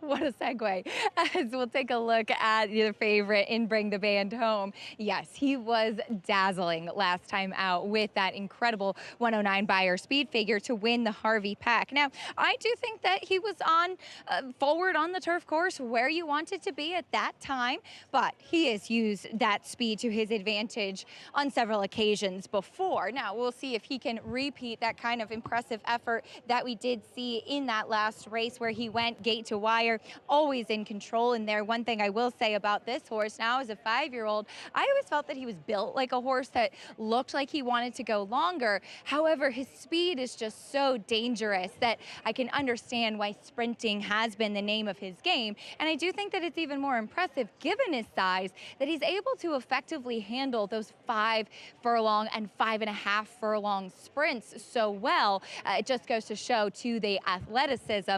I did think that he had taken a step forward as a 5-year-old. Normally we talk about progression 2 to 3 or 3 to 4, but 5 is when horses are the peak physical maturity, and you could really see it with this guy. He'd filled out a lot, and furthermore, he had got a more kind of bright and happy demeanor this year than last year, which I appreciate. I like to see a little spice in my sprinters, particularly on the turf. He's been professional in here, but just looking like he's doing very well off the back of that effort. Big question, though, of course, Lafitte, is can he do it again?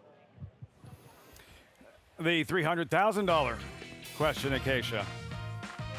Beat the favorite or try to bet the favorite or try to beat the favorite, Andy? Been a long week, Lafitte. You've done a pretty good job this week. You Appreciate just blew it there. I am not saying that I am substantially against the 3. I'm not going to get a big soapbox, but I think when you see a horse like this at even money, 4 to 5, that effort, I want to see it again because the rest of his races make him a contender, but they do not make him a heavy, heavy favorite in here. So I'm going to try to beat him, and I'm going to try to beat him with the number 4 in this race, Allegon. I think 26 Red, getting Flavien Prat, and Allegon are the 2 maybe interesting horses to try to beat him with, and I think Allegon has run very well in his races. He was a very good third behind the super talented AG Bullet last time out, and I just thought his races overall made him the second likeliest winner. That's why he's the second choice. And here he is in the Jaipur, and he just barely got by a very, very good horse on the inside, another Mark Cassidy horse, and My Boy Prince, who we actually saw run a credible race in yesterday's 4-star Dave, stretching out to a mile and running 4th. And I thought this was a solid effort by him.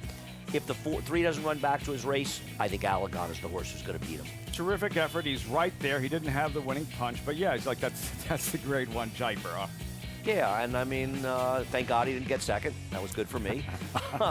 But I just thought he was the right other horse. And listen, I have a great respect for Bring the Band Home. His last race was just super.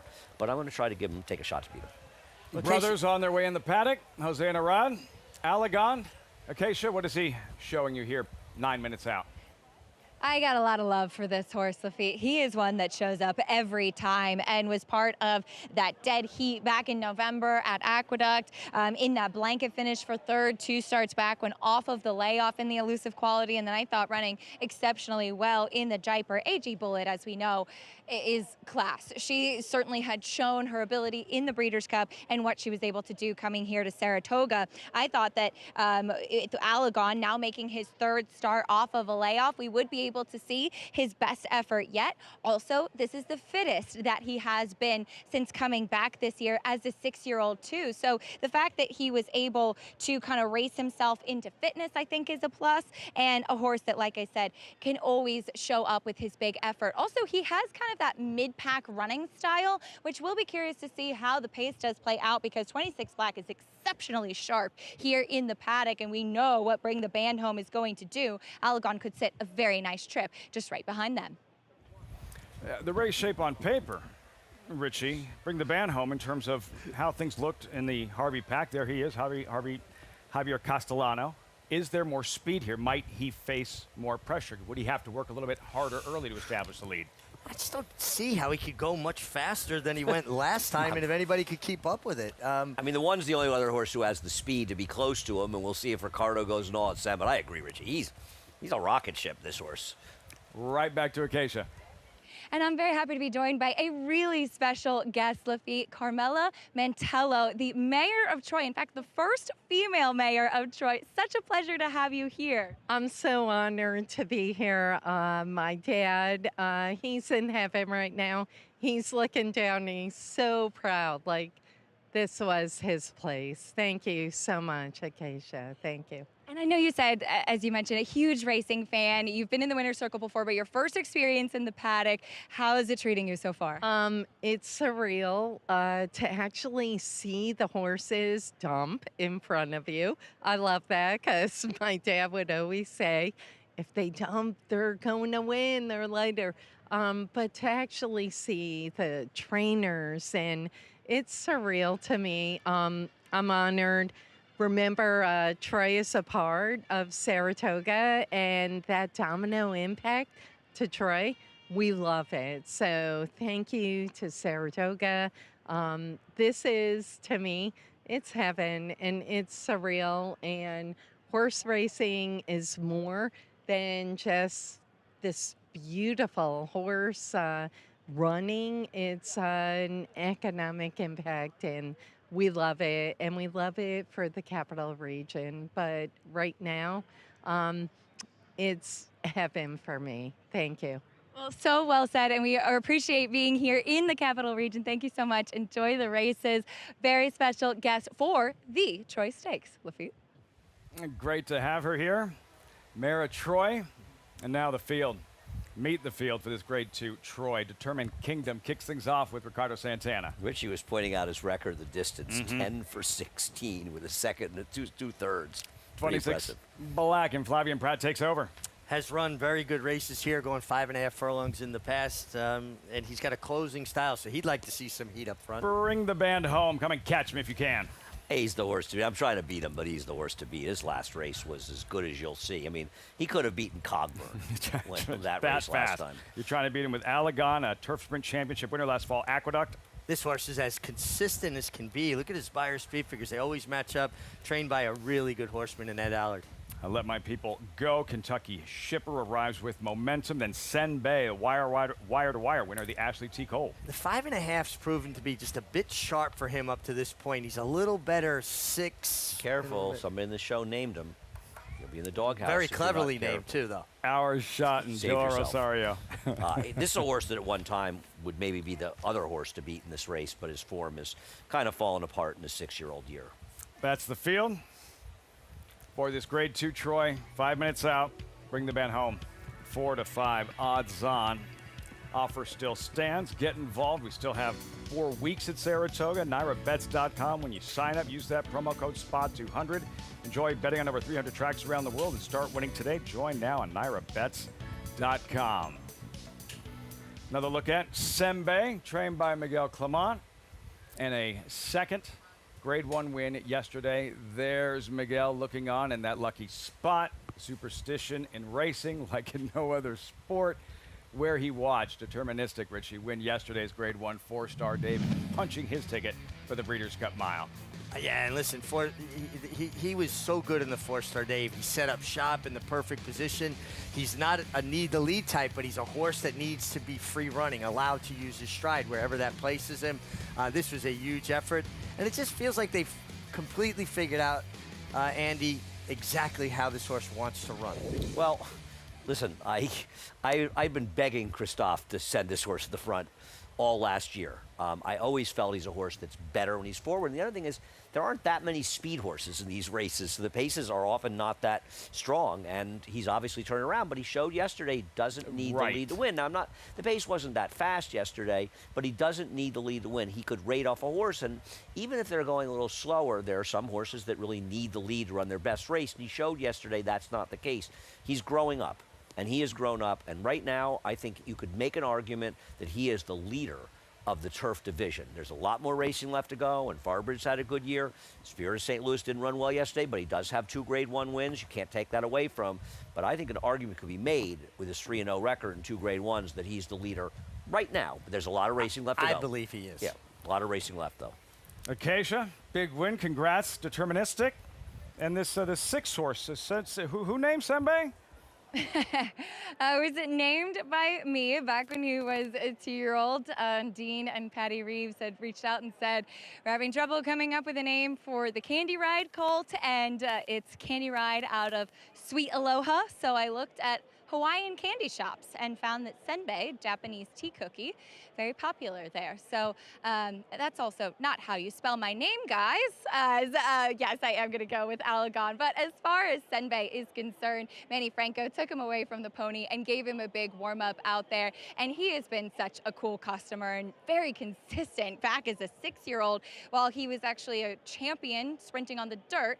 There we go. As a 2-year-old, coming back, winning stakes at 5, and now at 6 as well. I know he wired the field last time out. Look, Connections are under no illusions that he's going to get the lead in here today with the likes of Bring the Band Home. But if you look back at his Belmont Turf Sprint, he did show that he was able to come from off of it, and I think it was more kind of a need to go to the front last time out and control versus that being his preferred running style. Now, the number 5, Let My People Go, is kind of the wild card coming in here because he ran that race last time out at Churchill. As you see, he's getting a spirited warm-up out there on the track under Jose Ortiz with a 95 Beyer speed figure, which would put him in the mix. However, recently, that is far faster than anything he has been running. So he's another one. Can he repeat that kind of effort? Jose rode him last time too, and he was hustled up to the front, kind of chasing, and just went on much the best. Joe Sharp, who hit that milestone of 1,000 wins the other day, his barn has been firing great guns, and it looks like Jose is really kind of revving this horse up, revving his engine, so to speak,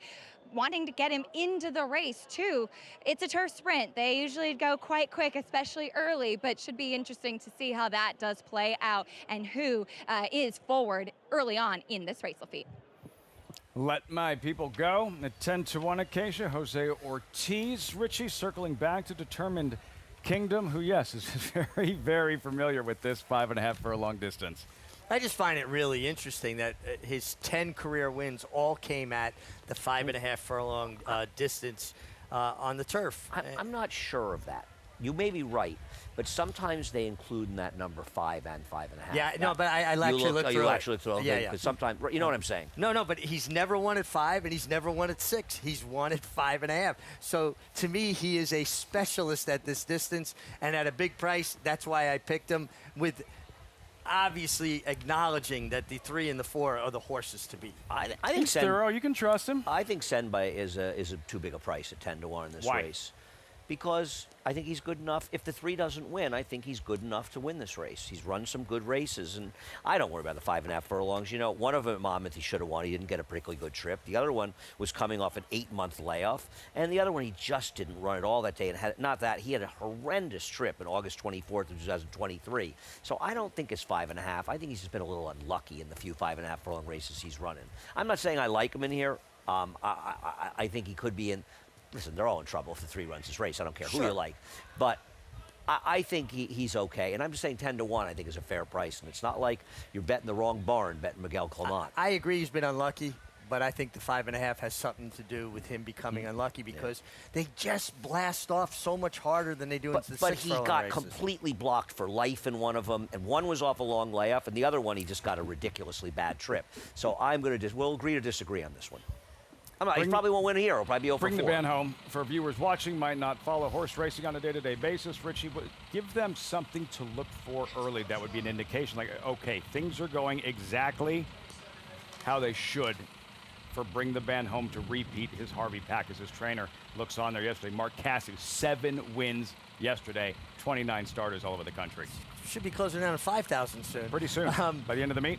If you want to know if things are going well for Bring the Band Home, you're going to hear Frank Miramarty call his name first. So Mark's watching this one in the winner's circle? Pretty confident, huh? I have to ask him about that because he doesn't usually do that. It's where Miguel watched yesterday, Deterministic, and a Grade 1 4-star Dave win. Post time for this Troy odds on Bring the Band Home. Frank Miramarty standing by. Our shot, the last one. They're in the gate. And they're off in the Troy. And it's a very even start, but Bring the Band Home is quickest and establishes the lead now. Opening up a length, Let My People Go comes away in second. Alagon, Determined Kingdom along the rail, third and fourth. Senbei is fifth, 4 lengths off the lead, 3 clear of 26 Black, and Our Shot trails. Heavily favored, Bring the Band Home streaks into the far turn with a length and a half lead. The opening quarter in 21-1. Let My People Go is trying to attack the favorite now. A length and a half back to Alagon. Determined Kingdom, 3 lengths back to Senbei. And then 26 Black. It's a distance to Our Shot, who's virtually eased. Top of the lane, Bring the Band Home. Went through a half in 43-1. Still in complete command. Determined Kingdom is running well in second. Past the 16th pole. Bring the Band Home. Late run from 26 Black, but only to complete the exacta. Bring the Band Home wins the Troy and is undefeated on the Saratoga turf. What an effort from the runner-up, 26 Black, who was rolling late. Mark Cassie, wife Tina, Bring the Band Home. First win of the meet for Hall of Famer Javier Castellano. Just too much speed, too much talent. Bring the Band Home. Back-to-back stakes wins at Saratoga. And he got that first call from Frank out of the gate, and he just kept finding. Javier started riding him before they came to the quarter pole, Andy, and I thought he might be in a little bit of deep water, but he just kept finding in another powerful performance. No, I thought he was in trouble around the turn. I really did. I don't know if he ran quite as well as he did last time, but he ran pretty damn well. Pretty damn close, I should say, to what he did last time. He's in raging form for Mark. Aside from Bring the Band Home breaking sharp, let's go back to the start and anything that you may have caught here, Richie, these sprinters trying to get out of the blocks as clean as possible. Well, there was a little bit of contact. The two came out into him. The two bumped into him. Yeah, 26 Black, the runner-up, actually kind of came out into the eventual winner. They wound up 1-2. Really nice trip from the one Determined Kingdom. He came out and might have bothered the 5-horse a little bit, Let My People Go at the top of the stretch. But I thought he ran well, that 5.5 furlong specialist. This one has to feel good for Javier Castellano, a first win of the meet, finally, for a jockey who's won 7 Travers. That's a record, I believe, 6 wins in the Alabama. So much success at Saratoga over the years, and just a dry spell at the worst possible time in the first few weeks at Saratoga. Yeah, absolutely, and I'm sure a source of incredible frustration for Javier, but sometimes it just takes one good win to kind of reset things and get your confidence going in the right direction. Viewers not familiar, we're talking about what like a 4 or 5-time Eclipse Award winning jockey and one of the most successful riders over the last couple of decades. No doubt about it. Javier's had a great career, but it's been a very long career as well. Charlotte Weber, owner, Live Oak Plantation, and the run that she's had with Mark Cassie, going back to horses like World Approval, a Breeders' Cup mile winner, and another stakes win to celebrate together here. And she has really kept Live Oak going for a long time. You know, her husband passed away a number of years ago, but Charlotte is very, very into the game. Yeah, for as long as I can remember. I remember, you know, when I first started riding a really fast filly for Live Oak in Lean. That was just a super fast filly. Pat Kelly used to train for them. But she was quick. Yeah, they're a true sportswoman. Really loves the game, loves her horses. Trainer Mark Cassie loves the action. 29 starters yesterday, won 7 races at 4 different racetracks. Just celebrated his 4,000th win a couple of weeks ago, and now he can celebrate a win in the Grade 2 Troy with Bring the Band Home. Javier Castellano, just too fast to catch in the Sunday feature, Whitney week at Saratoga.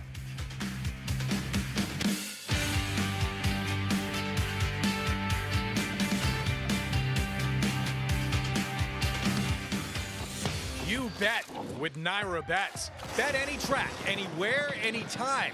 Download the Naira Bets app to play today and get a $200 deposit bonus. Watch live horse racing.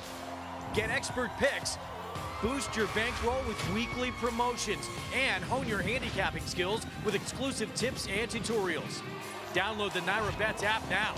Sign up now to claim your $200 deposit match bonus. You bet with Naira Bets.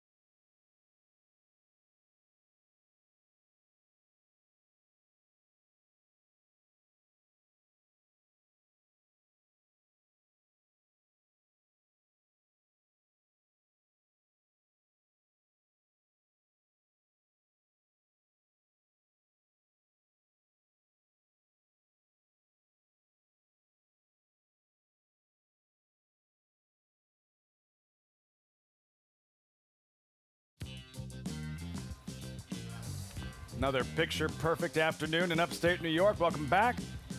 Saratoga Live, brought to you in part by Hill and Dale Adalapa. 2 races left on the Sunday program. Troy in the books. Fasek Tipton Winter Circle lead-in brought to you by the 104th Saratoga Sale of Selected Yearlings, August 4th and 5th, Monday and Tuesday. Where will you be? Looking for the next stars of the sport. So many of them. Which careers begin here at Saratoga Racecourse. Terrific 2-year-old racing this weekend. And bring the band home. Javier Castellano, that first win of the meet. Is he like Breeders' Cup Turf Sprint good? Does he have that kind of speed? Does he have that kind of talent? If he continues to run like this, yeah, he might be the horse to beat. Right now, he backed up the last effort with this effort. He is very, very much a contender in that division. Bring his game to other tracks. Sure. And gave Castellano a second move. Always look for that in those top-class sprinters. It's not take a deep breath and go as far as you can, as fast as you can, but that second move is there, that he can give the rider when the rider gives him his cue and needs more late. Well, he started asking him about the 5/16 pole, about 100 yards before the quarter pole, and I thought he might be in trouble. And then when he turned for home, you see him drop down, switch to his right lead, and kick on again. Only good horses can do that. No, he was very impressive. I mean, I know the 2 kind of made it close to the end, but make no doubt the winner was much the best. He set a very quick pace in there, and he just kept on rolling. He's like a true turf sprinter. He looks a little like Cogburn right now. We'll see. Hopefully Mark Hasse will not take him to Kentucky Downs. Cogburn went there. He won. Didn't come out of the race. Horses have never won the Breeders' Cup Turf Sprint coming out of Kentucky Downs. And I know there's a lot of money there, and there is a great temptation to go there. I get it. I would never send a good horse there. Maybe we'll get a hint in a moment. Maybe. But moving forward, it's exciting to follow. And racing fans, stylistically, these are the types of horses that fans get really excited about. It's either the Silky Sullivan Stone Closer or the Come and Catch Me If You Can front runner. Bring the band home. Another stakes win at Saratoga to Acacia in the winner's circle. And with winning pilot Javier Castellano getting the victory with Bring the Band Home, he is fast. And for such a big horse, it's really kind of incredible how quick he is early, Javi. It really is. It's a dream for any jockey he wants to ride. Is fast out of the gate, but at the same time, he able to switch off a little bit and try to good read a good pace. It's not run off the horse. I like it the way he did it, and always break good out of the gate and get a good position himself. And he enjoyed the ride. Always he liked to run, and he's a fast horse. And very lucky and blessed to be part of it. And thank you for all the connection. They give me the opportunity to ride the horse. Mr. Lyle Plantation and Jeannie and Mr. Weber, all the team. I mean, he made me look good today. It was a nice win, and he was swapping his leads in the stretch, but that's not uncommon for this horse. He does, always does. I think he likes to go that fast. He can keep up with his own pace, and he likes to enjoy. He switches lead back and forth, back and forth. If you watch the race before, he went fast, almost tried world record. And the way he did it, that's his style. The way that he does it and did it easily today, another nice win. And for you getting this win, we know anywhere you go and whatever your career is, Saratoga is tough. Has to be nice to be here and a great at stake as well. It's a place to be, Saratoga. I'm very lucky, fortunate to be part of it and compete with the best jockey in the country and win racing here. It's a bless. Well, congratulations. A very nice win with a very quick horse. Thank you. Thanks so much. Lafitte? 7 Travers. A bunch of Alabama wins, Javier Castellano. And now a Troy winning rider with Bring the Band Home. Can a horse run that fast where you can like lose their action underneath you? Well, yeah, I mean, he's almost like frenetic, right? He's trying to go so fast, so they'll wind up changing leads. They're just reaching for as much ground as they possibly can. And for a big horse, he is so fast. It's not your typical turf sprinter, the size and scope to him. And you see he does change his leads quite a bit, but he does it pretty smoothly. Javier Castellano, Bring the Band Home. Coming out of a slump, Rich, that every great, like Eddie Arcaro, Bill Shoemaker, that every great rider has gone through it, just like every great hitter in Major League Baseball history. What does it feel like when you get that first win, especially like you're in a stakes race? It's this huge weight lifted off of your shoulders. It's like you can breathe again. You get to a point where the weight is so much, it's like constant. And then you start thinking about it, and then it kind of spirals because you want out of it so bad, but the way out of it is to almost relax, let things happen. Don't try to make things happen, and of course, ride the right horses. But, you know, human nature, everybody has a tendency to want to make it happen, and the worst thing you can do in a situation like that is that. The way I would get out of slumps, I would start riding to be third. And it was amazing. All of a sudden, I took all the pressure off myself about getting there first, and now I'm turning for home in good position. I haven't used my horse, and instead of being third, you get up and win, and it just almost slows things down a little bit. Got this guy riding you race after race after race. That always helps. I was much nicer to Richie when he rode than I am now. Yeah, because you knew I was half crazy when I was riding. now what are you, like 48% crazy or something? What are you getting at? There are, by the way, the two favorites in this race 6, the 2-to-1 and the 1 and the 6, that have absolutely horrendous trainer stats going into this race. Good reasons to play against. All right. Safi Joseph trains the 6 over the last 5 years. In Saratoga, he is 0 for 46 in turf routes. He's 11 for 32 at the other NYRA tracks in turf routes, but 0 for 46 with only 11 hitting the board. And the one Hamilton's Way, Wayne Potts, off the claim in turf routes, he's 0 for 13 with none hitting the board. And he's probably the stronger half of the entry, in theory. And I believe he hasn't won a turf race, and I think he's in an 0 for 39 streak over a couple of years. Is that bad? Turf route, that's bad. It sounds bad. A turf route, so. It sounds bad. Yeah. So there's some good reasons to play against both horses taking money in this race. All right. See how it all unfolds. 19 minutes out. Horses in the paddock behind us. And what a crowd yesterday. The 42,000 strong for Whitney Day. Nothing like the Saratoga fan base, and all part of the excitement and part of what makes Saratoga, Saratoga. We'll be right back.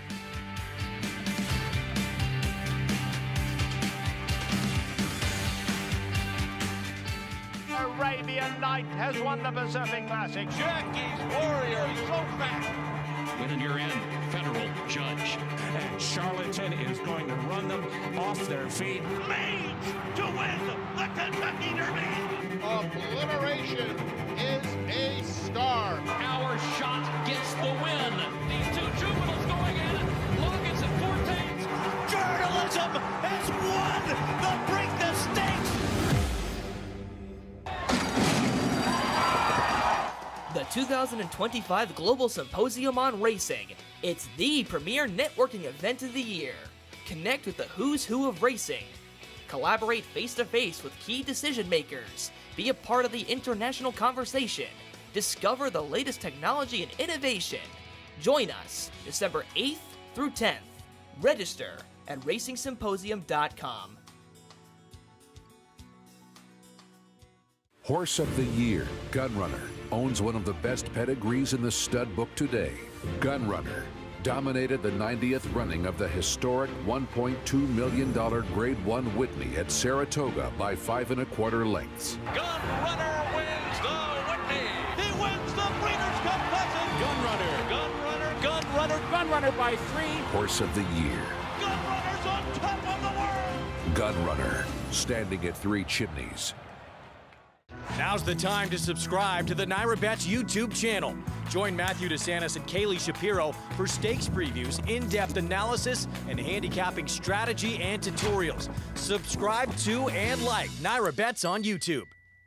RaceLens is the most in-depth product in horse racing, with unique features found nowhere else. True odds, predictive analysis, and pace projection. RaceLens. It will change the way you follow horse racing and take your game to the next level.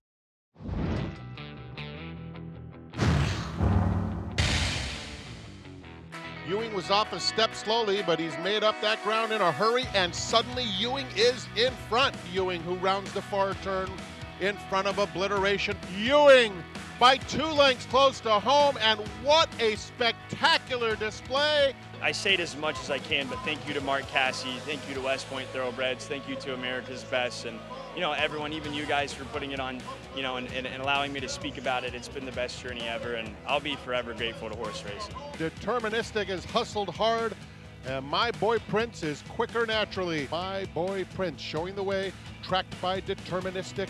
Deterministic takes a crack at him on the outside second.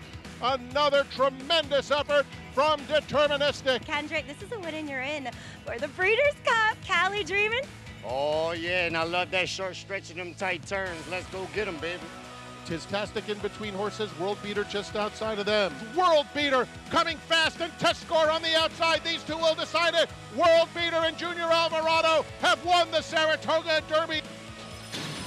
And they're off, and it's a long way to Kilwin.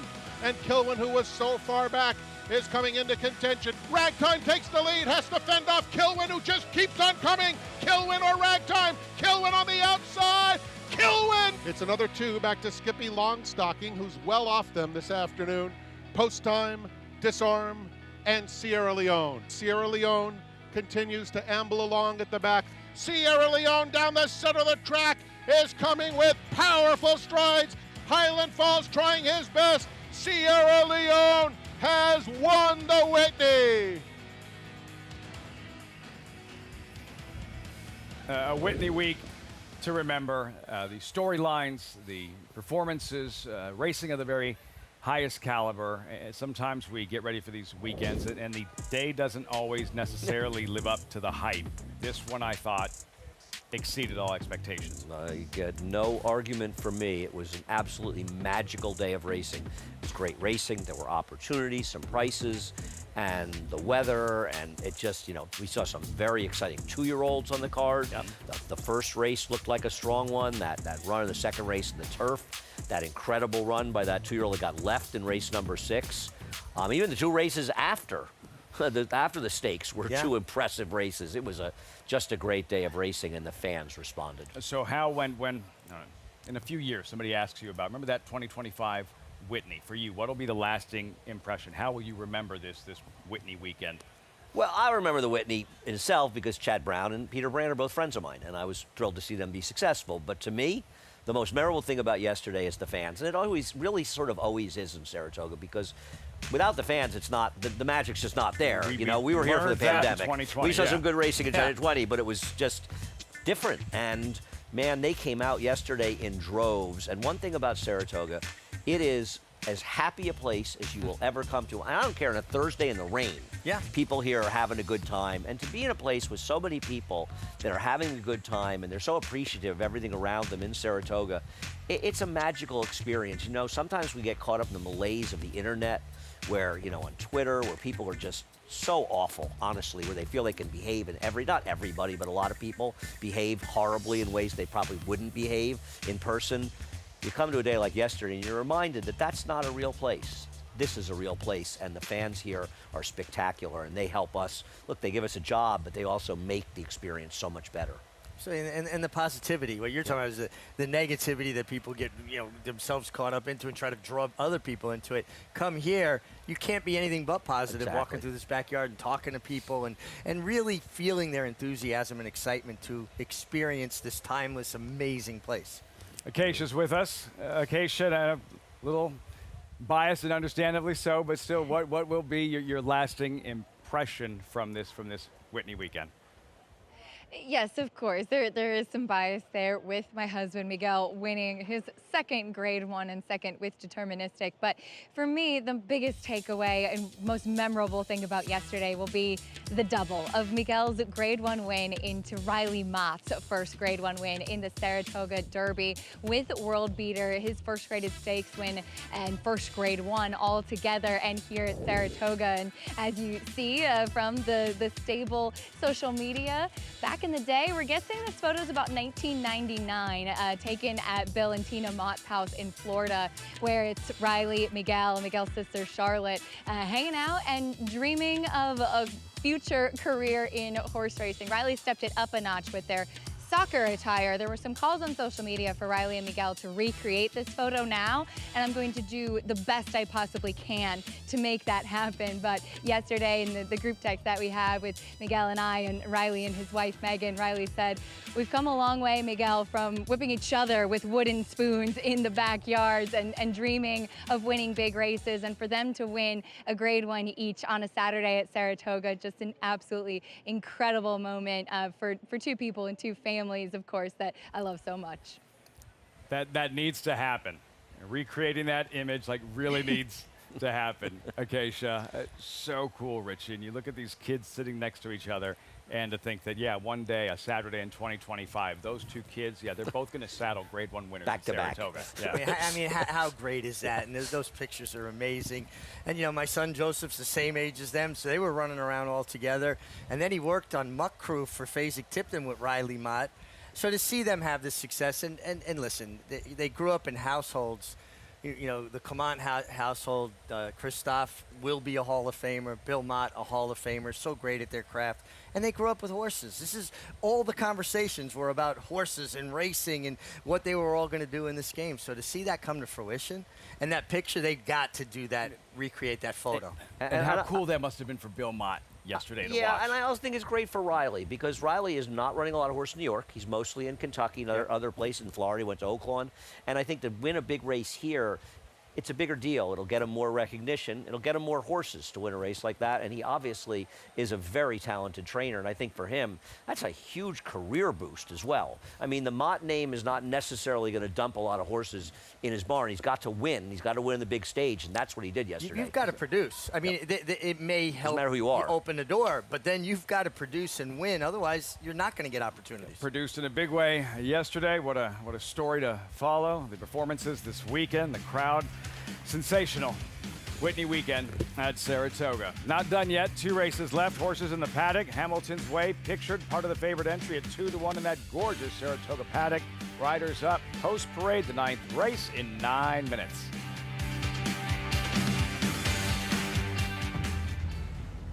History remembers moments of extraordinary strength, skill,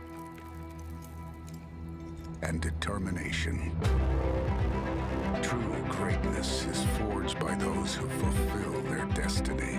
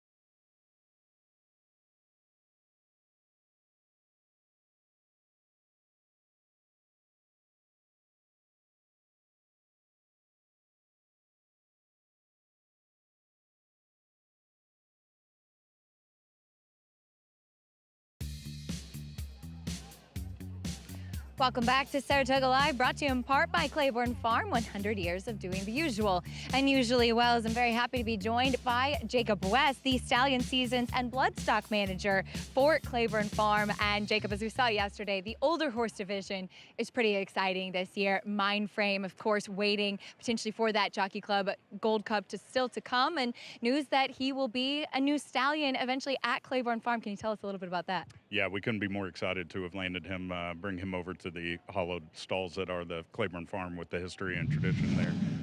But he's an exciting prospect. he checks all the boxes for potential breeders with confirmation race record and pedigree. So we're very excited to get him. Still could potentially add some more grade ones to that tally. Any exciting young horses over at the farm we should be looking out for? Well, the yearling sales season is fully upon us, with Phasic going Monday and Tuesday night next week.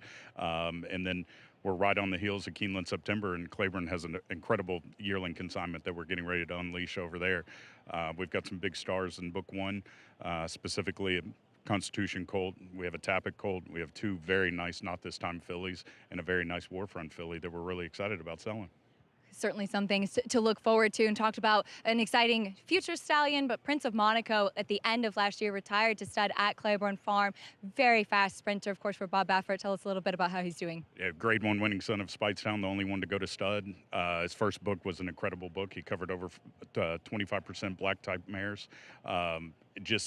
He's an incredible horse.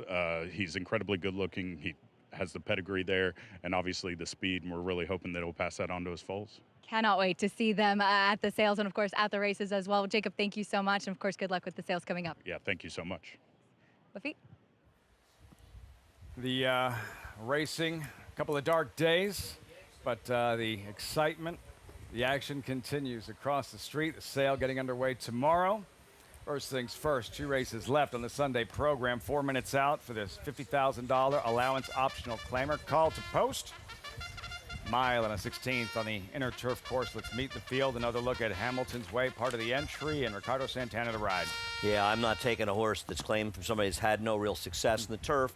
Now, he's come back in 10 days, so he's sort of running on Ray Handel's training, but I'm still going to play against this guy in this entry. Iron Max does his best running late. He's in very good form, but his good form may not be good enough to win this race, and he's part of a very heavily bet entry. Fayette Spirit graduated in his 20th career start. It took him a long time to get it done. He's going to have to get a lot faster to compete with this field. Gene and Jude, claim from Tom Proctor by Mike Maker. I love the trainer change on this horse. A switch to Joel Rosario, and I'm betting Gene and Jude. He's got to improve. I hope he does. Sky Masterson beat 1 horse at the level.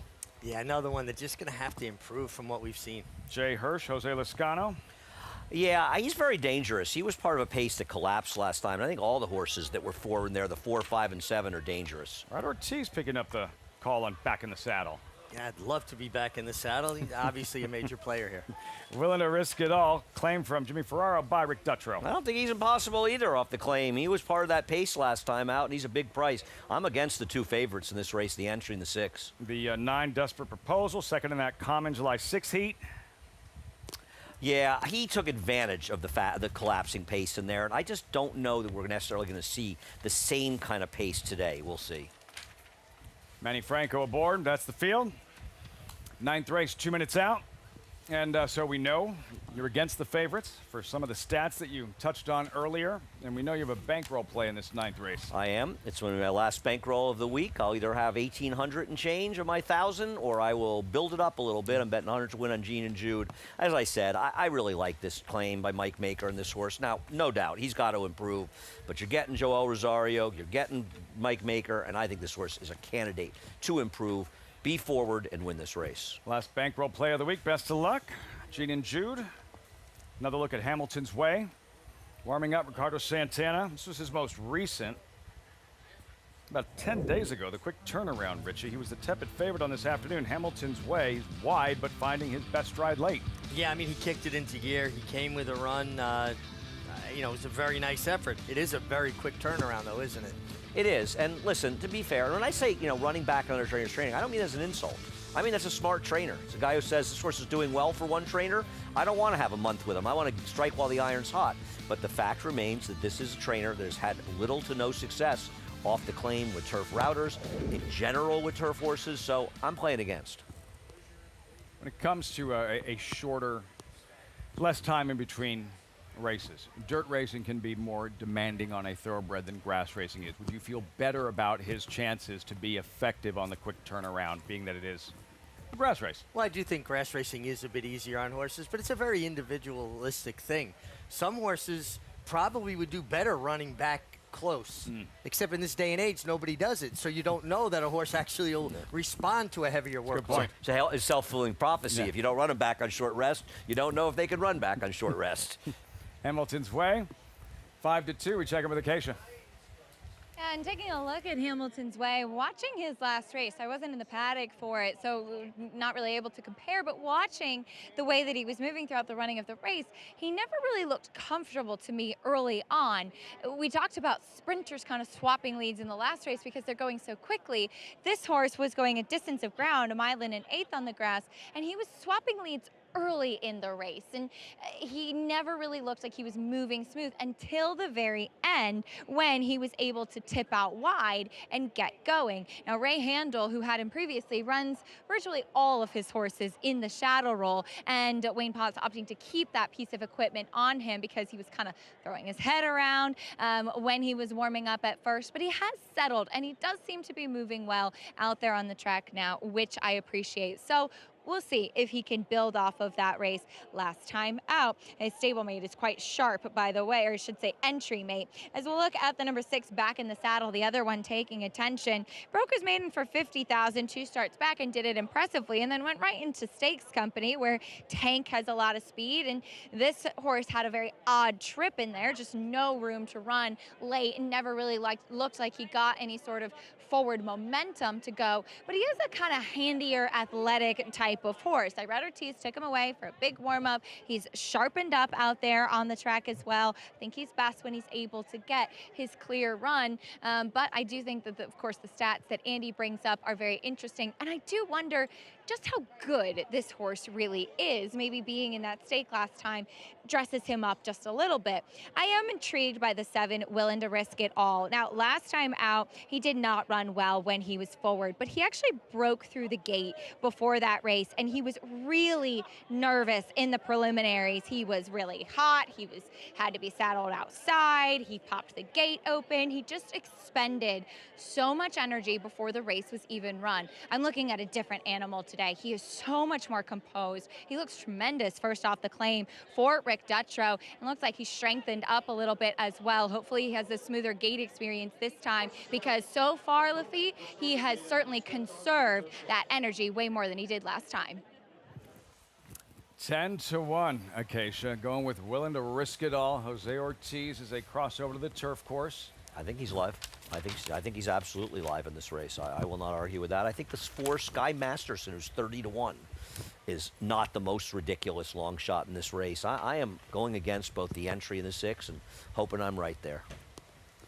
And I'm going with the 6. So, you know, I just think the horse's race is good enough, but he's got to replicate those races here. What are we looking for from the onset? The pace, because I think Joel is going to go with the number 3 here. Is the 7 going to press? Is the 5? See, I don't think the 5 is going to show the speed he did last time. I think he was fresh off the layup. We'll see. Is the 4 going to go? He was just ranked last time, wasn't he? Yeah, we'll see. I think the pace, will be interesting. I mean, if they're going 24-1, it's a comfortable pace. If they're going 23-3, they're moving a little bit out there. Back in the saddle. All his previous races in Florida. Rod Ortiz picks up the call for his Saratoga debut. 2-1 favorite at post time. Frank Mirmati with the call in 9th race live from Saratoga on Fox Sports 1. Last few left to load. Iron Max going in. Willing to Risk It All. And Desperate Proposal will be the last one.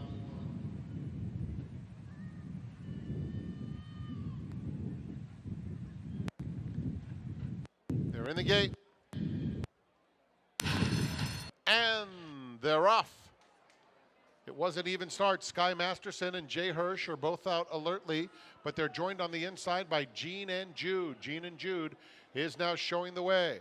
Willing to Risk It All moves up on the outside to take 2nd, and just behind them it's Jay Hirsch in 3rd. Back in the saddle is the gray 4th. Then 3 across the course. Hamilton's way on the inside. Sky Masterson, who broke well, is now racing in between horses. Desperate Proposal is just outside of them. Iron Max is 2nd to last, and Fayette Spirit trails. The opening quarter went in 24 2/5 seconds. Gene and Jude, 2-length lead. Willing to Risk It All is a clear-cut 2nd as they straighten up for the run down the back stretch. Back in the saddle is just on the outside of Jay Hirsch as they've gone through a half a mile. It's another couple lengths. Desperate Proposal covers up Hamilton's Way, Sky Masterson. That half went in 48-4. Sky Masterson some 10 or 12 lengths off the lead. Iron Max in the meantime on the move with a 3-wide bid. He's right next to the other gray, and still Fayette Spirit is at the back of the pack. Around the far turn, Gene and Jude willing to risk it all have been 1-2 throughout. Iron Max has made it into third. Jay Herschel on the inside, back in the saddle now fifth. 4 lengths off the lead, 3/4 in 1 minute 12 and 3. They're at the top of the stretch, willing to risk it all. Gene and Jude, Iron Max on the outside, back in the saddle in between Jay Hirsch, and on the outside Hamilton's Way is trying to get involved late. Still a driving finish. Iron Max grinding to the front in the final stages, willing to risk it all. Gene and Jude, it's Iron Max and Flavien Prat proving best with that decisive move on the back stretch. That's 2 for Prat.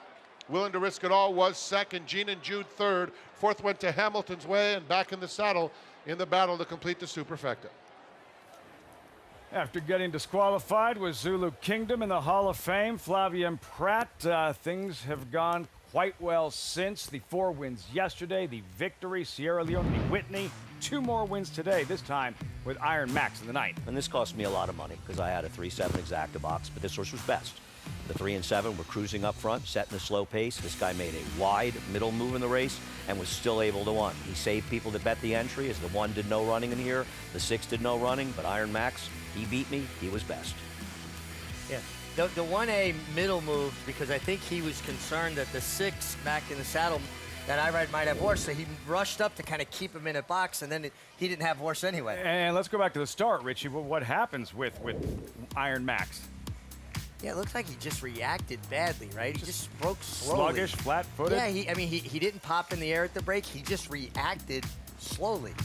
And got himself left a bit. Stats didn't lie, but the 1A saved the entry. But he was best, so, you know, I feel like it was kind of a lousy beat with a little 7-3 box, but you can't complain when the horse that beat you had the worst of it and your horse has had the best of it. No, sure. I mean, man, if you want to talk about a long stride on a horse, look at the way he reaches for ground. His head way out and down, really stretching Flavien Prat out, but those kind of horses cover the ground. And Caravaggio, his sire, one of the most beautiful horses you will ever lay eyes on. And Acacia telling us that's actually quite normal for Iron Max. He does that from time to time. A tardy start, a little bit flat-footed, and while that doesn't look good when you're watching it from the start, he finishes just fine and able to outkick the rest. No, I mean, he had everything go against him in this race. The flow of the race, the pace of the race, the start, and he still got it done. I'm feeling a little lousy at my beat, but you can't really feel bad when you lose to a horse that just ran better than your horses, you know? Horse gets a little lucky and beats you, you're a big price. It can be frustrating. This guy didn't get lucky. He was best. And Gene and Jude pinned inside, battled. Yeah, battled the length of the stretch. Listen, he outran his odds. He ran fine. I don't think I was wrong. I think he improved off the claim, but he just wasn't quite good enough. And he did battle, though. It looked like at one point he was going to fight off, willing to risk it all. And then when the winner, Iron Max, came along, kind of carried him past him, right? I agree. And I love Joel in the front end. I just like watching Joel finish. So win, good lose, on the draw, front end. I like watching him finish. You know, and he gave him every chance. And, you know, betting the 3 like I did, I have nothing. It's exactly the trip I wanted. And he just wasn't quite good enough. It's just the way it goes in the game. So it's easier to lose when you had no excuse, when your horse just, even if it's a short distance, it's easy to lose when it's frustrating when you feel like they could have won. He had everything go his own way. Got exactly the trip you wanted. Yeah, that guy you just saw, the winning trainer, Brad Cox, had to slam on my brakes this morning. I can't say what I wanted to say, but made a U-turn right in front of me down the street from my house this morning. I had to hit the brakes. He was in his golf cart. I just want to point something out. Lafitte lives a half a block from me. I live 2 blocks from the track. Lafitte, you shouldn't be slamming your brakes. You should be walking with me. Nobody walks. I'm beginning to notice that you should. Yeah, you probably need a little walk. Nobody walks in L.A.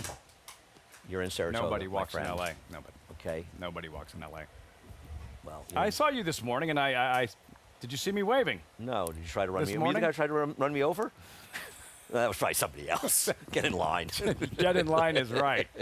Get in line is right. Iron Max, Brad Cox, Flavien Prat in the 9th. As our coverage continues, this driving finish. Pratt going to work. Iron Max responds, registers a 2nd career win, takes down the 9th of 10 at the Spa.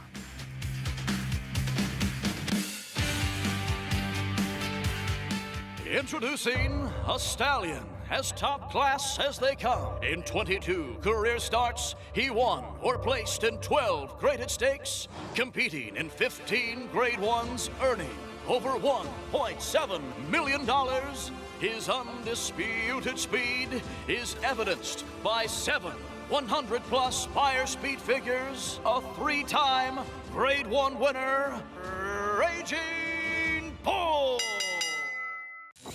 You bet with Naira Bets. Bet any track, anywhere, anytime.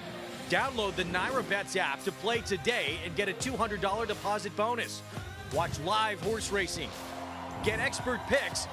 Boost your bankroll with weekly promotions and hone your handicapping skills with exclusive tips and tutorials. Download the Naira Bets app now. Sign up now to claim your $200 deposit match bonus. You bet with Naira Bets.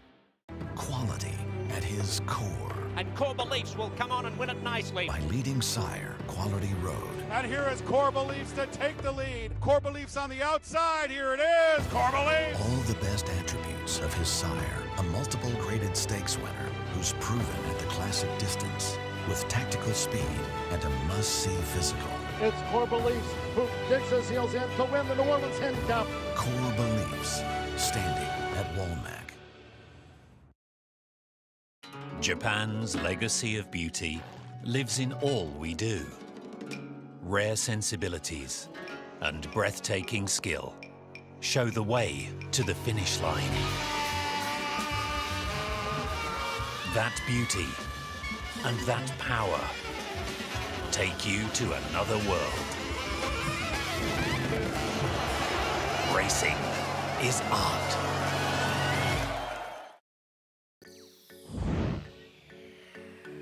We're back on Saratoga Live, brought to you in part by Naira Bets. You can bet any track, anywhere, anytime. Get started at nairabets.com or download the app today. As Iron Max makes it 2 wins in a row, and I'm happy to be joined by winning trainer Brad Cox. As Brad, we've discussed it quite a bit, but it seems that the horses for your barn claimed with Sandy Goldfarb have just had a world of success here in New York recently. Yeah, for sure. With Sandy, does most of the picking of the horses, and Dustin does a lot of the dropping there at Belmont. He actually prepared this horse. He just came up yesterday, and Dustin did a good job getting him ready. He's won his last 2.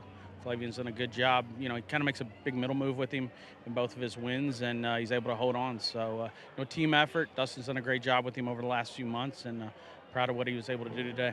How important is that, having good assistants in each location, especially for a relatively large stable, having a good team? Yeah, well, that's why we're able to have a lot of horses. We have good horsemen in each location, and a lot of these assistants could train on their own. And look, we work well together. I'm proud of what we're able to do year in, year out, and we all work very well together, and it's a team effort.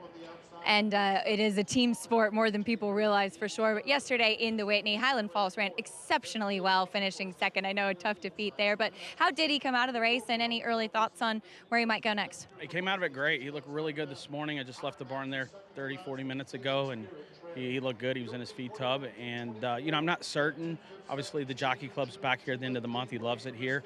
We'll watch him. That's a race that's going to be in play. There's a couple options. The Woodward at Aqueduct, the Lucas Classic. But, we would like to get to the Breeders' Cup Classic, and, we'll obviously use one of those 3 races as a gap and hopefully run well in those, and we can make our way back to Del Mar. Well, thanks for the insight, Brad, and congratulations on the win here. Thank you. Lafitte? I was more impressed with Highland Falls' runner-up effort yesterday in the Whitney than the Jockey Club Gold Cup win last summer. I agree. Now, and I don't think you're being disparaging of his Jockey Not Club at win, all. because he ran super. He ran Arthur's Rise of the Ground and held up the field. But no, I think he ran a better race yesterday. I think it was close, but he ran well, and I know you liked him yesterday, and that was a very good call by you. Listen, Sierra Leone had to run his best race to beat him yesterday, because Highland Falls really ran. And boy, I hope that Brad comes back and tries him again in that race, because that would be a real battle. Maybe the 3 best older horses in the country. Yeah, it would add another layer, but having Mindframe and Sierra Leone is going to make it a heck of a race. Sierra Leone's going to even that score. I am a Mindframe fan. I am not a Fierceness fan because of his the fact that he's unreliable and his quirks. I am a Mindframe fan. I think he's terrific. What we've seen thus far in the late pick 5, the pool over 900,000 and fairly formful throughout. Yeah, we got about a $20, about a $35. We got about $105, about $120 parlay going on for $2, so around $30 each. And I bet the Pig Fives are paying pretty good for 50 cents, being the 50-cent parlay is around $30. Like watching Dustin Hoffman Rain Man count toothpicks. It is amazing. It's not that hard. Drop the toothpicks. I want to see if he can count them. The lowest Pick 5 is $281. So after a parlay that's $30 roughly for 50 cents, the worst you can do is get yourself 8 to 1. The late Pick 5 is a great bet. Would you like in the 10th and final? I like the 10 in here. I think it's a very, very tough race. I'm going to key in on Camp David and the 6 Tetsu, but I prefer Camp David. Turning back after a little freshening for Mike Maker. I tried him last race. Horse did well. Didn't win. This one maybe can win. $12,500 claimers coming up. 10th and final to wind down week 4, Whitney week. And I look back at some of the highlights yesterday, and owner Mike Rapoli, kind enough to wear a mic, and his thoughts leading up to the Whitney with fierceness yesterday here at Saratoga. He behaved well. Todd didn't take he saddled him outside, right? He just kept going around. Good idea to saddle him out there. Smart guy. He's going to be a Hall of Fame trainer one day.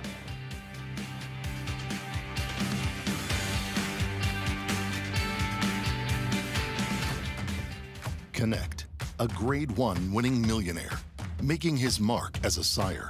With Rattle and Roll, a Grade 1 winning 2-year-old. Graded stakes winners Whitwater's Ran. Implicated. Apple Picker and Forever After All. Connect, a proven sire in the making. Standing at Lane's End Farm.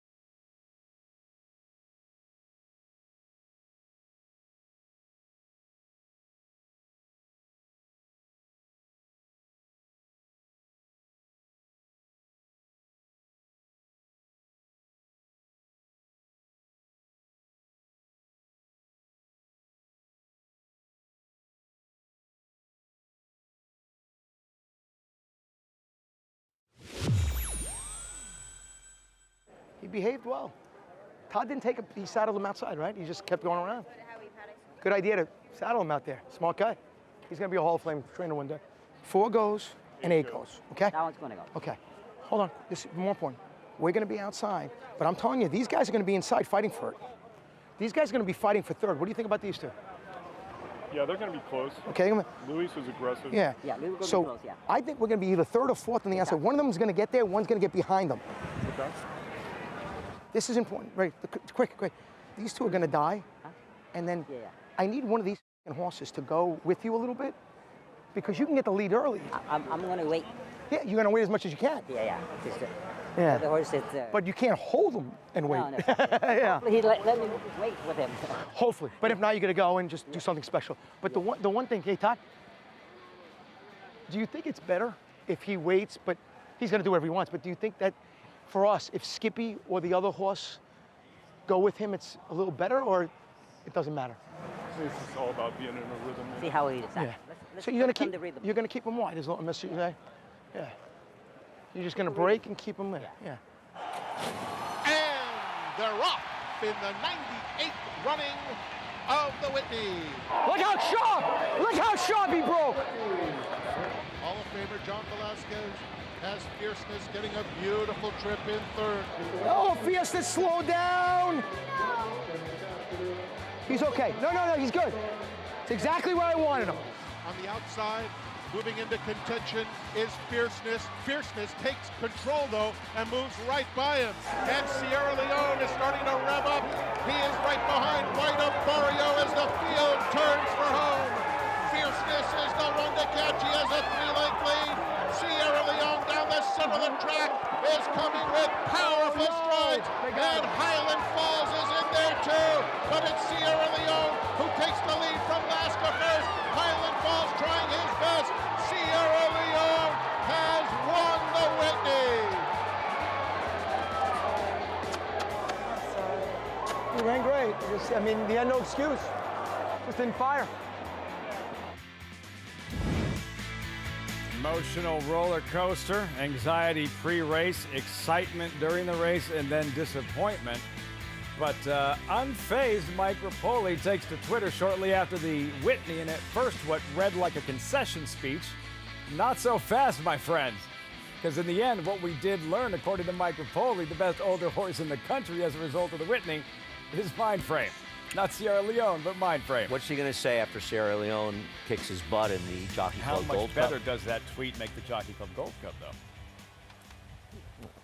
To me, adds not at fuel all, to the fire. This the rivalry with Fierceness and Sierra Leone. Look, when we talk to when somebody's interviewed, and you get the sense that you're going to get the canned answer, that you're going to get something predictable. We complain about that.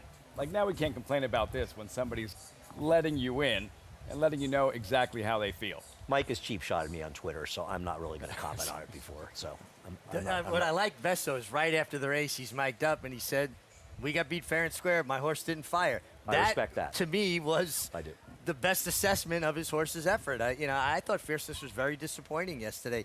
Yes, he had some things go not the way he wants it, but a good horse has to be able to overcome some kind of adversity at times in their career. So he's brilliant, and he shows brilliance at times, but he's just so unreliable. I think Mindframe's terrific. Don't get me wrong, and I'm looking forward to the two of them hooking up again. And Mindframe does have the decision over him. He's never actually finished behind Sierra Leone. He finished ahead of him in the Belmont Stakes, and he beat him in the Stephen Foster. And I am a big Mindframe man. I think he is very good. I don't think Mike's wrong. I've always felt he was the better of the two. I think he's the more reliable of the two horses. Well, he has shown up, and he has overcome adversity. No, Mindframe's terrific. I'm a fan.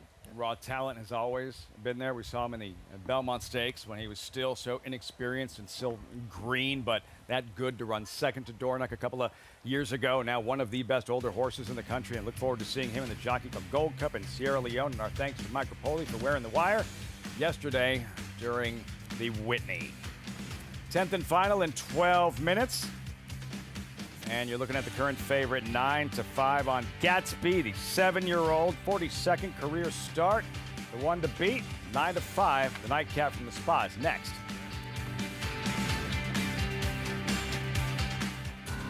The dog days of summer are here. Corgi races are coming to Saratoga. The first annual Corgi Cup arrives at the spa. Saratoga's Corgi Cup, Sunday, August 10th, 1 Eastern on FS2. You can gamble anywhere all the time. Just ask yourself, should I? Take a pause and think about how often you're gambling. A pause can help you stay in control. Visit oasis.ny.gov to take our survey and see if your gambling is becoming more than a game. 4 years now, Monmouth Park's 50-cent Win Early Pick 5 has helped players win early and often.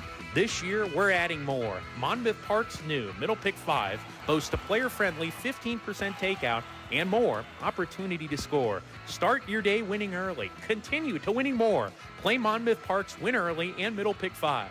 First post 12:50 weekends, 2 p.m. Fridays. New York breds. Race them. Respect them. Bet them. Respect them. Breed them. Respect them. Buy them. Respect them. Train them for a second career. Respect them. Join us in respecting thoroughbreds at every stage of life. Learn more at nybreds.com. Racetrack Television Network brings you every race, from every track, on every screen, every day. With monthly packages starting as low as $5, RTN gives you great value and access to more live HD streaming and race replays than anyone. Visit RTN.tv today to sign up and watch on almost any device, including Roku and Amazon Fire. RTN has packages that start at $5 per month.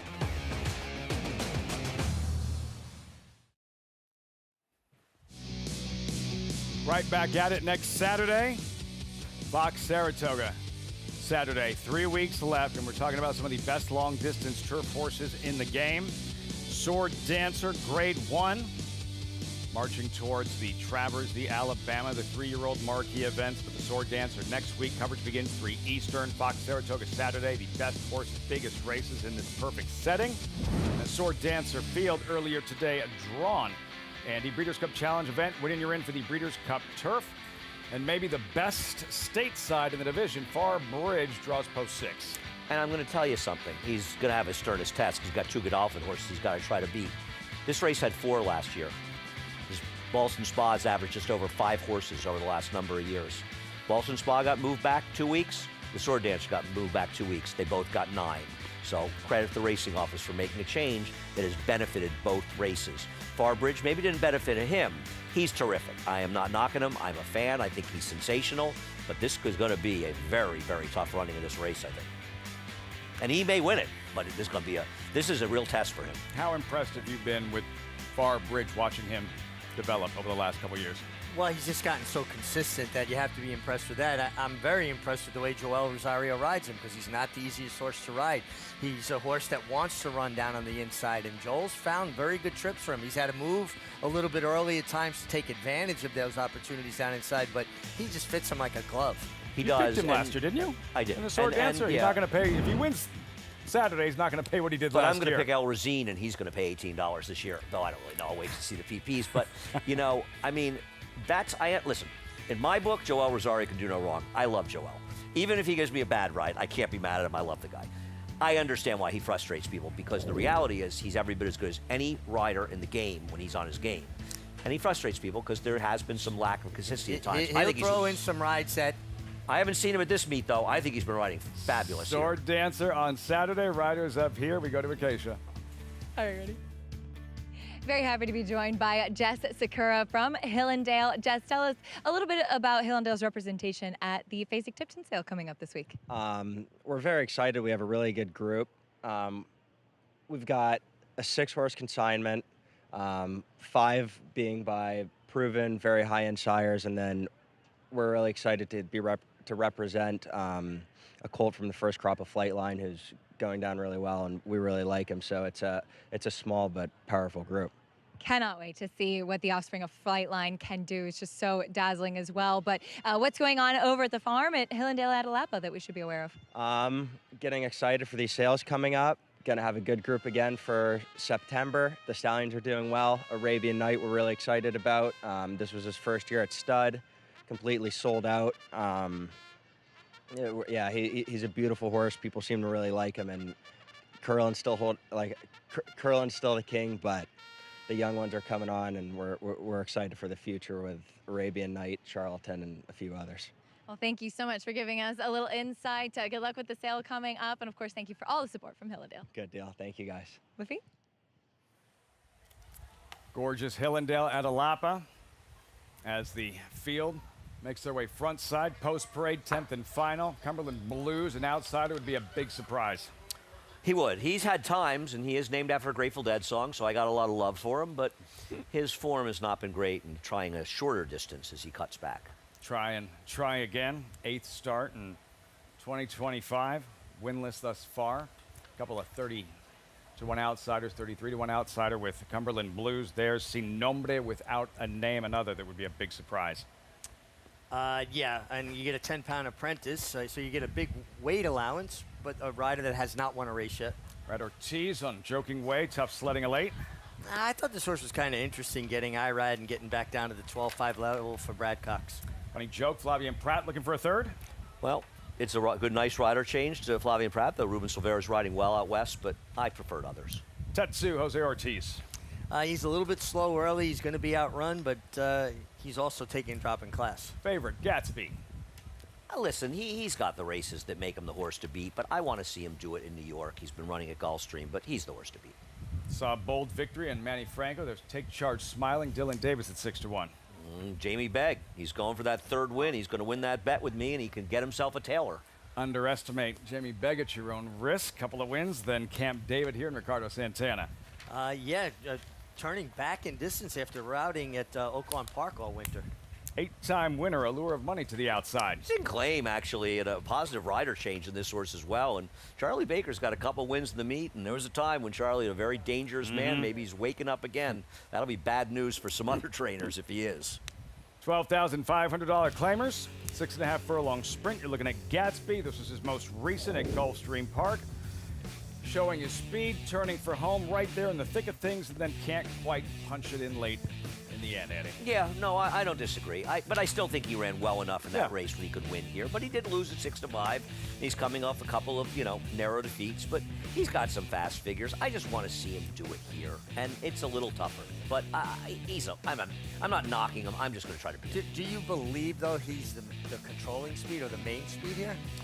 I'm going to have to check get my draw. I think it depends what the number 5 does in this race.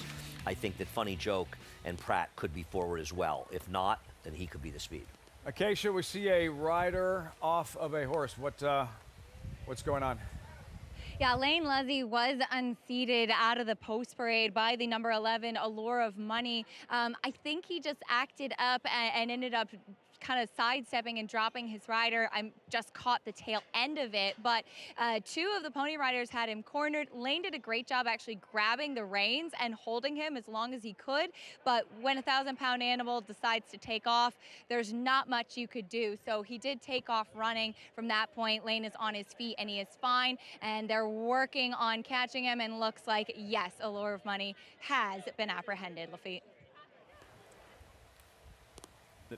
Blows my mind every time I see something like that, and a horse traveling that fast, and like something you would see out of a rodeo, and the outrider able to corral the loose horse.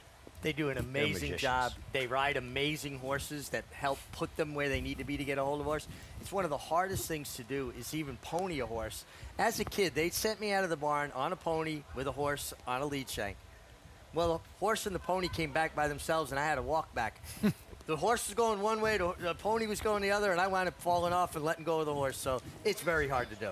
I can't say enough about the job they do. I mean, we see him, and he scratched the 11. He's a late scratch, protecting everybody, the horse, the bettors, the connections. But I can't say enough about it. All these people that work with him, the Starting Gate crew, everybody here.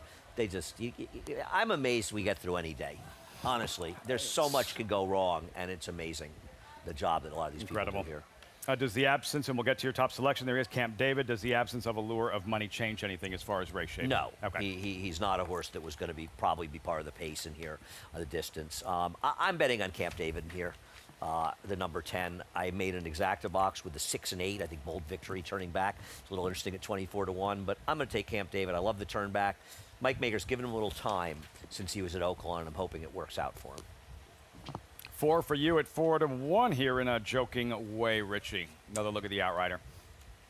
Yeah, and again, we got to give the gate crew, the outriders, so much credit. But yeah, I went with Joking Way. I just like to get him back to the 12-5 level for type flight connections. Obviously, Irad Ortiz and Brad Cox. And I thought this horse might sit the kind of trip right in behind whatever speed may materialize.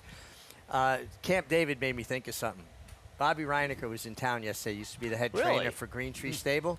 That was a hell and he of a had trainer. a pony, a stable horse named Deacon. And when I got hurt in '88, was coming back, I was getting on Deacon to get legged up back at Green Tree. Well, We'll get the rest of that story. Funny joke, a late scratch, and considered a contender in this one. But yeah, late defection. Funny joke is out. Let's check in with Acacia.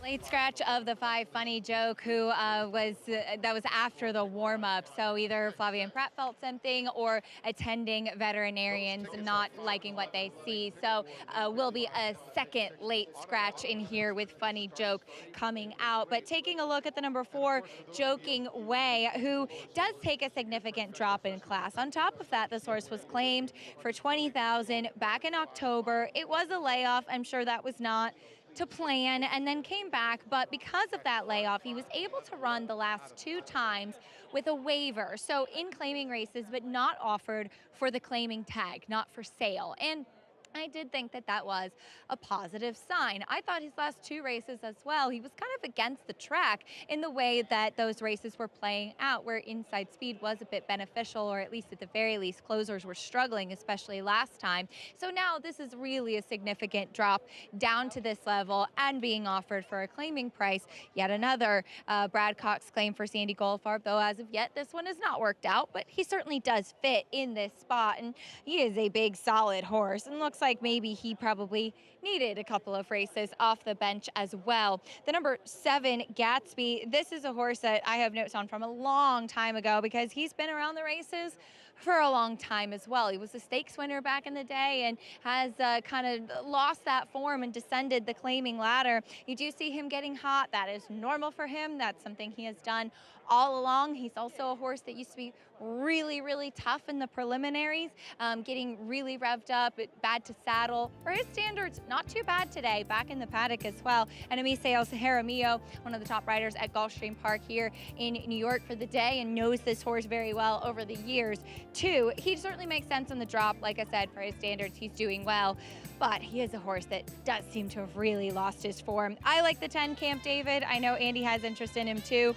I have always thought that shorter would be better for him. I really like the cutback in distance, and he does get a drop in class for those tough races he was running at Oaklawn. I like that he's had a little bit of time off from those races at Oaklawn as well, but very fit, and he fits these conditions here for Mike Maker. Camp David, you're gonna finish up? So quickly, I was getting on this horse, Deacon. Well, I found out yesterday that Deacon, the horse, was given as a gift by Dwight Eisenhower to Jock Whitney, who owned Green Tree, that Bobby Reinecker trained for, and that was his lead horse, and I got legged up on a horse that was once owned by the President of the United States. So that was pretty cool. That's pretty cool. Yeah. Andy, not impressed. I think that's that is pretty cool.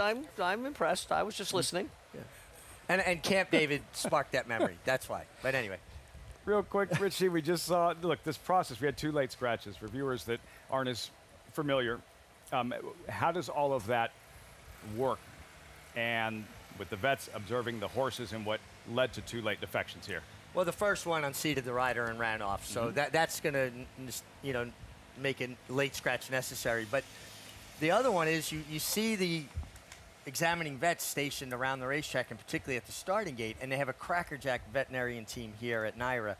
And if a rider doesn't like something he feels with the horse, he goes to the examining vets, reports it, they scratch the horse. Or if the vet observes something that they don't like, the horse isn't striding out as smoothly, the horse is scratched. And it's the right way because it protects the betting public, it protects the riders, and it protects the horses. And that is the most important thing, safe racing. Very, very top Couldn't agree more. priority. Frank Miramati, terrific job on the mic as always this Whitney week. And one final race on the Sunday program with Gatsby favored at 8-5. Frank Miramati with a load-in call, the 10th, live on Fox Sports 1. Much appreciated, sir. Here's Tetsu coming up.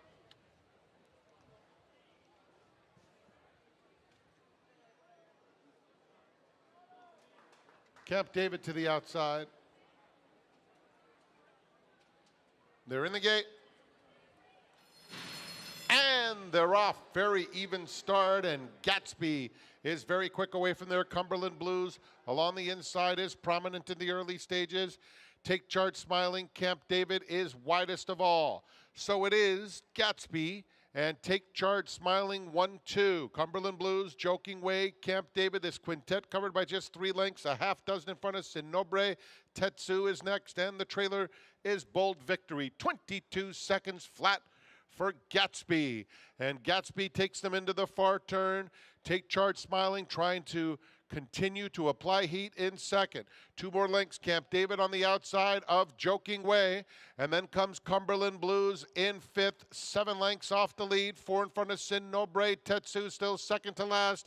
And Bold Victory at the back. Gatsby, Take Charge Smiling through a half in 45 flat. Take Charge Smiling on the outside is up to take the lead. Gatsby is back to second. 2 more to Camp David in third. And down the center, Tetsu is starting to get involved late. He's starting to come pretty quickly too. Tetsu, orange colors on the outside. In the meantime, it's Take Charge Smiling and Camp David head and head. A late run 2 on the rail from Bold Victory. Camp David got there 3/4 of a length. Take Charge Smiling second. Bold Victory really took off. He's blown by the top 2 now. And Tetsu was there too. Ricardo Santana Jr.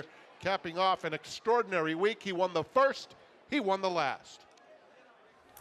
Bookending this Sunday to wind down Whitney week, Camp David. Way to close out the week for you, my friend. Ricardo must be thinking, man, it has been a long week. We have run a lot of races here. Did I really have to work this hard to win a race? Because, I mean, Ricardo, he got a workout on this horse. He rode a hair off this horse and just beat my man Jamie Begg. Jamie, almost got your 3rd win at my expense. That would have made it even more sweeter for Jamie, but you'll have to hold off, and I'm confident he's going to get it. And Ricardo got the money here. And man, my 8 was closing, my 6 was closing. Man, but the 8 was coming like a freight well, they were train. moving up front. And once again, the water got a little deeper in New York for the number 7 horse here. It got pressed by the 9 and just wasn't good enough. And Ricardo Santana is a physical specimen. He is as fit a rider as there is. He can ride a horse the entire race. Not an easy thing to do. And I'm sure he's pretty happy he made this move to New York. And P.J. Campo is doing a tremendous job for him. This meet he's having. Yep. Wow. He and P.J. have been a great team. And listen, P.J.'s a terrific agent, but he's got the goods here the way Ricardo's riding. 3rd in the standings? I would think third so. right Behind now. the Ortiz brothers, yes? Yeah. Mike Maker, just another day at the office, just another trip to the winner's circle. Yeah, but the turn back in distance, great call by you, Andy, great call by Acacia, and you know, he had to use all of his physical skills, though, to help this horse home. He rode this horse hard. Week 5 highlights. We touched on the Sword Dancer. Fox Saratoga Saturday. Always enjoy covering the Birdstone because he is the horse that was vilified for denying Smarty Jones a Triple Crown, but we get to discuss Birdstone, that like how good of a horse he actually was. And you see the field there with Parchment Party installed as the 7-5 morning line favorite. I mean, the question with Parchment Party is whether or not he can duplicate that effort, going 2 miles, though mile and 3/4, on a dry track. Because fortunately, the weather report's very good. You know, is he a horse that got better with more distance, Richie, or did he get better with more distance, but also the wet track? He runs this race, he's going to be tough. And a field of horses that maybe weren't as suited to the surface switch. But he ran. But no, he absolutely did He run. ran. I mean, this is a performance. They're going to all have to catch digital ops in front. I like the move by Safi Joseph, stretching digital ops out, who ran that big race on a wet track last time. But I'll tell you what, a mile and 3/4, he'll be in front. I think it's a great race. Birdstone. No, he only won a Belmont, a Travers, and a Champagne Stakes. How many horses have done that? Not too many. And Nick always said to me that he said he made a mistake. He said, I should have run him the Jockey Club Gold Cup. He always wanted to space the races, little horse. But he knew that Breeders' Cup Classic was a hornet's nest. Yeah. You know, and he said to me after, he said a couple years later, he said, I should have run him in the Gold Cup. I think that was your funny side won the Gold Cup. And he should have run him in that race because he couldn't beat horses like Ghost Zapper and Roses in May and Pleasantly Perfect. I mean, that's one of the best Breeders' Cup Classics we've ever run. And Birdstone was just, people think he got lucky to beat Smarty Jones. Now, he was never that far off the pace. And you know what was unlucky for him? That it poured before the Kentucky Derby. I'm not saying he would have beaten him that day, but he didn't get his fair chance. I think that's all a fair assessment, but he ran in the Belmont Stakes, and his resume stood for itself. three of our most prestigious races in New York. Champaign, Belmont, and Travers. And then that Derby, nobody passed anyone. And It Matt- was Lionheart, Smarty Jones passed Lionheart, and Nobody that else was ran. it. A And merry-go-round no for the knock on rest. them. They were very, No. very good horses. But they didn't. The wet track hurt a lot of horses, and his win. excuse me, in the Travers was one of the most exciting, with the rain coming in and the sky getting dark. They had to run That was the a great race day. a few minutes for you, earlier I than was third in there. I wasn't thrilled with it. Yeah. Bad ride. You probably should have won. 860 for Camp David. Way to close out the week. Thank you. Take charge smiling on this incredible Whitney weekend. And we do it all over again next week, right back at it on Wednesday. But Whitney that lived up to the hype. Sierra Leone, and this rivalry that's been so much fun to follow. A fifth meeting. We look forward to maybe a sixth at some point. 2 wins apiece between Fierceness and Sierra Leone. But Sierra Leone, statement race yesterday in the Whitney. And keep in mind, one race they ran together was Kentucky Derby, and while he didn't win, he lost by that much. Much more coming up next week. We'll be right back at it. FS2 at 1 o'clock. Thank you so much for joining us as we see a 2-year-old filly on the ascend. Mythical, undefeated, 3 for 3, sensational in the Adirondack earlier today. Onward and upward. This guy's legit. Bring the band home, looking like maybe the best turf sprinter in the game. Just too much speed. Sensational in the Grade 2 Troy. The weather was amazing. Racing top-notch. So glad you could join us on this Whitney weekend from Saratoga. We'll see you on Wednesday. Have a great night, everyone.